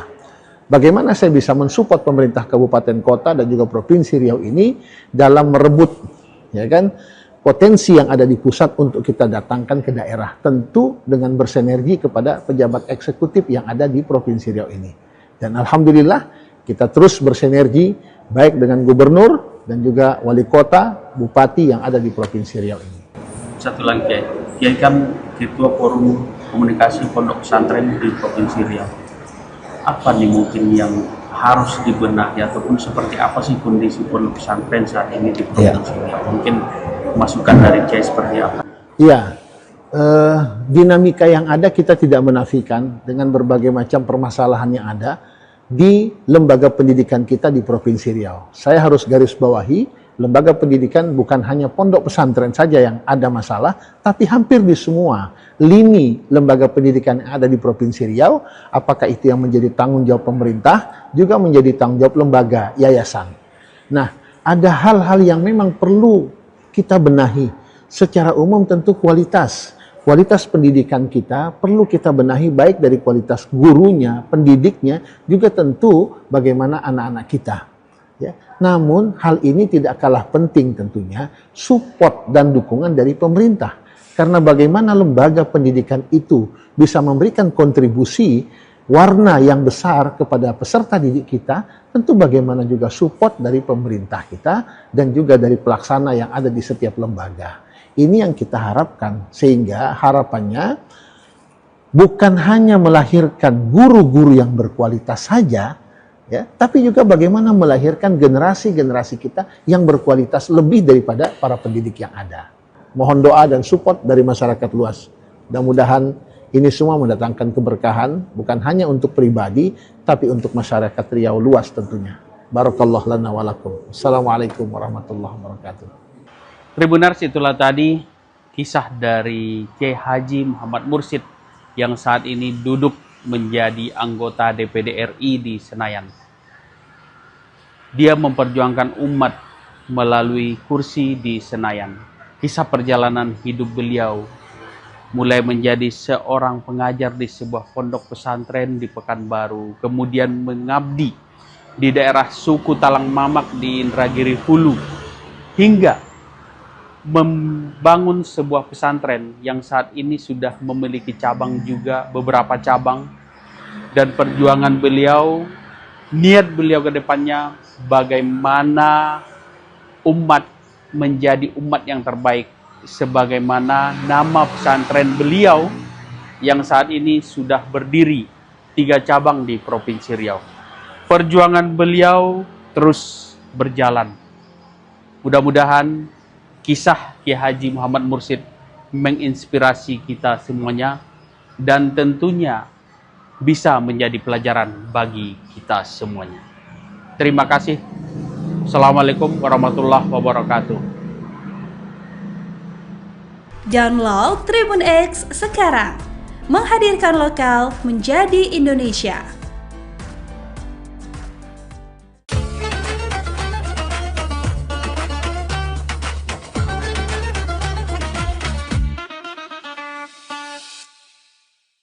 Bismillahirrahmanirrahim. Assalamualaikum warahmatullahi wabarakatuh. Alhamdulillahi rabbil alamin. Nahmaduhu wa nasta'inuhu wa nastaghfiruh. Wa na'udzu billahi min sururi anfusina wa min sayyiati a'malina. May yahdihillahu fala mudhillalah wa may yudlil fala hadiyalah. Asyhadu an la ilaha illallah wa asyhadu anna Muhammadan abduhu wa rasuluh. Allahumma sholli wa sallim wa barik ala sayyidina Muhammad wa ala alihi wa ashabihi ajma'in, amma ba'd. Jamaah yang dimuliakan oleh Allah Subhanahu wa ta'ala, pertama-tama marilah kita panjatkan puji syukur kita kehadirat Allah Subhanahu wa ta'ala, sang pemilik segalanya. Pujian, kehebatan, kebesaran, kesucian, semua milik Allah Subhanahu wa ta'ala. Salawat dan salam tentu kita panjatkan kehadirat Kanjeng Nabi Muhammad Sallallahu Alaihi Wasallam yang nanti kita nantikan syafaatnya di Yaumil Qiyamah. Jamaah muslim yang dimuliakan oleh Allah Subhanahu wa ta'ala, kita berada pada bulan yang sangat mulia, bulan suci Ramadan. Allah Subhanahu wa ta'ala telah berfirman, memberikan pesan kepada kita sekalian dalam surat Al-Baqarah, ya ayyuhalladzina amanu kutiba alaikumusiyam kama kutiba alal ladzina min qablikum la'allakum tattaqun. Shadaqallahul azim. Dalam ayat yang sangat populer ini banyak pesan yang mendalam yang merupakan inti dari kehidupan yang mengingatkan kepada kita sekalian, yaitu adalah takwa.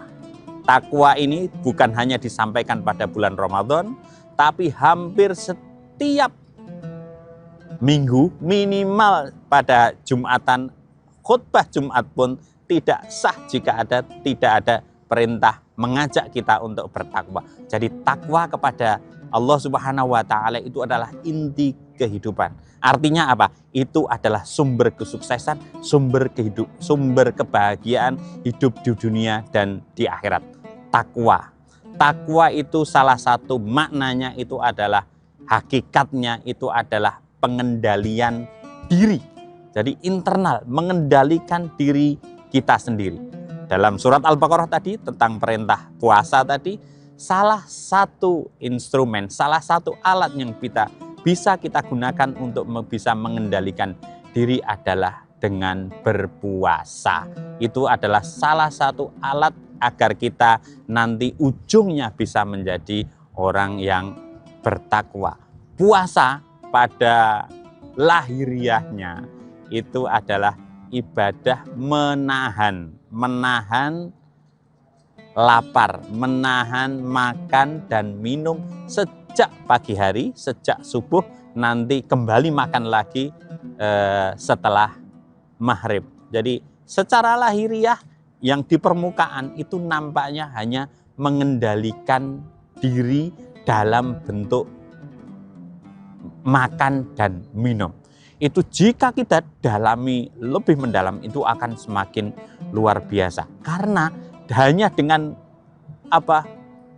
menahan dari makan itu aja kita sudah merasakan luar biasa bagaimana lemahnya kita, bagaimana kekurangan kita. Nah itu dengan mengendalikan diri kita akan bisa merasakan kelemahan kita. Dan nanti di ujungnya dengan mengendalikan diri pada saat berbuka puasa kita akan bisa merasakan nikmatnya lahiriah. Bagaimana ketika kita bisa menahan itu pada akhirnya kita akan mendapatkan kebahagiaan yang luar biasa. Ini sama pelajaran dalam hidup kita seluruhnya. Dari kita mengendalikan diri itu adalah salah satu inti dari kehidupan yang bisa menghantarkan kita kepada ketakwaan. Sebagai contoh yang bisa kita jelaskan, saat ini adalah era digital, era media sosial yang luar banjir informasi. Namanya banjir itu justru kelemahannya adalah kita mendapatkan air yang bersih, informasi yang bersih itu sangat sulit sekali. Sehingga pada intinya di era digital ini, pelajaran puasa, mengendalikan diri kita sendiri itu menjadi sangat penting. Jadi sebagai contoh adalah mulai dari kita mereview, mengendalikan diri, mana yang perlu dan mana yang tidak perlu. Ketika men-scroll mendapatkan informasi yang tidak perlu kita lewati. Terus kemudian kita menchat, merespon dari informasi itu di media sosial. Itu juga kita harus bisa mengendalikan diri.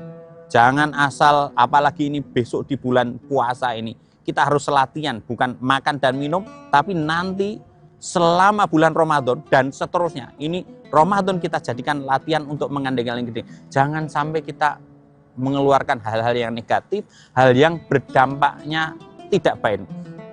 Semua kita mempunyai kekurangan tentu. Jadi baik pemerintah, tetangga kita, saudara kita, jika nanti ada posting apa-apa, responnya itu harus hati-hati, jangan sampai justru menambah kesemrawutan dari media sosial ini.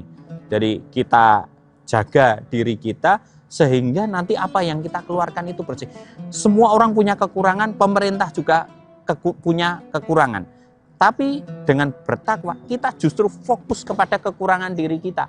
Nanti kalau kita sibuk memberikan komentar yang negatif atau entah dengan alasan mengkritik atau apapun, kita harus menahan.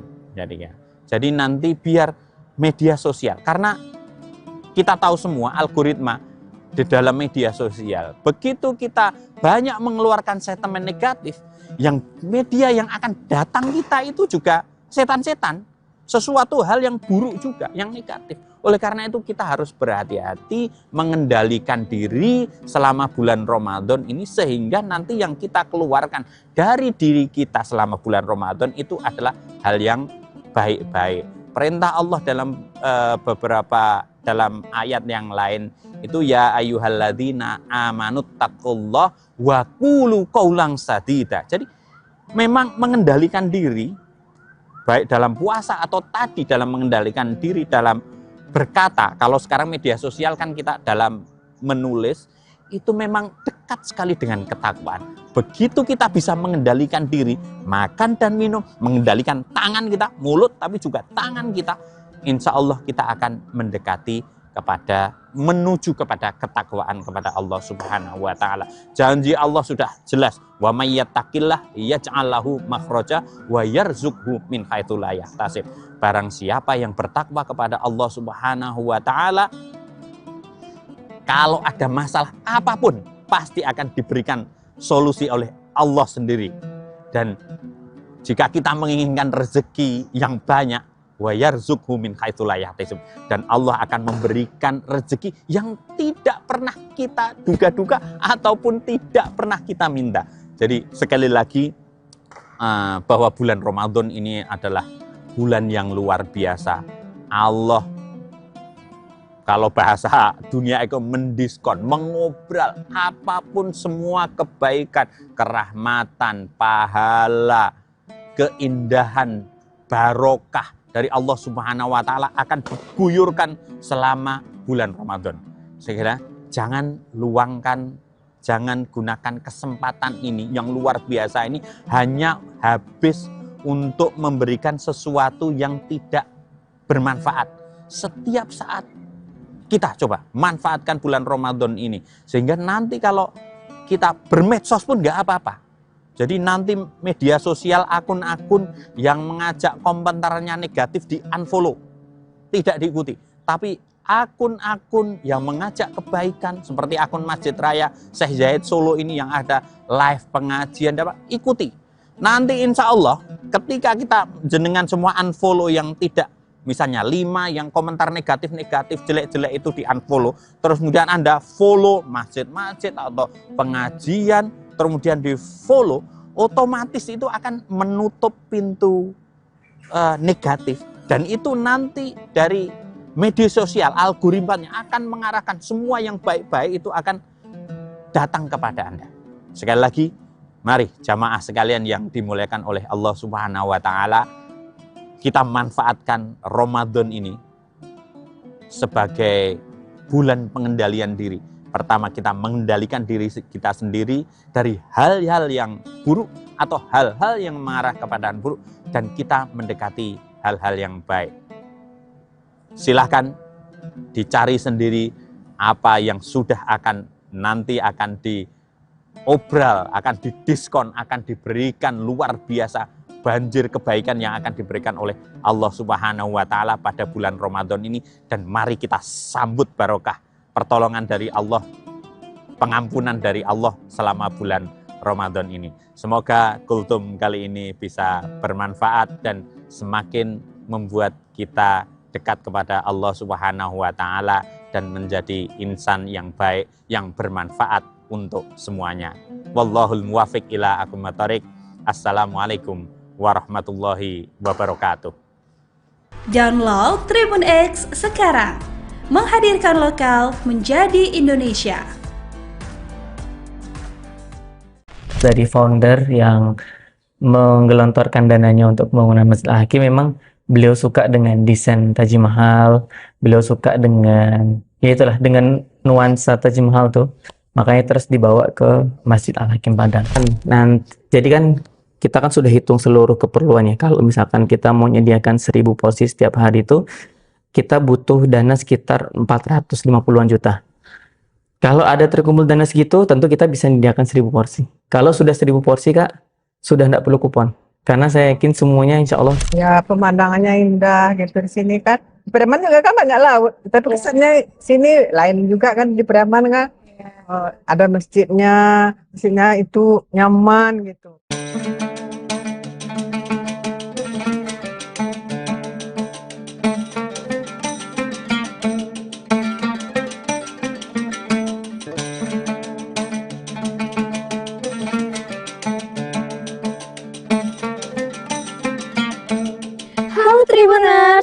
Kalau lagi jalan-jalan ke Pantai Padang, rasanya belum lengkap nih kalau belum mampir ke Masjid Al-Hakim. Betul banget, apalagi masjid yang satu ini memang punya daya tarik tersendiri loh Tribuners. Lokasinya yang strategis berada di pinggir Pantai Padang.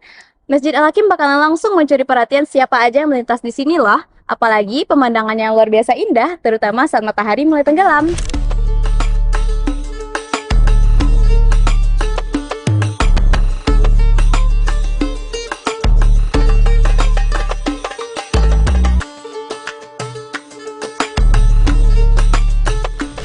Gak cuma jadi tempat ibadah, Masjid Al-Hakim juga sudah menjadi salah satu ikon Kota Padang yang paling sering dikunjungi oleh masyarakat hingga wisatawan loh.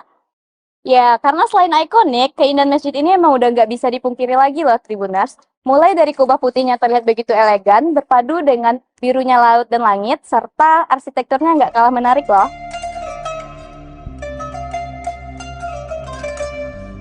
Nah, Tribuners, kali ini kita akan mengajak Tribuners untuk mengenal lebih dekat masjid ini.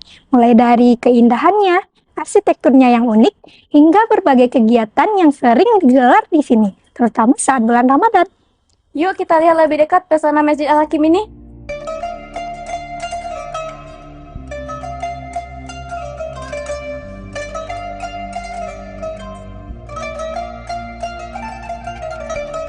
Oke, jadi sejarahnya Masjid Al-Hakim mulai peletakan batu pertama itu di tahun 2017 dan mulai dipakai untuk sholat itu September 2020.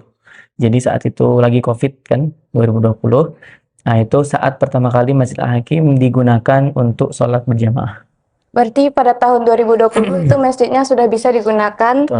Jadi dari pewakif, dari founder yang menggelontorkan dananya untuk pembangunan Masjid Al-Hakim, memang beliau suka dengan desain Taj Mahal, beliau suka dengan, ya itulah, dengan nuansa Taj Mahal tuh.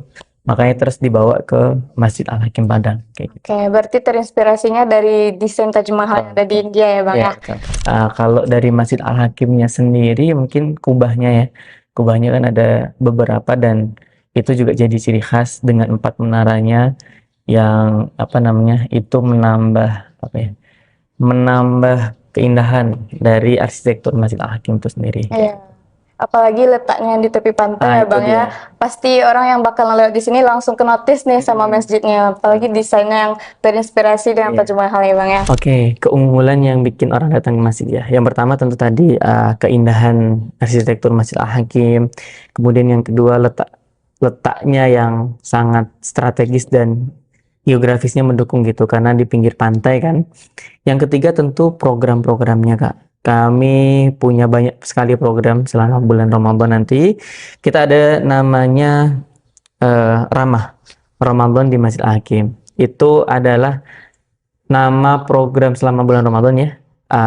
Induknya tuh Ramah Ramadan di Masjid Al-Hakim. Kegiatannya apa saja? Macam-macam Kak. Mulai dari Ramadan Halal Fest. Kita ada Ramadan Halal Fest itu nanti isinya juga macam-macam. Ada UMKM yang berjualan mungkin pasar Labukoan.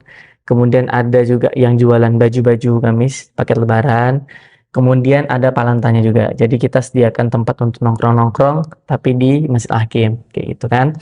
Kemudian kita ada program selain Ramadan Halal Fest itu tentu buka puasa. Kita buka puasa setiap hari dan kita punya doa Kak. Kita tidak bilang target, tapi kita bilangnya doa. Kita bisa menyediakan 1000 porsi setiap hari, Kak. Itu anggaran kita mulai dari 10.000 per porsi. Jadi mungkin ada penonton yang Tribuners ya, yang mungkin mau support, mulai 10.000 sudah bisa support 1 porsi makan, kayak gitu. Kemudian kita ada juga program kajian. Dalam sehari itu kita kajian 1 ba'da subuh, kemudian duha ada kajian, sebelum sholat duhur ada lagi, kultum sebelum berbuka ada juga, kemudian kajian sebelum sholat tarawih itu ada, berarti 5 kali kan. Ditambah lagi nanti ketika intikaf. Intikaf itu juga program sendiri yang isinya ada tausiah, muhasabah jam 2, kemudian jam 3-nya kita ada sholat qiyamul lail, dan banyak lagi Kak kegiatannya, nanti bisa ikut kegiatan di Masjid Al-Hakim. Nah Bang, yang menjadi perhatian mungkin bagi para Tribuners juga nantinya nih Bang ya, kayak seperti berbuka puasa bersama di sini ada ya Bang? Ya insya Allah ada. Nah Kalau misalnya berbuka di sini itu apakah perlu ada kupon dulu atau bisa langsung masyarakat datang ke sini untuk berbuka puasa atau gimana ya Bang Siap. kira-kira? Jadi tentu tadi kita punya doa 1000 porsi per hari Kak. Kalau misalkan nanti, jadi kan kita kan sudah hitung seluruh keperluannya. Kalau misalkan kita mau menyediakan 1000 porsi setiap hari itu, kita butuh dana sekitar 450-an juta. Kalau ada terkumpul dana segitu, tentu kita bisa menyediakan 1000 porsi. Kalau sudah 1000 porsi Kak, sudah tidak perlu kupon. Karena saya yakin semuanya insya Allah tercukupi lah. Kayak gitu. Tapi kalau kita sekarang mungkin baru sediakan 300-500 porsi Kak, di kondisi Masjid Hakim yang kalau penuh tuh bisa lebih dari itu. Maka tentu kita pakai kupon dan kita mengutamakan satu yang berpuasa. Yang kedua, yang sholat maghrib di Masjid Hakim. Maka seperti tahun lalu kita pembagian kupon itu setelah sholat maghrib Kak. Jadi kita pastikan dia sholat maghrib dulu, baru kita bagi kupon dari soft depan memang. Nah tentu dengan seperti itu kan jadi adil ya. Orang yang tentu, jadi kita mengutamakan orang yang benar-benar sholat. Nah kalau masih ada lebih, nanti ada yang belum makan, nah silahkan makan. Kayak gitu Kak. Gitu kira-kira. Berarti harus sholat dulu di sini, Betul. baru nanti dibagi kuponnya. Iya. Kalau berlebih, baru nanti Iya, itu yang masyarakat yang umum kayak gitu. Oke. Kemudian yang juga menjadi perhatian nih Bang, untuk pada malam Lailatul Qadar nanti itu kan ada iktikaf namanya ya Bang ya, untuk di sini. Nah kira-kira kalau orang-orang yang bermalam di Masjid Al-Hakim ini itu apakah dari masyarakat setempat saja atau ada dari orang-orang di luar daerah kira-kira Bang? Yang pengalaman dari tahun-tahun sebelumnya ada juga yang dari luar daerah. Dan memang saat iktikaf itu kita sediakan space khusus untuk yang mungkin mau istirahat kayak gitu. Dan kita pisah ya laki-laki dengan perempuan demi menjaga kan seperti itu. Dan saya lihat memang banyak juga yang dari luar kayak gitu. Sebenarnya kalau dari masyarakat sekitar sendiri tidak banyak Kak, karena Masjid Hakim itu sebenarnya jauh dari permukiman, ya kan? Karena memang di tempat publik di pinggir pantai kan. Dan pemukiman terdekat sebenarnya sudah ada masjid juga kayak gitu. Jadi memang yang ke Masjid Hakim itu memang orang-orang yang memang pengen ke Al-Hakim lah seperti itu kan bahasanya. Nah nanti tapi kalau saya lihat dari pengalaman sebelumnya juga sebenarnya banyak juga yang tidak bermalam di Al-Hakim. Ada yang bermalam, tapi ada juga yang tidak bermalam di Al-Hakim. Mereka datang di jam-jam 2 saat Masjid Al-Hakim memang punya kegiatan khusus di dalam iktikaf itu. Seperti tadi kan ada muhasabah, itu kan mulainya jam 2. Nah, banyak tuh yang datangnya baru jam 2 kayak gitu. Dan itu enggak masalah sih gitu. Himbauan untuk para pengunjung saat di Masjid Hakim, tentu yang pertama minta tolong sekali untuk sama-sama jaga kebersihan dan kenyamanan bersama ya. Jangan sampai tim Masjid Hakim sudah bersusah payah untuk membersihkan, tapi kita malah merasa oh kan nanti udah ada yang bersihkan. Harusnya tidak seperti itu. Harusnya kita bisa jaga bareng-bareng. Tentu kalau kita tidak mengotori, nanti orang yang datang pun juga ikut nyaman. Tapi kalau satu orang berpikiran ya udahlah nanti kan ada yang ngambil, ya kalau satu orang, kalau 100 orang berarti ada 100 sampah, ada 1000 orang yang berpikiran seperti itu, 1000 sampah menumpuk dan bercecer. Tentu kita yang di sini juga tidak nyaman, kawan-kawan yang sudah bersih-bersih juga kasihan kan istilahnya, ada orang-orang yang tidak bertanggung jawab. Tentu kebersihan ini demi kenyamanan bersama juga kan seperti itu. Dan tentunya jaga barang-barang keamanan. Kita tuh sudah sediakan tempat penitipan barang Kak. Jadi kalau ada helm, sandal, sepatu, mungkin ada yang mahal-mahal ya, titipkan enggak apa-apa. Tapi kalau ada yang enggak mahal gimana? Misalkan sandal Swallow, saya nyebut merek ya, yang mungkin harganya tidak sampai 15.000 misalkan. Ya titipkan pun enggak apa-apa gitu. Artinya kita sediakan tempat penitipan barang itu gratis, tidak dipungut biaya. Kalau mau infak lah. Tapi kalau enggak juga enggak apa-apa. Itu demi kenyamanan bersama kayak gitu. Jadi jangan sampai nanti, oh sandal saya hilang, sepatu hilang. Ya mohon maaf, kami sudah sediakan sebenarnya tempat penitipan. Kalau hilangnya di tempat penitipan Kak, kita siap tanggung jawab. Ada buktinya dia punya kartu tadi saat menitip misalkan kayak gitu. Helm, makanya helm, sandal, sepatu, tas, barang-barang penting tuh kalau mau titip aja. Insya Allah dijaga sama yang standby nanti di area itu gitu.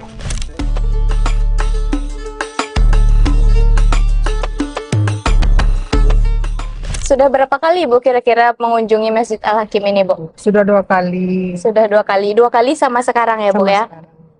Kemudian apa yang membuat Ibu tertarik datang ke Masjid Al-Hakim ini Bu? Ya pemandangannya indah gitu di sini kan. Preman juga kan banyak laut, tapi kesannya sini lain juga kan di Preman kan. Ada masjidnya itu nyaman gitu. Lebih gimana gitu ibadahnya gitu. Lebih tenang. Lebih khusyuk juga ya, Bu ya. Kemudian orangnya juga ramah-ramah gitu. menurut Ibu gimana suasana beribadah di Masjid Al-Hakim ini, Bu, dibandingkan dengan masjid yang lainnya? Suasananya. Suasananya tenang lah gitu. Nyaman gitu. Lebih khusyuk kan. Terus sebelum sholat ada ceramah Ada gitu, ceramahnya, ya. Ada bikin kita ceramahnya. enak gitu dengan Beda ya, Bu, kalau di masjid Beda, lain langsung iya. sholat. Sholat, Kalau di ada sini- siram rohani gitu ya. Ya, oke. Nah, kemudian apa sebelumnya Ibu udah pernah saat Ramadan berkunjung ke Al-Hakim ini ya, Bu? Belum lagi. Belum. Nah, kira-kira apa harapan Ibu kalau misalnya saat Ramadan Ibu bisa berkunjung ke sini? Berharap gitulah gitu, mau ke sini. Semoga Kalau kita kesini lagi nanti bulan Ramadan kan. panjang umur, sehat badan. Tribuners, Masjid Al-Hakim bukan cuma sekedar indah dari luarnya saja, tapi juga terasa nyaman saat kita di dalamnya. Mau datang buat ibadah, ngabuburit, atau sekedar menikmati senja di tepi pantai, semuanya bisa dilakukan di sini.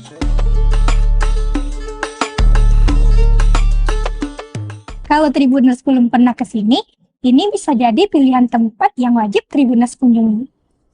Oh ya, bagi Tribuners yang berkunjung ke sini, selalu jaga ketertiban dan kebersihannya ya. Saya Alda Amelia Putri. Saya Filia Hasdi. Sampai jumpa. Download Tribun X sekarang. Menghadirkan lokal menjadi Indonesia.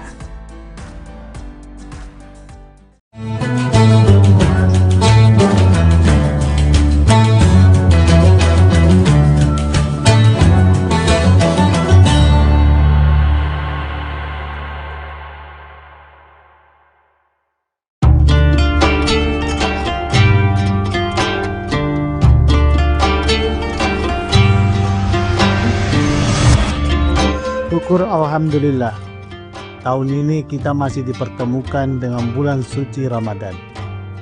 Ramadan bukan sekedar menahan lapar dan dahaga, tetapi waktu untuk memperbaiki kualitas diri, baik ibadah maupun menata akhlak.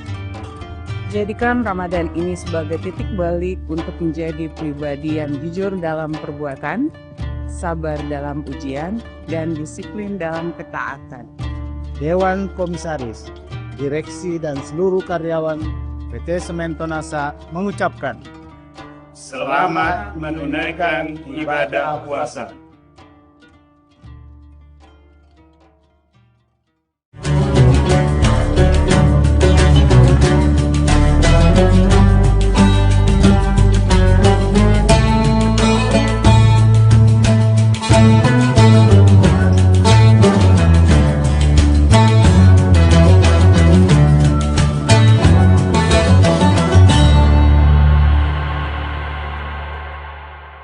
Assalamualaikum warahmatullahi wabarakatuh. Tribuners, bagaimana kabar Anda pada hari ini? Apakah puasanya masih lancar dan juga semangat? Tentunya kita kembali lagi menyapa Tribuners dalam program Syiar Ramadan bersama saya Ilu Devi Sania hanya di Tribun Timur, mata lokal menjangkau Indonesia.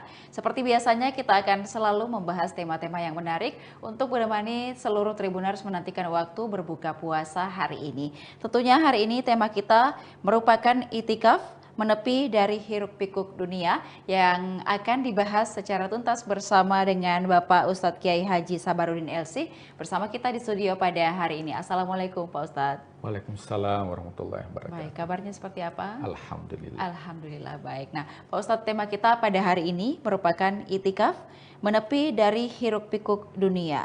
Dan di tengah kesibukan kita yang luar biasa sepanjang tahun ini, kemudian juga ada beberapa esensi ataupun juga apa esensi dari itikaf sendiri, kemudian apakah ini bisa jadi semacam detox begitu Pak Ustadz untuk spiritual agar kita bisa kembali fokus kepada Allah Subhanahu wa taala. Silakan. Bismillahirrahmanirrahim. Hamdan wa syukranillah, salatan wa salaman ala Rasulillah, amma ba'd. Tribuners yang dimuliakan Allah. Tentunya bulan suci Ramadan menjadi wadah bagi umat manusia untuk mensucikan diri baik secara fisik maupun jiwa. Tentunya salah satu amalan, khususnya di bulan suci Ramadan, yang disiapkan oleh Allah Subhanahu wa Ta'ala adalah syariat atau ibadah i'tikaf. I'tikaf ini kalau kita kenal di luar, biasa kita dengar ada istilah meditasi atau yoga untuk kembali ke titik fokus. Maka di bulan suci Ramadan itu ada satu amalan yang disunnahkan oleh Rasul Sallallahu Alaihi Wasallam, dan ini menjadi amalan keluarga. Jadi bukan hanya Rasulullah, akan tetapi juga keluarga beliau itu menjadi amalan kolektif, amalan keluarga yang dilakukan.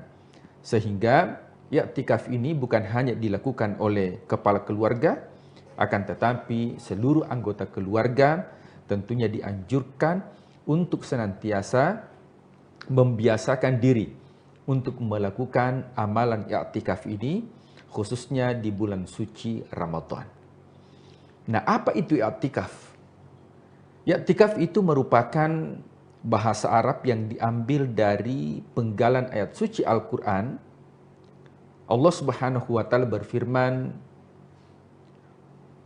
"Wala tubashiruhunna wa antum akifuna fil masajid."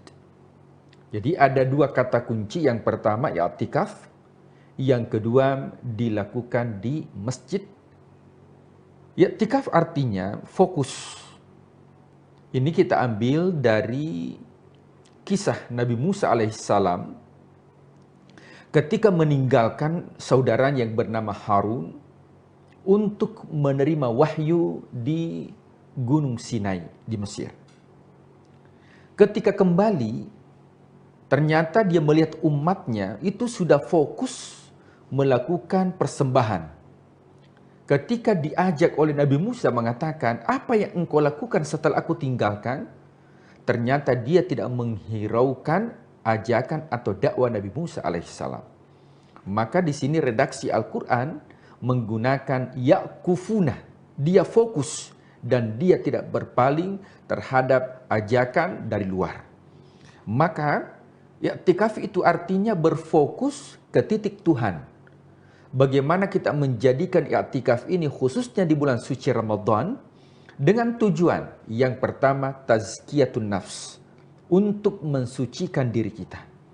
Allah Subhanahu wa Ta'ala berfirman, "Qad aflaha man zakkaha wa qad khaba man dassaha." Beruntunglah orang yang mensucikan jiwanya, dan sungguh merugi orang-orang yang mengotori jiwanya. Tentu dalam diri kita itu ada unsur jasad. Bagaimana cara mendetoks jasad kita? Dengan melakukan ibadah puasa, racun-racun yang ada dalam tubuh kita itu bisa keluar. Akan tetapi, apakah racun-racun yang ada dalam jiwa kita mampu kita keluarkan dari sifat kesombongan, sifat iri hati, angkuh, merasa lebih dari orang lain. Bukan pintar merasa, tapi merasa pintar. Sehingga dari keburukan-keburukan jiwa ini, racun-racun yang ada dalam jiwa kita mampu untuk didetoks dengan amalan ibadah i'tikaf ini. Nah, i'tikaf ini ada dua unsur yang perlu kita perhatikan, Tribuners.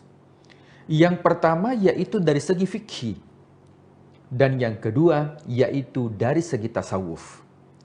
Fikih artinya apa yang terlihat, sedangkan tasawuf yaitu apa yang tidak terlihat. Nah, seorang ulama memberikan sebuah ungkapan mengatakan bahwa man tafaqqaha wa lam yatasawwafa, barang siapa yang berfikih akan tetapi tidak bertasawuf, faqad tafassaka, maka sesungguhnya orang tersebut telah melakukan amalan fasik. Sebaliknya, wa man tasawwafa, barang siapa yang bertasawuf, walam yatafaqqaha, akan tetapi tidak berfikih, faqad tasandaqa, maka sesungguhnya sudah melakukan amalan kebohongan.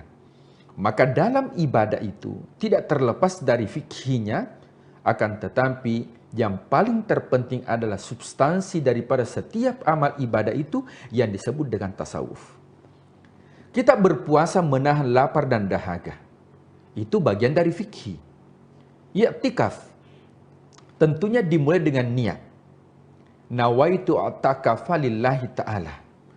Saya berniat i'tikaf karena Allah. Fisik kita itu berada di masjid, berdiam diri. Itu fisik kita. Kalau hanya sekedar berdiam diri atau hanya berpindah dari tempat tidur yang empuk, kemudian tinggal di masjid, berdiam diri di karpet, maka itu hanya sekedar berpindah tempat tidur atau hanya melakukan fikihnya saja. Tapi kita tidak melakukan yang namanya tasawufnya. Apa itu tasawuf? Bahwa i'tikaf itu ada substansi di dalamnya. Di antaranya yang dijelaskan tadi adalah tazkiyatun nafs, membersihkan jiwa. Dan yang kedua adalah muhasabah. Muhasabah itu adalah introspeksi diri. Muhasabah artinya evaluasi diri. Bahkan ya dalam sebuah riwayat dikatakan, man tafakkara sa'atan khairu, siapa yang bertafakkur sejenak, maka jauh lebih baik dibandingkan melakukan salat 1000 rakaat. Ya 1000 rakaat ini fikih.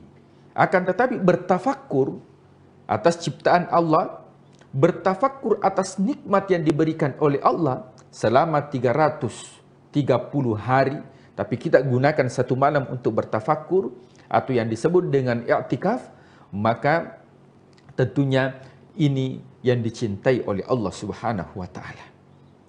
Kemudian selanjutnya adalah bahwa substansi daripada i'tikaf itu bagaimana kita kembali kepada fitrah. Karena sesungguhnya manusia itu memiliki sifat dasar yang negatif. Yang pertama, sesungguhnya manusia memiliki sifat dasar yang negatif apa? Terburu-buru, tergesa-gesa. Itu sifat dasar manusia. Makanya dalam Al-Quran digambarkan ada orang yang suka mencela, suka mendoakan keburukan, di waktu yang lain suka meminta kebaikan. Ada orang tua yang mungkin di pagi hari mendoakan anaknya, ya Allah jadikanlah anakku qurrata ayun, menjadi penyejuk hati. Itu didoakan di pagi hari. Akan tetapi di sore hari justru dicela. Maka sifat dasar manusia adalah tergesa-gesa atau terburu-buru. Yang kedua, sifat dasar manusia itu adalah bakhil. Kenapa? Manusia tidak mau harta yang dimiliki itu berkurang. Jadi kalau ada manusia yang enggan untuk berinfak, bersedekah, maka itu sifat dasar manusia. Beda dengan Allah. Makanya Allah memiliki sifat yang disebut dengan Al-Ghani. Apa itu Al-Ghani? Artinya maha kaya. Saking maha kayanya Allah, Allah itu senang kalau diminta. Beda dengan manusia. Kalau manusia diminta pertama kali, mungkin dia senang. Tapi kalau sudah 2 kali, mungkin dia senang. Ketiga kalinya pas dia jengkel. Itu sifat dasar manusia. Beda dengan Allah. Justru Allah ketika kita meminta, Allah senang. Yang kedua, Allah itu ketika dia memberi, dia pasti mengabulkan. Beda dengan manusia. Ketika kita meminta, belum tentu dikabulkan. Dan inilah sifat dasar manusia. Yang ketiga, sifat dasar manusia itu adalah berkeluh kesah. Ya. Sesungguhnya manusia, khuliqal insanu, ya, manusia itu diciptakan dalam keadaan berkeluh kesah. Idza massahu syarr, apabila mendapatkan keburukan, maka dia berkeluh kesah kepada Allah. Ya Allah, kenapa mesti saya? Kenapa bukan tetangga saya? Kenapa bukan orang lain? Maka Allah memberikan kebahagiaan. Tapi apa kata Allah? Wa idza massahul khair manu'a, justru kalau diberikan kebaikan, justru dia menolak, justru dia ingkar. Dan inilah sifat atau watak dasar manusia. Tentunya kita bertanya, jika demikian, nah apakah manusia harus berpangku begitu saja? Sudah mideh, karena memang saya orangnya bakhil. Sudah mideh, karena memang saya orang tergesa-gesa. Maka dikatakan oleh ulama tidak. Kenapa? Karena manusia dibekali yang namanya fitrah. Apa itu fitrah? Manusia dibekali oleh Allah adalah karakter yang bisa kembali kepada suci atau yang disebut dengan hati nurani manusia. Kullu mauludin yuladu alal fitrah. Setiap manusia diciptakan oleh Allah beserta dengan fitrah manusia itu atau kesucian. Maka biasa ada istilah kembali kepada fitrah. Maka tujuan dari substansi daripada i'tikaf ini bukan hanya berdiam diri di masjid dengan melakukan amalan, membaca Al-Quran, berzikir, bertaklim, akan tetapi jauh daripada itu bagaimana kita mensucikan diri kita, kemudian kita muhasabah. Allah sudah memberikan nikmat 11 bulan yang lalu, maka kita bermuhasabah apakah 11 bulan itu berapa nikmat yang digunakan di jalan Allah, sehingga kita keluar dari i'tikaf ini betul-betul menjadi pribadi yang fitrah, kembali kepada fitrah, kembali kepada suci, karena manusia diciptakan oleh Allah dalam keadaan fitrah dan akan kembali kepada Allah dalam keadaan fitrah. Apa buktinya? Kita lahir di dunia ini tanpa membawa apa-apa, dan kita akan kembali menuju kepada Allah. Makanya orang yang meninggal dunia itu dikatakan berpulang ke rahmatullah. Yang namanya berpulang, pulang itu artinya ada tempat asalnya. Yang mana tempat asal kita adalah alam arwah. Sehingga ketika ada orang yang wafat, orang Makassar mengatakan amotere, orang Bugis mengatakan lisu. Dalam bahasa Indonesia dikatakan berpulang ke rahmatullah karena asal kita dari sana, bukan dari sini.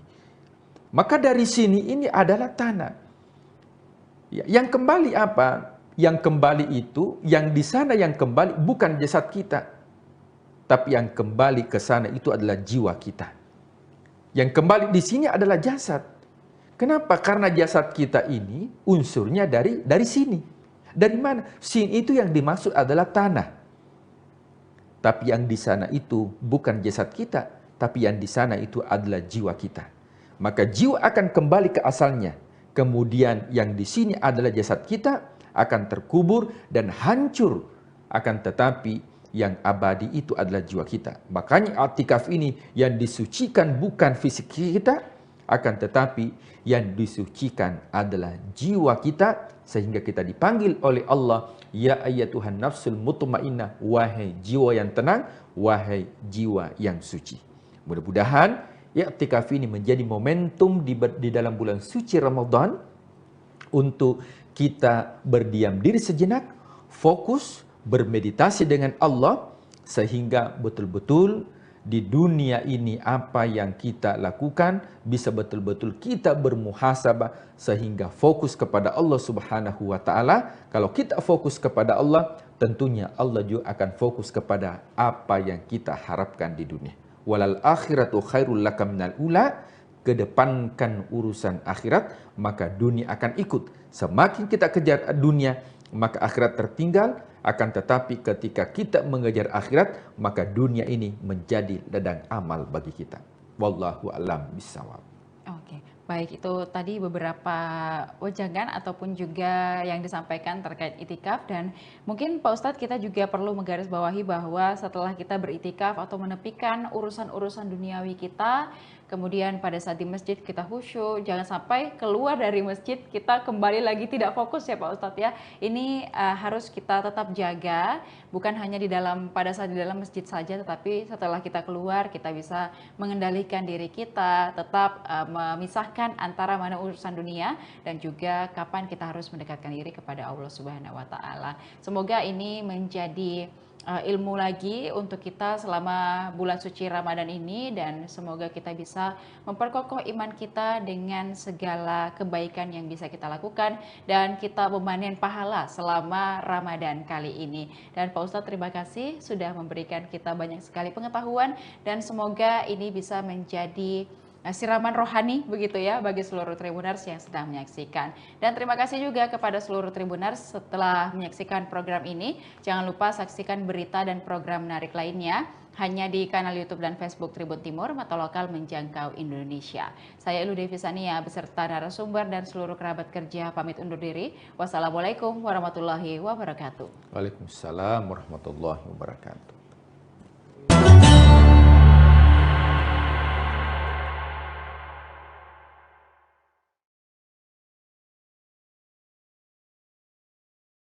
Di 2005 sampai hari ini, ya, sampai tahun ini, sampai detik ini saya masih mengabdi dan mengembangkan pondok pesantren Khairul Ummah. Khairul Ummah sampai hari ini berkembang. Tidak hanya ada di Inhu, ada juga yang di Pekanbaru yang kita tempati saat ini, Khairul Ummah 2, khusus untuk anak putra.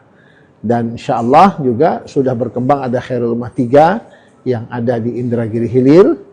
Dan saat ini kita juga sedang membangun pondok pesantren Khairul Ummah yang keempat nanti untuk yang putri di Pekanbaru ini. Kita hanya ingin melahirkan santri-santri yang berkualitas, santri-santri yang sebagaimana namanya pondok pesantren Khairul Ummah, santri yang memang menjadi umat yang terbaik di tengah-tengah masyarakat. Artinya, apapun peran dan status sosial kita, berperanlah dan berilah kontribusi yang terbaik untuk umat dan masyarakat ini. Karena tidak semuanya harus menjadi pejabat, tidak semuanya harus jadi politisi. Bisa jadi ada di antara kita yang menjadi bisnismen, menjadi teknokrat, ya, menjadi asatid, menjadi ulama. Silakan berperan dengan peran kita semaksimal mungkin untuk memberikan yang terbaik. Tribuners, jejak sang kiai kita kali ini adalah seorang kiai yang bernama Kiai Haji Muhammad Mursid. Beliau ini juga seorang ketua Forum Komunikasi Pondok Pesantren Provinsi Riau. Selain itu, Kiai Haji Mursid juga dikenal sebagai seorang yang dikenal di masyarakat dan terpilih menjadi Dewan Perwakilan Daerah di Senayan dari daerah pemilihan Provinsi Riau. Seperti apa perjalanan kisah hidup dari sang kiai dari Provinsi Riau ini? Ikuti saya untuk mengulik lebih dalam seperti apa kisah sang kiai ini. Bismillahirrahmanirrahim. Assalamualaikum warahmatullahi wabarakatuh. Hamdan wa syukran lillah, salatan wa salaman ala rasulillah Muhammad ibn Abdillah. Rasa syukur yang tak terhingga kehadirat Allah Subhanahu wa taala. Salawat dan salam senantiasa kita aturkan kepada Khatamul Anbiya wal Mursalin, Nabi kita Muhammad sallallahu alaihi wasallam. Allahumma salli ala Sayyidina Muhammad wa ala ali Sayyidina Muhammad. Jujur secara pribadi saya sangat bersyukur kehadirat Allah Subhanahu wa taala atas segala nikmat dan karunia yang telah Allah berikan baik kepada diri saya pribadi, keluarga, dan tentu kita sebagai warga negara Republik Indonesia yang hidup di negeri yang kita cintai ini. Saya Muhammad Mursid dilahirkan di Jakarta, tepatnya 4 Juli 1973, lahir di Jakarta dan alhamdulillah di lingkungan keluarga yang cukup sangat agamis. Ayah saya kelahiran dari Kalimantan Selatan, Martapura, dan ibu saya kelahiran Jakarta. Besar dididik oleh ayah dan ibunda secara langsung dengan pendidikan dan nilai-nilai religius, pendidikan agama.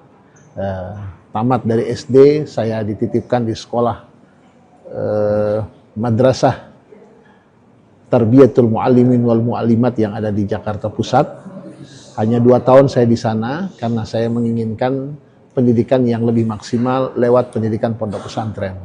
Akhirnya saya pun dititipkan oleh ayahanda saya, Ayahanda Haji Nazaruddin, di pondok pesantren Darul Rahman Jakarta yang diasuh langsung oleh guru kami Ayahanda Kiai Haji Syukron Ma'mun.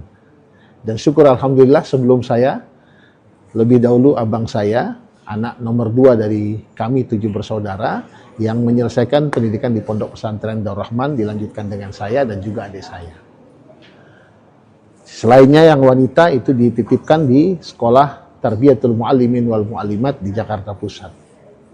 Nah, kecil dan besar di lingkungan pendidikan pondok pesantren, selesai belajar di pondok pesantren, qaddarallahu masya'a, saya mengikuti apa kata arahan guru saya Kiai Haji Syukron Ma'mun dan juga guru-guru yang lainnya ada di pesantren.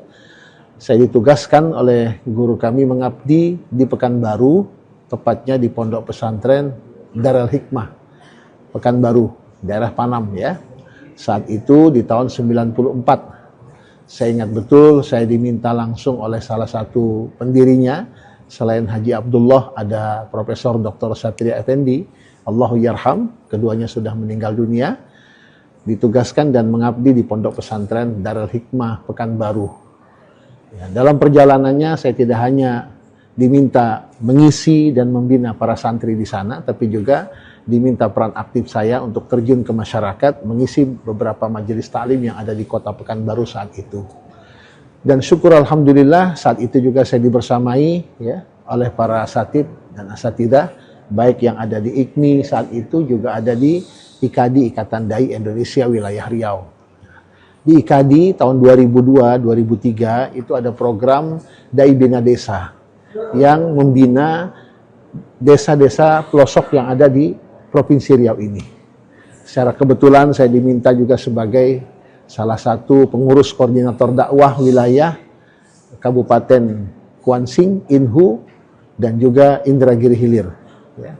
Di situ saya terasa betul bagaimana kita sebagai santri, sebagai dai itu dibutuhkan betul oleh masyarakat. Maka saya terjun bersama kawan-kawan masuk ke pelosok-pelosok desa dari tahun 2003-2004 itu di Indragiri Hulu ada lebih kurang 7 talang mama. Salah satunya yang saya masuki adalah desa Talang Mama Durian Cacar. Yang sampai hari ini, sampai detik ini alhamdulillah kita masih punya ikatan hati dengan mereka. Dalam waktu-waktu tertentu kita masih melakukan pembinaan di sana. Dan alhamdulillah pembinaan itu pun terus berlanjut. Kenapa? Karena memang saya menyadari betul dengan keterbatasan kita angkat anak asuh dari sana, anak tarang di sana asli kita didik di Pondok Pesantren Khairul Ummah. Di mana saya sebelum di Khairul Ummah itu mengabdi di Darul Hikmah ya, dari tahun 94 sampai 2005 ya. Di 2005 sampai 2000 sampai hari ini ya, sampai tahun ini, sampai detik ini saya masih mengabdi dan mengembangkan Pondok Pesantren Khairul Ummah. Mendapatkan titipan untuk melanjutkan kepemimpinan almarhum ya, Allahu yarham Kiai Haji Munasir Jufri. Ya, saat itu hanya ada Pondok Pesantren Khairul Ummah 1 di Indragiri Hulu, tepatnya di Air Molek, Desa Batu Gajah. Namun berkat kegigihan secara bersama para majelis guru yang ada di sana dan juga support dan dukungan dari pemerintah Kabupaten Indragiri Hulu, support dan dukungan dari masyarakat luas, Khairul Ummah sampai hari ini berkembang. Tidak hanya ada di Inhu, ada juga yang di Pekanbaru yang kita tempati saat ini Khairul Ummah 2, khusus untuk anak putra. Dan insya Allah juga sudah berkembang ada Khairul Ummah 3 yang ada di Indragiri Hilir. Dan saat ini kita juga sedang membangun Pondok Pesantren Khairul Ummah yang keempat nanti untuk yang putri di Pekanbaru ini. Berkah dari perjalanan dakwah ini juga keinginan dari masyarakat luas terhadap diri saya untuk bisa berkiprah kepada masyarakat lebih luas, khususnya di Provinsi Riau ini. Tidak sedikit permintaan dari masyarakat untuk saya terjun ke politik secara khusus, ya, karena saya coba menghindari konflik interest yang cukup besar, maka saya tidak mengambil ranah politik tapi tidak lewat partai, saya ambil lewat DPD RI, Dewan Perwakilan Daerah. Ya, qadarallahu masya'a, alhamdulillah wa syukrulillah ya. Support dan dukungan yang begitu besar itu membuahkan hasil dan sampai hari ini saya selain sebagai pengasuh ya, tidak lagi pimpinan pesantren karena Khairul Ummah 1, Khairul Ummah 2, Khairul Ummah 3, Khairul Ummah 4 itu sudah ada pimpinannya yang kita tugaskan. Saya tidak lagi secara praktis, secara langsung, bukan berarti meninggalkan pesantren, tidak, tapi berbagi tugas agar pesantren tetap terayomi, santri tetap terbina secara maksimal, dan sampai hari ini juga kita lihat bagaimana santri tetap beraktivitas, menunaikan kewajiban mereka, menjalankan aktivitas mereka bersama para asatid dan para kiai yang ada di setiap pesantren cabang yang ada di Khairul Ummah. Saya pun alhamdulillah bisa maksimal coba menjalankan peran dan fungsi saya sebagai salah satu anggota DPD RI Daerah Pemilihan Riau. Kita punya keinginan sebagaimana nama pondok pesantren ini Khairul Ummah. Cita-cita kita sederhana, tapi insya Allah memberikan kontribusi yang besar. Kita hanya ingin melahirkan santri-santri yang berkualitas, santri-santri yang sebagaimana namanya Pondok Pesantren Khairul Ummah, santri yang memang menjadi umat yang terbaik di tengah-tengah masyarakat. Artinya, apapun peran dan status sosial kita, berperanlah dan berilah kontribusi yang terbaik untuk umat dan masyarakat ini. Karena tidak semuanya harus menjadi pejabat, tidak semuanya harus jadi politisi. Bisa jadi ada di antara kita yang menjadi bisnismen, menjadi teknokrat, ya, menjadi asatid, menjadi ulama. Silakan berperan dengan peran kita semaksimal mungkin untuk memberikan yang terbaik. Artinya keberadaan kiai saat ini di parlemen juga merupakan bagian dari perjuangan untuk umat ataupun pondok pesantren, seperti apa?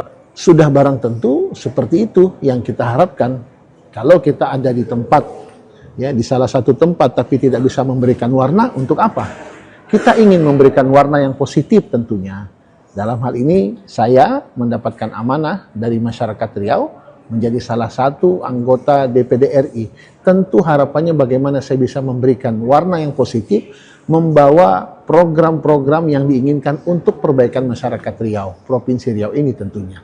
Secara konkret tentunya kita berusaha berperan seperti saat ini saya berada di Komite 1 yang membidangi mitra kerja pemerintahan, baik pemerintah pusat, provinsi, dan kabupaten kota. Bagaimana saya bisa mensupport pemerintah kabupaten kota dan juga provinsi Riau ini dalam merebut, ya kan, potensi yang ada di pusat untuk kita datangkan ke daerah, tentu dengan bersinergi kepada pejabat eksekutif yang ada di provinsi Riau ini. Dan alhamdulillah kita terus bersinergi baik dengan gubernur dan juga wali kota, bupati yang ada di provinsi Riau ini.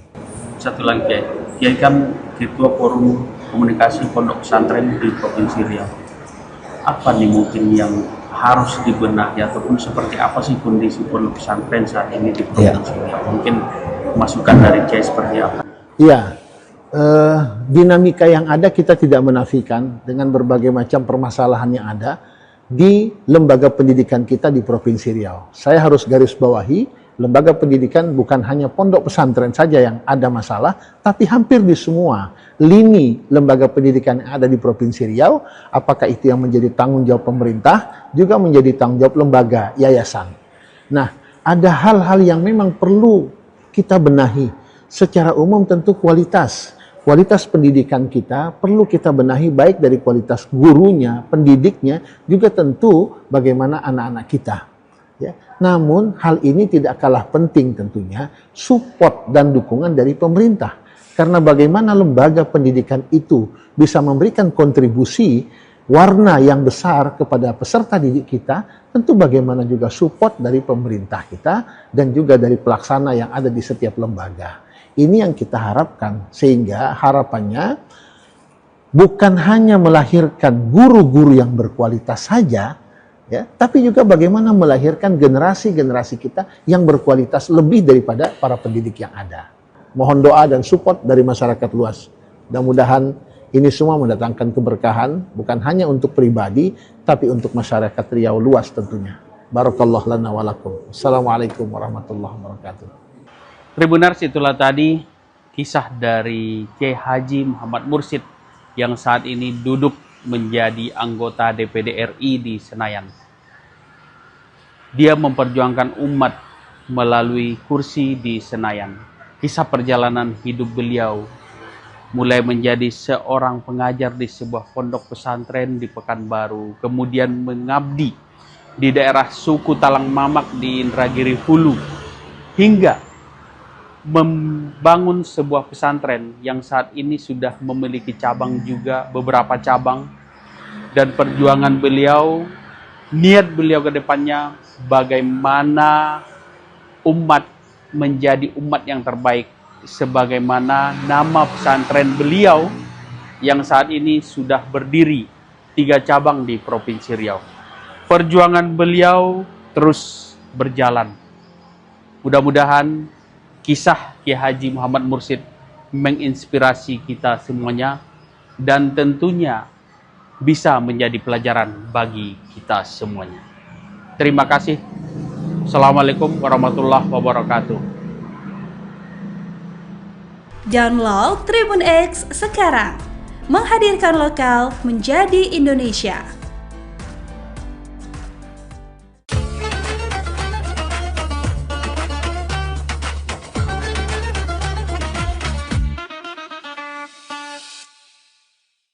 Bismillahirrahmanirrahim. Assalamualaikum warahmatullahi wabarakatuh. Alhamdulillahi rabbil alamin. Nahmaduhu wa nasta'inuhu wa nastaghfiruh. Wa na'udzu billahi min sururi anfusina wa min sayyiati a'malina. May yahdihillahu fala mudhillalah wa may yudlil fala hadiyalah. Asyhadu an la ilaha illallah wa asyhadu anna Muhammadan abduhu wa rasuluh. Allahumma sholli wa sallim wa barik ala sayyidina Muhammad wa ala alihi wa ashabihi ajma'in, amma ba'd.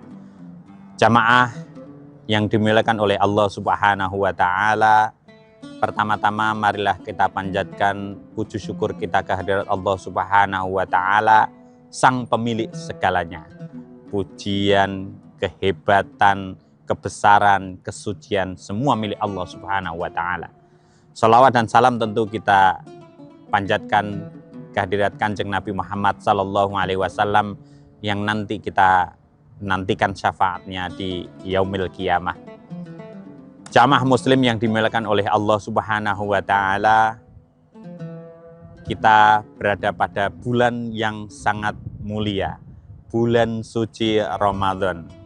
Allah Subhanahu wa ta'ala telah berfirman, memberikan pesan kepada kita sekalian dalam surat Al-Baqarah, ya ayyuhalladzina amanu kutiba alaikumusiyam kama kutiba alal ladzina min qablikum la'allakum tattaqun. Shadaqallahul adzim. Dalam ayat yang sangat populer ini banyak pesan yang mendalam, yang merupakan inti dari kehidupan, yang mengingatkan kepada kita sekalian, yaitu adalah takwa. Takwa ini bukan hanya disampaikan pada bulan Ramadan, tapi hampir setiap minggu, minimal pada Jumatan, khutbah Jumat pun tidak sah jika tidak ada perintah mengajak kita untuk bertakwa. Jadi takwa kepada Allah Subhanahu wa ta'ala itu adalah inti kehidupan. Artinya apa? Itu adalah sumber kesuksesan, sumber kebahagiaan hidup di dunia dan di akhirat. Takwa. Takwa itu salah satu maknanya itu adalah, hakikatnya itu adalah pengendalian diri. Jadi internal, mengendalikan diri kita sendiri. Dalam surat Al-Baqarah tadi tentang perintah puasa tadi, salah satu instrumen, salah satu alat yang bisa kita gunakan untuk bisa mengendalikan diri adalah dengan berpuasa. Itu adalah salah satu alat agar kita nanti ujungnya bisa menjadi orang yang bertakwa. Puasa pada lahiriahnya itu adalah ibadah menahan lapar, menahan makan dan minum sejak pagi hari, sejak subuh, nanti kembali makan lagi setelah maghrib. Jadi secara lahiriah yang di permukaan itu nampaknya hanya mengendalikan diri dalam bentuk makan dan minum. Itu jika kita dalami lebih mendalam itu akan semakin luar biasa. Karena hanya dengan menahan dari makan, itu aja kita sudah merasakan luar biasa bagaimana lemahnya kita, bagaimana kekurangan kita. Nah itu dengan mengendalikan diri kita akan bisa merasakan kelemahan kita. Dan nanti di ujungnya dengan mengendalikan diri pada saat berbuka puasa kita akan bisa merasakan nikmatnya lahiriah. Bagaimana ketika kita bisa menahan itu pada akhirnya kita akan mendapatkan kebahagiaan yang luar biasa. Ini sama pelajaran dalam hidup kita seluruhnya. Dari kita mengendalikan diri itu adalah salah satu inti dari kehidupan yang bisa menghantarkan kita kepada ketakwaan. Sebagai contoh yang bisa kita jelaskan, saat ini adalah era digital, era media sosial yang luar banjir informasi. Namanya banjir itu justru kelemahannya adalah kita mendapatkan air yang bersih, informasi yang bersih itu sangat sulit sekali. Sehingga pada intinya di era digital ini, pelajaran puasa, mengendalikan diri kita sendiri itu menjadi sangat penting. Jadi sebagai contoh adalah mulai dari kita mereview, mengendalikan diri, mana yang perlu dan mana yang tidak perlu. Ketika men-scroll, mendapatkan informasi yang tidak perlu, kita lewati. Terus kemudian kita menchat, merespon dari informasi itu di media sosial. Itu juga harus bisa mengendalikan diri. Jangan asal, apalagi ini besok di bulan puasa ini, kita harus latihan, bukan makan dan minum, tapi nanti selama bulan Ramadan dan seterusnya. Ini Ramadan kita jadikan latihan untuk mengendalikan diri. Jangan sampai kita mengeluarkan hal-hal yang negatif, hal yang berdampaknya tidak baik. Semua kita mempunyai kekurangan tentu. Jadi baik pemerintah, tetangga kita, saudara kita, jika nanti ada posting apa-apa, responnya itu harus hati-hati, jangan sampai justru menambah kesemrawutan dari media sosial ini. Jadi kita jaga diri kita sehingga nanti apa yang kita keluarkan itu bersih. Semua orang punya kekurangan, pemerintah juga punya kekurangan. Tapi dengan bertakwa kita justru fokus kepada kekurangan diri kita. Nanti kalau kita sibuk memberikan komentar yang negatif atau entah dengan alasan mengkritik atau apapun, kita harus menahan. Jadi nanti biar media sosial, karena kita tahu semua algoritma di dalam media sosial, begitu kita banyak mengeluarkan sentimen negatif, yang media yang akan datang kita itu juga setan-setan, sesuatu hal yang buruk juga, yang negatif. Oleh karena itu kita harus berhati-hati mengendalikan diri selama bulan Ramadan ini, sehingga nanti yang kita keluarkan dari diri kita selama bulan Ramadan itu adalah hal yang baik-baik. Perintah Allah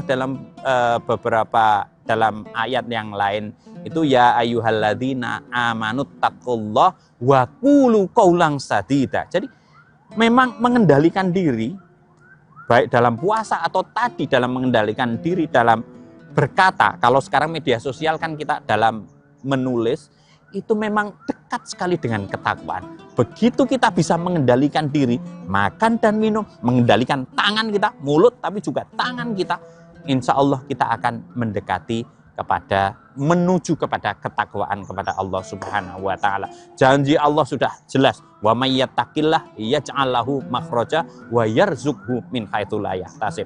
Barang siapa yang bertakwa kepada Allah Subhanahu wa Ta'ala, kalau ada masalah apapun pasti akan diberikan solusi oleh Allah sendiri. Dan jika kita menginginkan rezeki yang banyak, wa yarzuqhu min haitsu la yahtasib, dan Allah akan memberikan rezeki yang tidak pernah kita duga-duga ataupun tidak pernah kita minta. Jadi sekali lagi bahwa bulan Ramadan ini adalah bulan yang luar biasa. Allah, kalau bahasa dunia itu, mendiskon, mengobral apapun semua kebaikan, kerahmatan, pahala, keindahan, barokah dari Allah Subhanahu wa Ta'ala akan diguyurkan selama bulan Ramadan. Sehingga jangan luangkan, jangan gunakan kesempatan ini yang luar biasa ini hanya habis untuk memberikan sesuatu yang tidak bermanfaat. Setiap saat kita coba manfaatkan bulan Ramadan ini, sehingga nanti kalau kita bermedsos pun nggak apa-apa. Jadi nanti media sosial, akun-akun yang mengajak komentarnya negatif di-unfollow, tidak diikuti. Tapi akun-akun yang mengajak kebaikan, seperti akun Masjid Raya Syekh Zayed Solo ini yang ada live pengajian, ikuti. Nanti insya Allah ketika kita jenengan semua unfollow yang tidak, misalnya 5 yang komentar negatif-negatif, jelek-jelek itu di-unfollow, terus kemudian Anda follow masjid-masjid atau pengajian, kemudian di-follow, otomatis itu akan menutup pintu negatif. Dan itu nanti dari media sosial, algoritmanya akan mengarahkan semua yang baik-baik itu akan datang kepada Anda. Sekali lagi, mari jamaah sekalian yang dimuliakan oleh Allah Subhanahu wa Ta'ala, kita manfaatkan Ramadan ini sebagai bulan pengendalian diri. Pertama, kita mengendalikan diri kita sendiri dari hal-hal yang buruk atau hal-hal yang mengarah kepada buruk, dan kita mendekati hal-hal yang baik. Silahkan dicari sendiri apa yang sudah nanti akan diobral, akan didiskon, akan diberikan luar biasa banjir kebaikan yang akan diberikan oleh Allah Subhanahu wa Ta'ala pada bulan Ramadan ini. Dan mari kita sambut barokah pertolongan dari Allah, pengampunan dari Allah selama bulan Ramadan ini. Semoga kultum kali ini bisa bermanfaat dan semakin membuat kita dekat kepada Allah Subhanahu wa Ta'ala dan menjadi insan yang baik, yang bermanfaat untuk semuanya. Wallahul muwafiq ila aqwamit thoriq. Assalamualaikum warahmatullahi wabarakatuh. Download Tribun X sekarang. Menghadirkan lokal menjadi Indonesia. Dari founder yang menggelontorkan dananya untuk pembangunan Masjid Al-Hakim, memang beliau suka dengan desain Taj Mahal, beliau suka dengan, ya itulah, dengan nuansa Taj Mahal tuh, makanya terus dibawa ke Masjid Al-Hakim Padang. Nah, jadi kan kita kan sudah hitung seluruh keperluannya. Kalau misalkan kita mau menyediakan 1000 porsi setiap hari itu, kita butuh dana sekitar 450-an juta. Kalau ada terkumpul dana segitu, tentu kita bisa menyediakan 1000 porsi. Kalau sudah 1000 porsi, Kak, sudah tidak perlu kupon. Karena saya yakin semuanya insya Allah. Ya, pemandangannya indah gitu di sini kan. Di Preman juga kan banyak laut. Tapi kesannya sini lain juga kan, di Preman kan. Ada masjidnya itu nyaman gitu.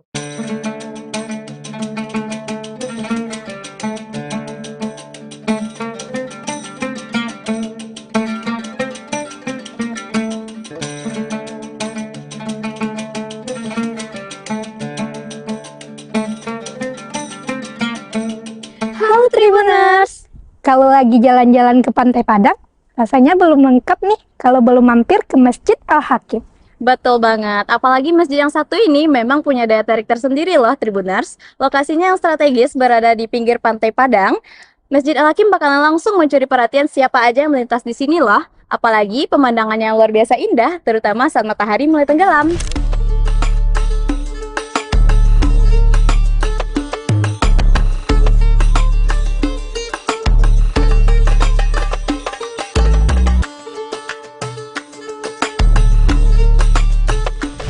Gak cuma jadi tempat ibadah, Masjid Al-Hakim juga sudah menjadi salah satu ikon kota Padang yang paling sering dikunjungi oleh masyarakat hingga wisatawan loh. Ya, karena selain ikonik, keindahan masjid ini emang udah gak bisa dipungkiri lagi loh Tribuners. Mulai dari kubah putihnya terlihat begitu elegan, berpadu dengan birunya laut dan langit, serta arsitekturnya gak kalah menarik loh.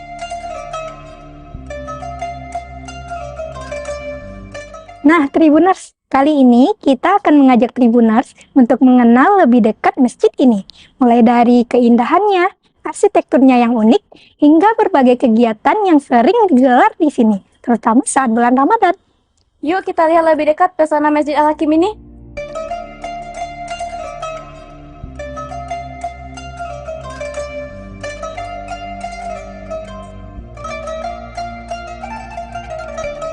Oke, jadi sejarahnya Masjid Al-Hakim mulai peletakan batu pertama itu di tahun 2017 dan mulai dipakai untuk sholat itu September 2020. Jadi saat itu lagi COVID kan, 2020. Nah, itu saat pertama kali Masjid Al-Hakim digunakan untuk sholat berjamaah. Berarti pada tahun 2020 itu masjidnya sudah bisa digunakan. Betul. Jadi dari pewakif, dari founder yang menggelontorkan dananya untuk pembangunan Masjid Al-Hakim, memang beliau suka dengan desain Taj Mahal, beliau suka dengan, ya itulah, dengan nuansa Taj Mahal tuh, makanya terus dibawa ke Masjid Al-Hakim Padang. Kayak gitu. Oke, berarti terinspirasinya dari desain Taj Mahal yang ada di India ya Bang ya? Kalau dari Masjid Al-Hakimnya sendiri, mungkin kubahnya ya, kubahnya kan ada beberapa dan itu juga jadi ciri khas dengan 4 menaranya yang itu menambah keindahan dari arsitektur Masjid Al-Hakim itu sendiri. Iya. Apalagi letaknya di tepi pantai ya Bang ya. Pasti orang yang bakal lewat di sini langsung ke notice nih sama masjidnya. Apalagi desainnya yang terinspirasi dengan Taj Mahal ya Bang ya. Oke, keunggulan yang bikin orang datang ke masjid ya. Yang pertama tentu tadi keindahan arsitektur Masjid Al-Hakim. Kemudian yang kedua letaknya yang sangat strategis dan geografisnya mendukung gitu karena di pinggir pantai kan. Yang ketiga tentu program-programnya Kak. Kami punya banyak sekali program selama bulan Ramadan nanti. Kita ada namanya Ramah Ramadan di Masjid Al-Hakim. Itu adalah nama program selama bulan Ramadan ya. Induknya itu Ramah Ramadan di Masjid Al-Hakim. Kegiatannya apa saja? Macam-macam Kak. Mulai dari Ramadan Halal Fest. Kita ada Ramadan Halal Fest itu nanti isinya juga macam-macam. Ada UMKM yang berjualan mungkin pasar Labukoan. Kemudian ada juga yang jualan baju-baju gamis paket lebaran. Kemudian ada palantanya juga. Jadi kita sediakan tempat untuk nongkrong-nongkrong tapi di Masjid Al-Hakim kayak gitu kan. Kemudian kita ada program selain Ramadan Halal Fest itu tentu buka puasa. Kita buka puasa setiap hari dan kita punya doa Kak. Kita tidak bilang target tapi kita bilangnya doa. Kita bisa menyediakan 1000 porsi setiap hari Kak. Itu anggaran kita mulai dari 10.000 per porsi. Jadi mungkin ada penonton yang Tribuners ya, yang mungkin mau support mulai 10.000 sudah bisa support 1 porsi makan kayak gitu. Kemudian kita ada juga program kajian. Dalam sehari itu kita kajian 1 ba'da subuh, kemudian duha ada kajian, sebelum sholat duhur ada lagi, kultum sebelum berbuka ada juga, kemudian kajian sebelum sholat tarawih itu ada, berarti 5 kali kan. Ditambah lagi nanti ketika intikaf. Intikaf itu juga program sendiri yang isinya ada tausiah muhasabah jam 2, kemudian jam 3-nya kita ada sholat qiyamul lail. Dan banyak lagi Kak kegiatannya, nanti bisa ikut kegiatan di Masjid Al-Hakim. Oke. Nah Bang, yang menjadi perhatian mungkin bagi para Tribuners juga nantinya nih Bang ya, kayak seperti berbuka puasa bersama di sini ada ya Bang Ya program? insya Allah ada. Nah kalau misalnya berbuka di sini itu apakah perlu ada kupon dulu atau bisa langsung masyarakat datang ke sini untuk berbuka puasa atau gimana ya Bang Siap. kira-kira? Jadi tentu tadi kita punya doa 1000 porsi per hari Kak. Kalau misalkan nanti, jadi kan kita kan sudah hitung seluruh keperluannya. Kalau misalkan kita mau menyediakan 1000 porsi setiap hari itu, kita butuh dana sekitar 450-an juta. Kalau ada terkumpul dana segitu, tentu kita bisa menyediakan 1000 porsi. Kalau sudah 1000 porsi Kak, sudah tidak perlu kupon. Karena saya yakin semuanya insya Allah tercukupi lah. Kayak gitu. Tapi kalau kita sekarang mungkin baru sediakan 300-500 porsi Kak, di kondisi Masjid Al-Hakim yang kalau penuh tuh bisa lebih dari itu. Maka tentu kita pakai kupon dan kita mengutamakan satu yang berpuasa. Yang kedua, yang sholat maghrib di Masjid Al-Hakim. Maka seperti tahun lalu kita pembagian kupon itu setelah sholat maghrib Kak. Jadi kita pastikan dia sholat maghrib dulu, baru kita bagi kupon dari soft depan memang. Nah tentu dengan seperti itu kan jadi adil ya. Orang yang tentu, jadi kita mengutamakan orang yang benar-benar sholat. Nah kalau masih ada lebih, nanti ada yang belum makan, nah silahkan makan. Kayak gitu Kak. Kira-kira. Nah, berarti harus sholat dulu di sini, Betul. baru nanti dibagi kuponnya. Iya. Kalau berlebih, baru nanti Iya, itu yang masyarakat yang umum kayak gitu. Oke. Kemudian yang juga menjadi perhatian nih Bang, untuk pada malam Lailatul Qadar nanti itu kan ada iktikaf namanya ya Bang ya, untuk di sini. Nah kira-kira kalau orang-orang yang bermalam di Masjid Al-Hakim ini itu apakah dari masyarakat setempat saja atau ada dari orang-orang di luar daerah kira-kira Bang? Yang pengalaman dari tahun-tahun sebelumnya ada juga yang dari luar daerah. Dan memang saat iktikaf itu kita sediakan space khusus untuk yang mungkin mau istirahat kayak gitu. Dan kita pisah ya laki-laki dengan perempuan demi menjaga kan, seperti itu. Dan saya lihat memang banyak juga yang dari luar kayak gitu. Sebenarnya kalau dari masyarakat sekitar sendiri tidak banyak Kak, karena Masjid Al-Hakim itu sebenarnya jauh dari permukiman, ya kan? Karena memang di tempat publik di pinggir pantai kan. Dan pemukiman terdekat sebenarnya sudah ada masjid juga kayak gitu. Jadi memang yang ke Masjid Al-Hakim itu memang orang-orang yang memang pengen ke Al-Hakim lah, seperti itu kan bahasanya. Nah nanti tapi kalau saya lihat dari pengalaman sebelumnya juga sebenarnya banyak juga yang tidak bermalam di Al-Hakim. Ada yang bermalam, tapi ada juga yang tidak bermalam di Al-Hakim. Mereka datang di jam-jam 2 saat Masjid Al-Hakim memang punya kegiatan khusus di dalam iktikaf itu. Seperti tadi kan ada muhasabah, itu kan mulainya jam 2. Nah, banyak tuh yang datangnya baru jam 2 kayak gitu. Dan itu enggak masalah sih. Gitu. Himbauan untuk para pengunjung saat di Masjid Al-Hakim, tentu yang pertama minta tolong sekali untuk sama-sama jaga kebersihan dan kenyamanan bersama ya. Jangan sampai tim Masjid Al-Hakim sudah bersusah payah untuk membersihkan, Tapi kita malah merasa, oh kan nanti udah ada yang bersihkan. Harusnya tidak seperti itu. Harusnya kita bisa jaga bareng-bareng. Tentu kalau kita tidak mengotori, nanti orang yang datang pun juga ikut nyaman. Tapi kalau satu orang berpikiran, ya udahlah, nanti kan ada yang ngambil. Ya kalau satu orang. Kalau 100 orang berarti ada 100 sampah. Ada 1000 orang yang berpikiran seperti itu, 1000 sampah menumpuk dan bercecer. Tentu kita yang di sini juga tidak nyaman. Kawan-kawan yang sudah bersih-bersih juga kasihan kan, istilahnya. Ada orang-orang yang tidak bertanggung jawab. Tentu kebersihan ini demi kenyamanan bersama juga kan, seperti itu. Dan tentunya jaga barang-barang keamanan. Kita tuh sudah sediakan tempat penitipan barang, Kak. Jadi kalau ada helm, sandal, sepatu, mungkin ada yang mahal-mahalnya, titipkan enggak apa-apa.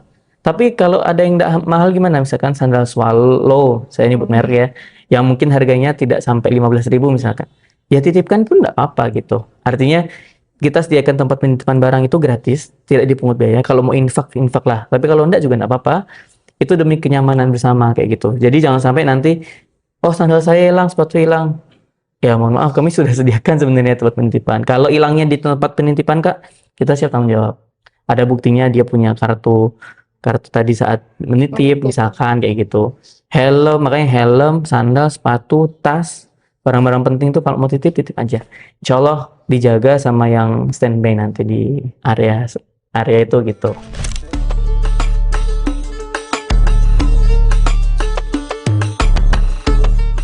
Sudah berapa kali Ibu kira-kira mengunjungi Masjid Al-Hakim ini, Bu? Sudah 2 kali. Sudah 2 kali. 2 kali sama sekarang ya, Bu ya? Kemudian apa yang membuat Ibu tertarik datang ke Masjid Al-Hakim ini, Bu? Ya, pemandangannya indah gitu di sini kan. Di Preman juga kan banyak laut, tapi kesannya sini lain juga kan di Preman kan. Ada masjidnya itu nyaman gitu. Lebih gimana gitu ibadahnya gitu. Lebih tenang. Lebih khusyuk juga ya, Bu ya. Kemudian orangnya juga ramah-ramah gitu. Menurut Ibu gimana suasana beribadah di Masjid Al-Hakim ini, Bu, dibandingkan dengan masjid yang lainnya? Suasananya? Suasananya tenang lah gitu. Nyaman gitu. Lebih khusyuk kan. Terus sebelum sholat ada ceramah. Ada gitu, ceramahnya, ya. Bikin kita enak gitu dengan. Beda ya Bu, kalau di masjid lain langsung sholat. Kalau di ada sini siram rohani gitu ya. Ya. Oke. Nah, kemudian apa sebelumnya Ibu udah pernah saat Ramadan berkunjung ke Al-Hakim ini ya, Bu? Belum lagi. Belum. Nah, kira-kira apa harapan Ibu kalau misalnya saat Ramadan Ibu bisa berkunjung ke sini?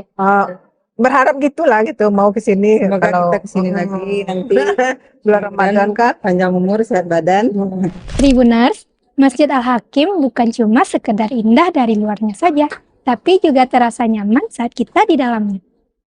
Mau datang buat ibadah, ngabuburit, atau sekedar menikmati senja di tepi pantai, semuanya bisa dilakukan di sini.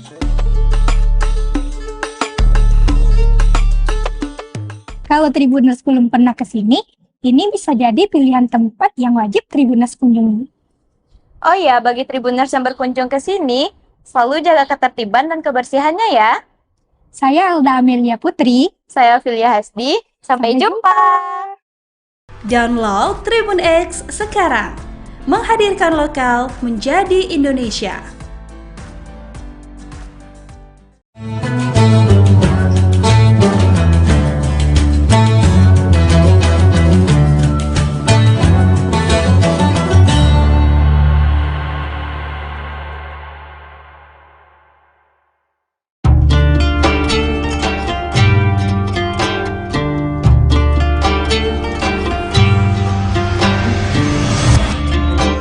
Syukur Alhamdulillah, tahun ini kita masih dipertemukan dengan bulan suci Ramadan. Ramadan bukan sekedar menahan lapar dan dahaga, tetapi waktu untuk memperbaiki kualitas diri, baik ibadah maupun menata akhlak. Jadikan Ramadan ini sebagai titik balik untuk menjadi pribadi yang jujur dalam perbuatan, sabar dalam ujian, dan disiplin dalam ketaatan. Dewan Komisaris, Direksi dan seluruh karyawan PT Semen Tonasa mengucapkan selamat menunaikan ibadah puasa.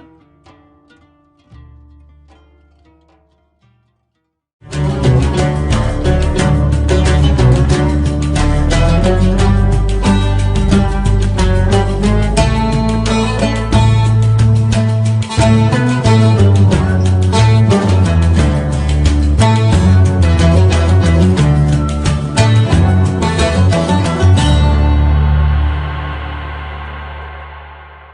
Assalamualaikum warahmatullahi wabarakatuh. Tribuners, bagaimana kabar Anda pada hari ini? Apakah puasanya masih lancar dan juga semangat? Tentunya kita kembali lagi menyapa Tribuners dalam program Syiar Ramadan bersama saya Ilu Devi Sania hanya di Tribun Timur, mata lokal menjangkau Indonesia. Seperti biasanya kita akan selalu membahas tema-tema yang menarik untuk menemani seluruh Tribuners menantikan waktu berbuka puasa hari ini. Tentunya hari ini tema kita merupakan itikaf, menepi dari hiruk pikuk dunia, yang akan dibahas secara tuntas bersama dengan Bapak Ustadz Kiai Haji Sabarudin LC bersama kita di studio pada hari ini. Assalamualaikum Pak Ustadz. Waalaikumsalam warahmatullahi wabarakatuh. Baik, kabarnya seperti apa? Alhamdulillah. Alhamdulillah, baik. Nah Pak Ustadz, tema kita pada hari ini merupakan itikaf, menepi dari hiruk pikuk dunia. Dan di tengah kesibukan kita yang luar biasa sepanjang tahun ini, kemudian juga ada beberapa esensi ataupun juga apa esensi dari itikaf sendiri, kemudian apakah ini bisa jadi semacam detox begitu Pak Ustadz untuk spiritual agar kita bisa kembali fokus kepada Allah Subhanahu wa taala. Silakan. Bismillahirrahmanirrahim. Hamdan wa syukranillah, salatan wa salaman ala Rasulillah, amma ba'd. Tribuners yang dimuliakan Allah. Tentunya bulan suci Ramadan menjadi wadah bagi umat manusia untuk mensucikan diri baik secara fisik maupun jiwa. Tentunya salah satu amalan khususnya di bulan suci Ramadan yang disiapkan oleh Allah Subhanahu wa taala adalah syariat atau ibadah i'tikaf. I'tikaf ini kalau kita kenal di luar, biasa kita dengar ada istilah meditasi atau yoga untuk kembali ke titik fokus. Maka di bulan suci Ramadan itu ada satu amalan yang disunnahkan oleh Rasul Shallallahu Alaihi Wasallam, dan ini menjadi amalan keluarga.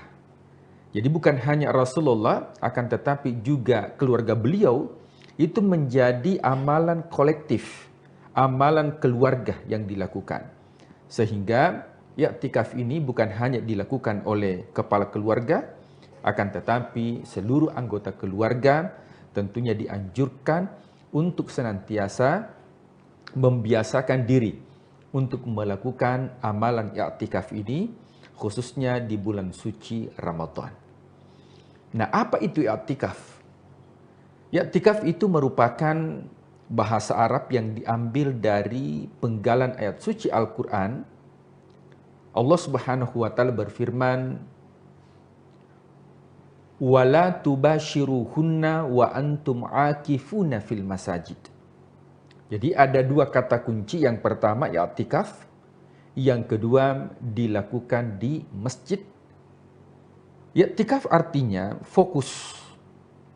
Ini kita ambil dari kisah Nabi Musa alaihissalam ketika meninggalkan saudaranya yang bernama Harun untuk menerima wahyu di Gunung Sinai di Mesir. Ketika kembali, ternyata dia melihat umatnya itu sudah fokus melakukan persembahan. Ketika diajak oleh Nabi Musa mengatakan, "Apa yang engkau lakukan setelah aku tinggalkan?" Ternyata dia tidak menghiraukan ajakan atau dakwah Nabi Musa alaihissalam.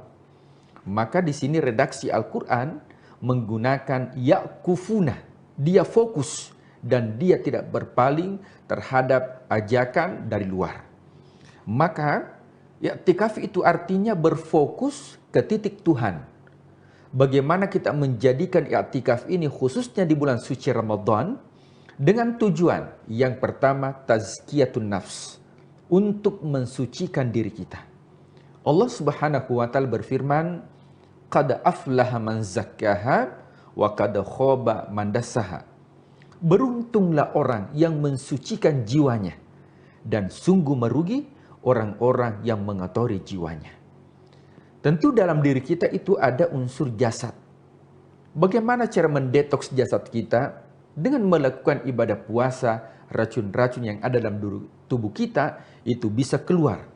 Akan tetapi apakah racun-racun yang ada dalam jiwa kita mampu kita keluarkan dari sifat kesombongan, sifat iri hati, angkuh, merasa lebih dari orang lain. Bukan pintar merasa, tapi merasa pintar. Sehingga dari keburukan-keburukan jiwa ini, racun-racun yang ada dalam jiwa kita mampu untuk didetoks dengan amalan ibadah i'tikaf ini. Nah, i'tikaf ini ada dua unsur yang perlu kita perhatikan, Tribuners. Yang pertama yaitu dari segi fikih, dan yang kedua yaitu dari segi tasawuf. Fikih artinya apa yang terlihat, sedangkan tasawuf yaitu apa yang tidak terlihat.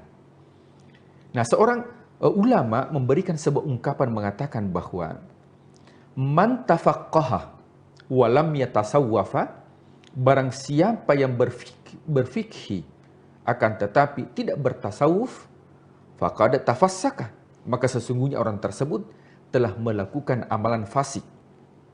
Sebaliknya, wa man tasawwafa, barang siapa yang bertasawuf, walam yatafaqqaha, akan tetapi tidak berfikih, faqad tasandaqa, maka sesungguhnya sudah melakukan amalan kebohongan.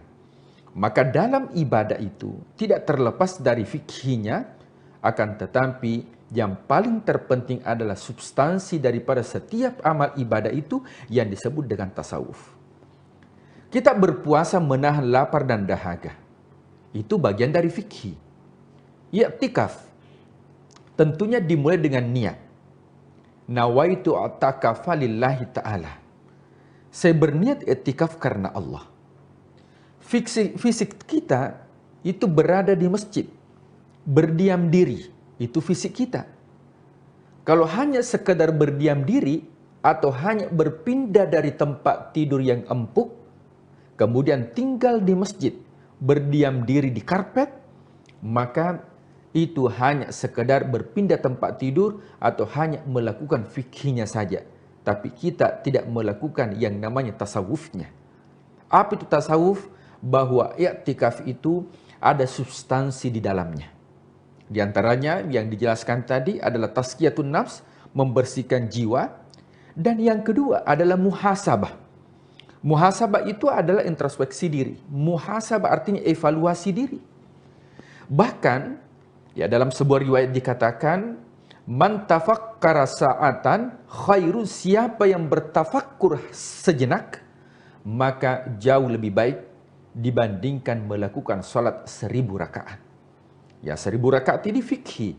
Akan tetapi bertafakkur atas ciptaan Allah, bertafakkur atas nikmat yang diberikan oleh Allah selama 330 hari, tapi kita gunakan satu malam untuk bertafakkur atau yang disebut dengan i'tikaf, maka tentunya ini yang dicintai oleh Allah Subhanahu wa taala. Kemudian selanjutnya adalah bahwa substansi daripada i'tikaf itu bagaimana kita kembali kepada fitrah. Karena sesungguhnya manusia itu memiliki sifat dasar yang negatif. Yang pertama, sesungguhnya manusia memiliki sifat dasar yang negatif apa? Terburu-buru, tergesa-gesa. Itu sifat dasar manusia. Makanya dalam Al-Quran digambarkan ada orang yang suka mencela, suka mendoakan keburukan, di waktu yang lain suka meminta kebaikan. Ada orang tua yang mungkin di pagi hari mendoakan anaknya, ya Allah jadikanlah anakku qurrata ayun, menjadi penyejuk hati, itu didoakan di pagi hari.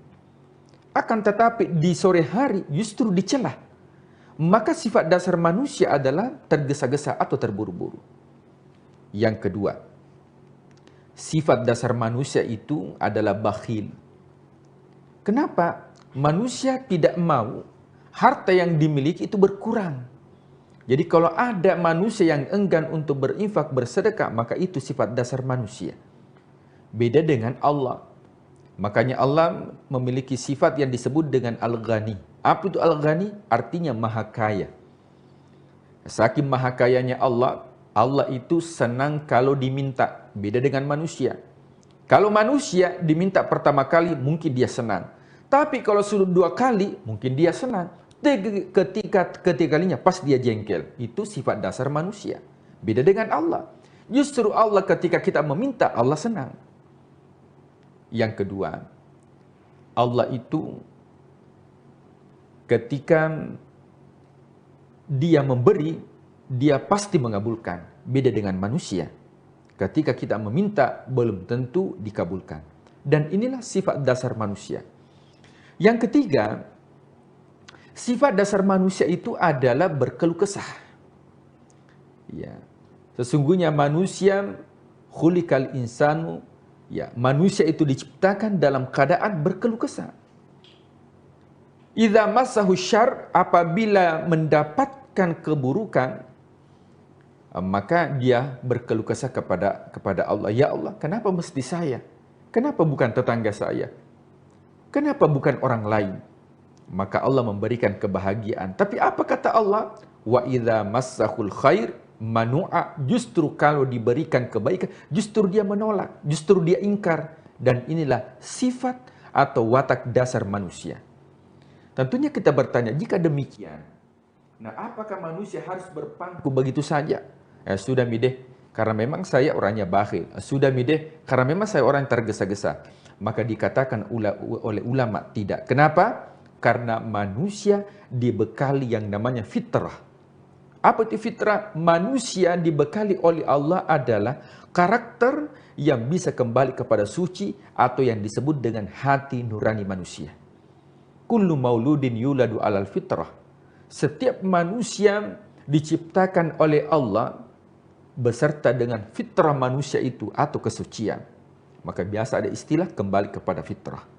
Maka tujuan dari substansi daripada i'tikaf ini bukan hanya berdiam diri di masjid dengan melakukan amalan, membaca Al-Quran, berzikir, bertaklim, akan tetapi jauh daripada itu bagaimana kita mensucikan diri kita, kemudian kita muhasabah. Allah sudah memberikan nikmat 11 bulan yang lalu. Maka kita bermuhasabah apakah 11 bulan itu berapa nikmat yang digunakan di jalan Allah. Sehingga kita keluar dari i'tikaf ini betul-betul menjadi pribadi yang fitrah, kembali kepada fitrah, kembali kepada suci, karena manusia diciptakan oleh Allah dalam keadaan fitrah dan akan kembali kepada Allah dalam keadaan fitrah. Apa buktinya? Kita lahir di dunia ini tanpa membawa apa-apa. Dan kita akan kembali menuju kepada Allah. Makanya orang yang meninggal dunia itu dikatakan berpulang ke rahmatullah. Yang namanya berpulang, pulang itu artinya ada tempat asalnya. Yang mana tempat asal kita adalah alam arwah. Sehingga ketika ada orang yang wafat, orang Makassar mengatakan amotere. Orang Bugis mengatakan lisu. Dalam bahasa Indonesia dikatakan berpulang ke rahmatullah karena asal kita dari sana, bukan dari sini. Maka dari sini ini adalah tanah. Yang kembali apa? Yang kembali itu, yang di sana yang kembali bukan jasad kita. Tapi yang kembali ke sana itu adalah jiwa kita. Yang kembali di sini adalah jasad. Kenapa? Karena jasad kita ini unsurnya dari sini. Dari mana? Sini itu yang dimaksud adalah tanah. Tapi yang di sana itu bukan jasad kita, tapi yang di sana itu adalah jiwa kita. Maka jiwa akan kembali ke asalnya. Kemudian yang di sini adalah jasad kita akan terkubur dan hancur. Akan tetapi yang abadi itu adalah jiwa kita. Makanya i'tikaf ini yang disucikan bukan fisik kita, akan tetapi yang disucikan adalah jiwa kita, sehingga kita dipanggil oleh Allah, ya ayyatuhan nafsul mutmainnah, wahai jiwa yang tenang, wahai jiwa yang suci. Mudah-mudahan i'tikaf ini menjadi momentum di dalam bulan suci Ramadan untuk kita berdiam diri sejenak, fokus, bermeditasi dengan Allah, sehingga betul-betul di dunia ini apa yang kita lakukan bisa betul-betul kita bermuhasabah sehingga fokus kepada Allah Subhanahu wa taala. Kalau kita fokus kepada Allah, tentunya Allah juga akan fokus kepada apa yang kita harapkan di dunia. Walal akhiratu khairul laka minal ula, kedepankan urusan akhirat, maka dunia akan ikut. Semakin kita kejar dunia, maka akhirat tertinggal, Akan tetapi ketika kita mengejar akhirat, maka dunia ini menjadi ladang amal bagi kita. Wallahu a'lam bishawab. Oke, baik, itu tadi beberapa wejangan ataupun juga yang disampaikan terkait itikaf, dan mungkin Pak Ustadz kita juga perlu menggarisbawahi bahwa setelah kita beritikaf atau menepikan urusan-urusan duniawi kita, kemudian pada saat di masjid kita khusyuk, jangan sampai keluar dari masjid kita kembali lagi tidak fokus ya Pak Ustadz ya. Ini harus kita tetap jaga, bukan hanya pada saat di dalam masjid saja, tetapi setelah kita keluar kita bisa mengendalikan diri kita, tetap memisahkan antara mana urusan dunia dan juga kapan kita harus mendekatkan diri kepada Allah Subhanahu wa Ta'ala. Semoga ini menjadi ilmu lagi untuk kita selama bulan suci Ramadan ini, dan semoga kita bisa memperkokoh iman kita dengan segala kebaikan yang bisa kita lakukan dan kita memanen pahala selama Ramadan kali ini. Dan Pak Ustadz, terima kasih sudah memberikan kita banyak sekali pengetahuan, dan semoga ini bisa menjadi siraman rohani begitu ya bagi seluruh Tribuners yang sedang menyaksikan. Dan terima kasih juga kepada seluruh Tribuners setelah menyaksikan program ini. Jangan lupa saksikan berita dan program menarik lainnya hanya di kanal YouTube dan Facebook Tribun Timur, mata lokal menjangkau Indonesia. Saya Elu Devi Sania beserta narasumber dan seluruh kerabat kerja pamit undur diri. Wassalamualaikum warahmatullahi wabarakatuh. Waalaikumsalam warahmatullahi wabarakatuh.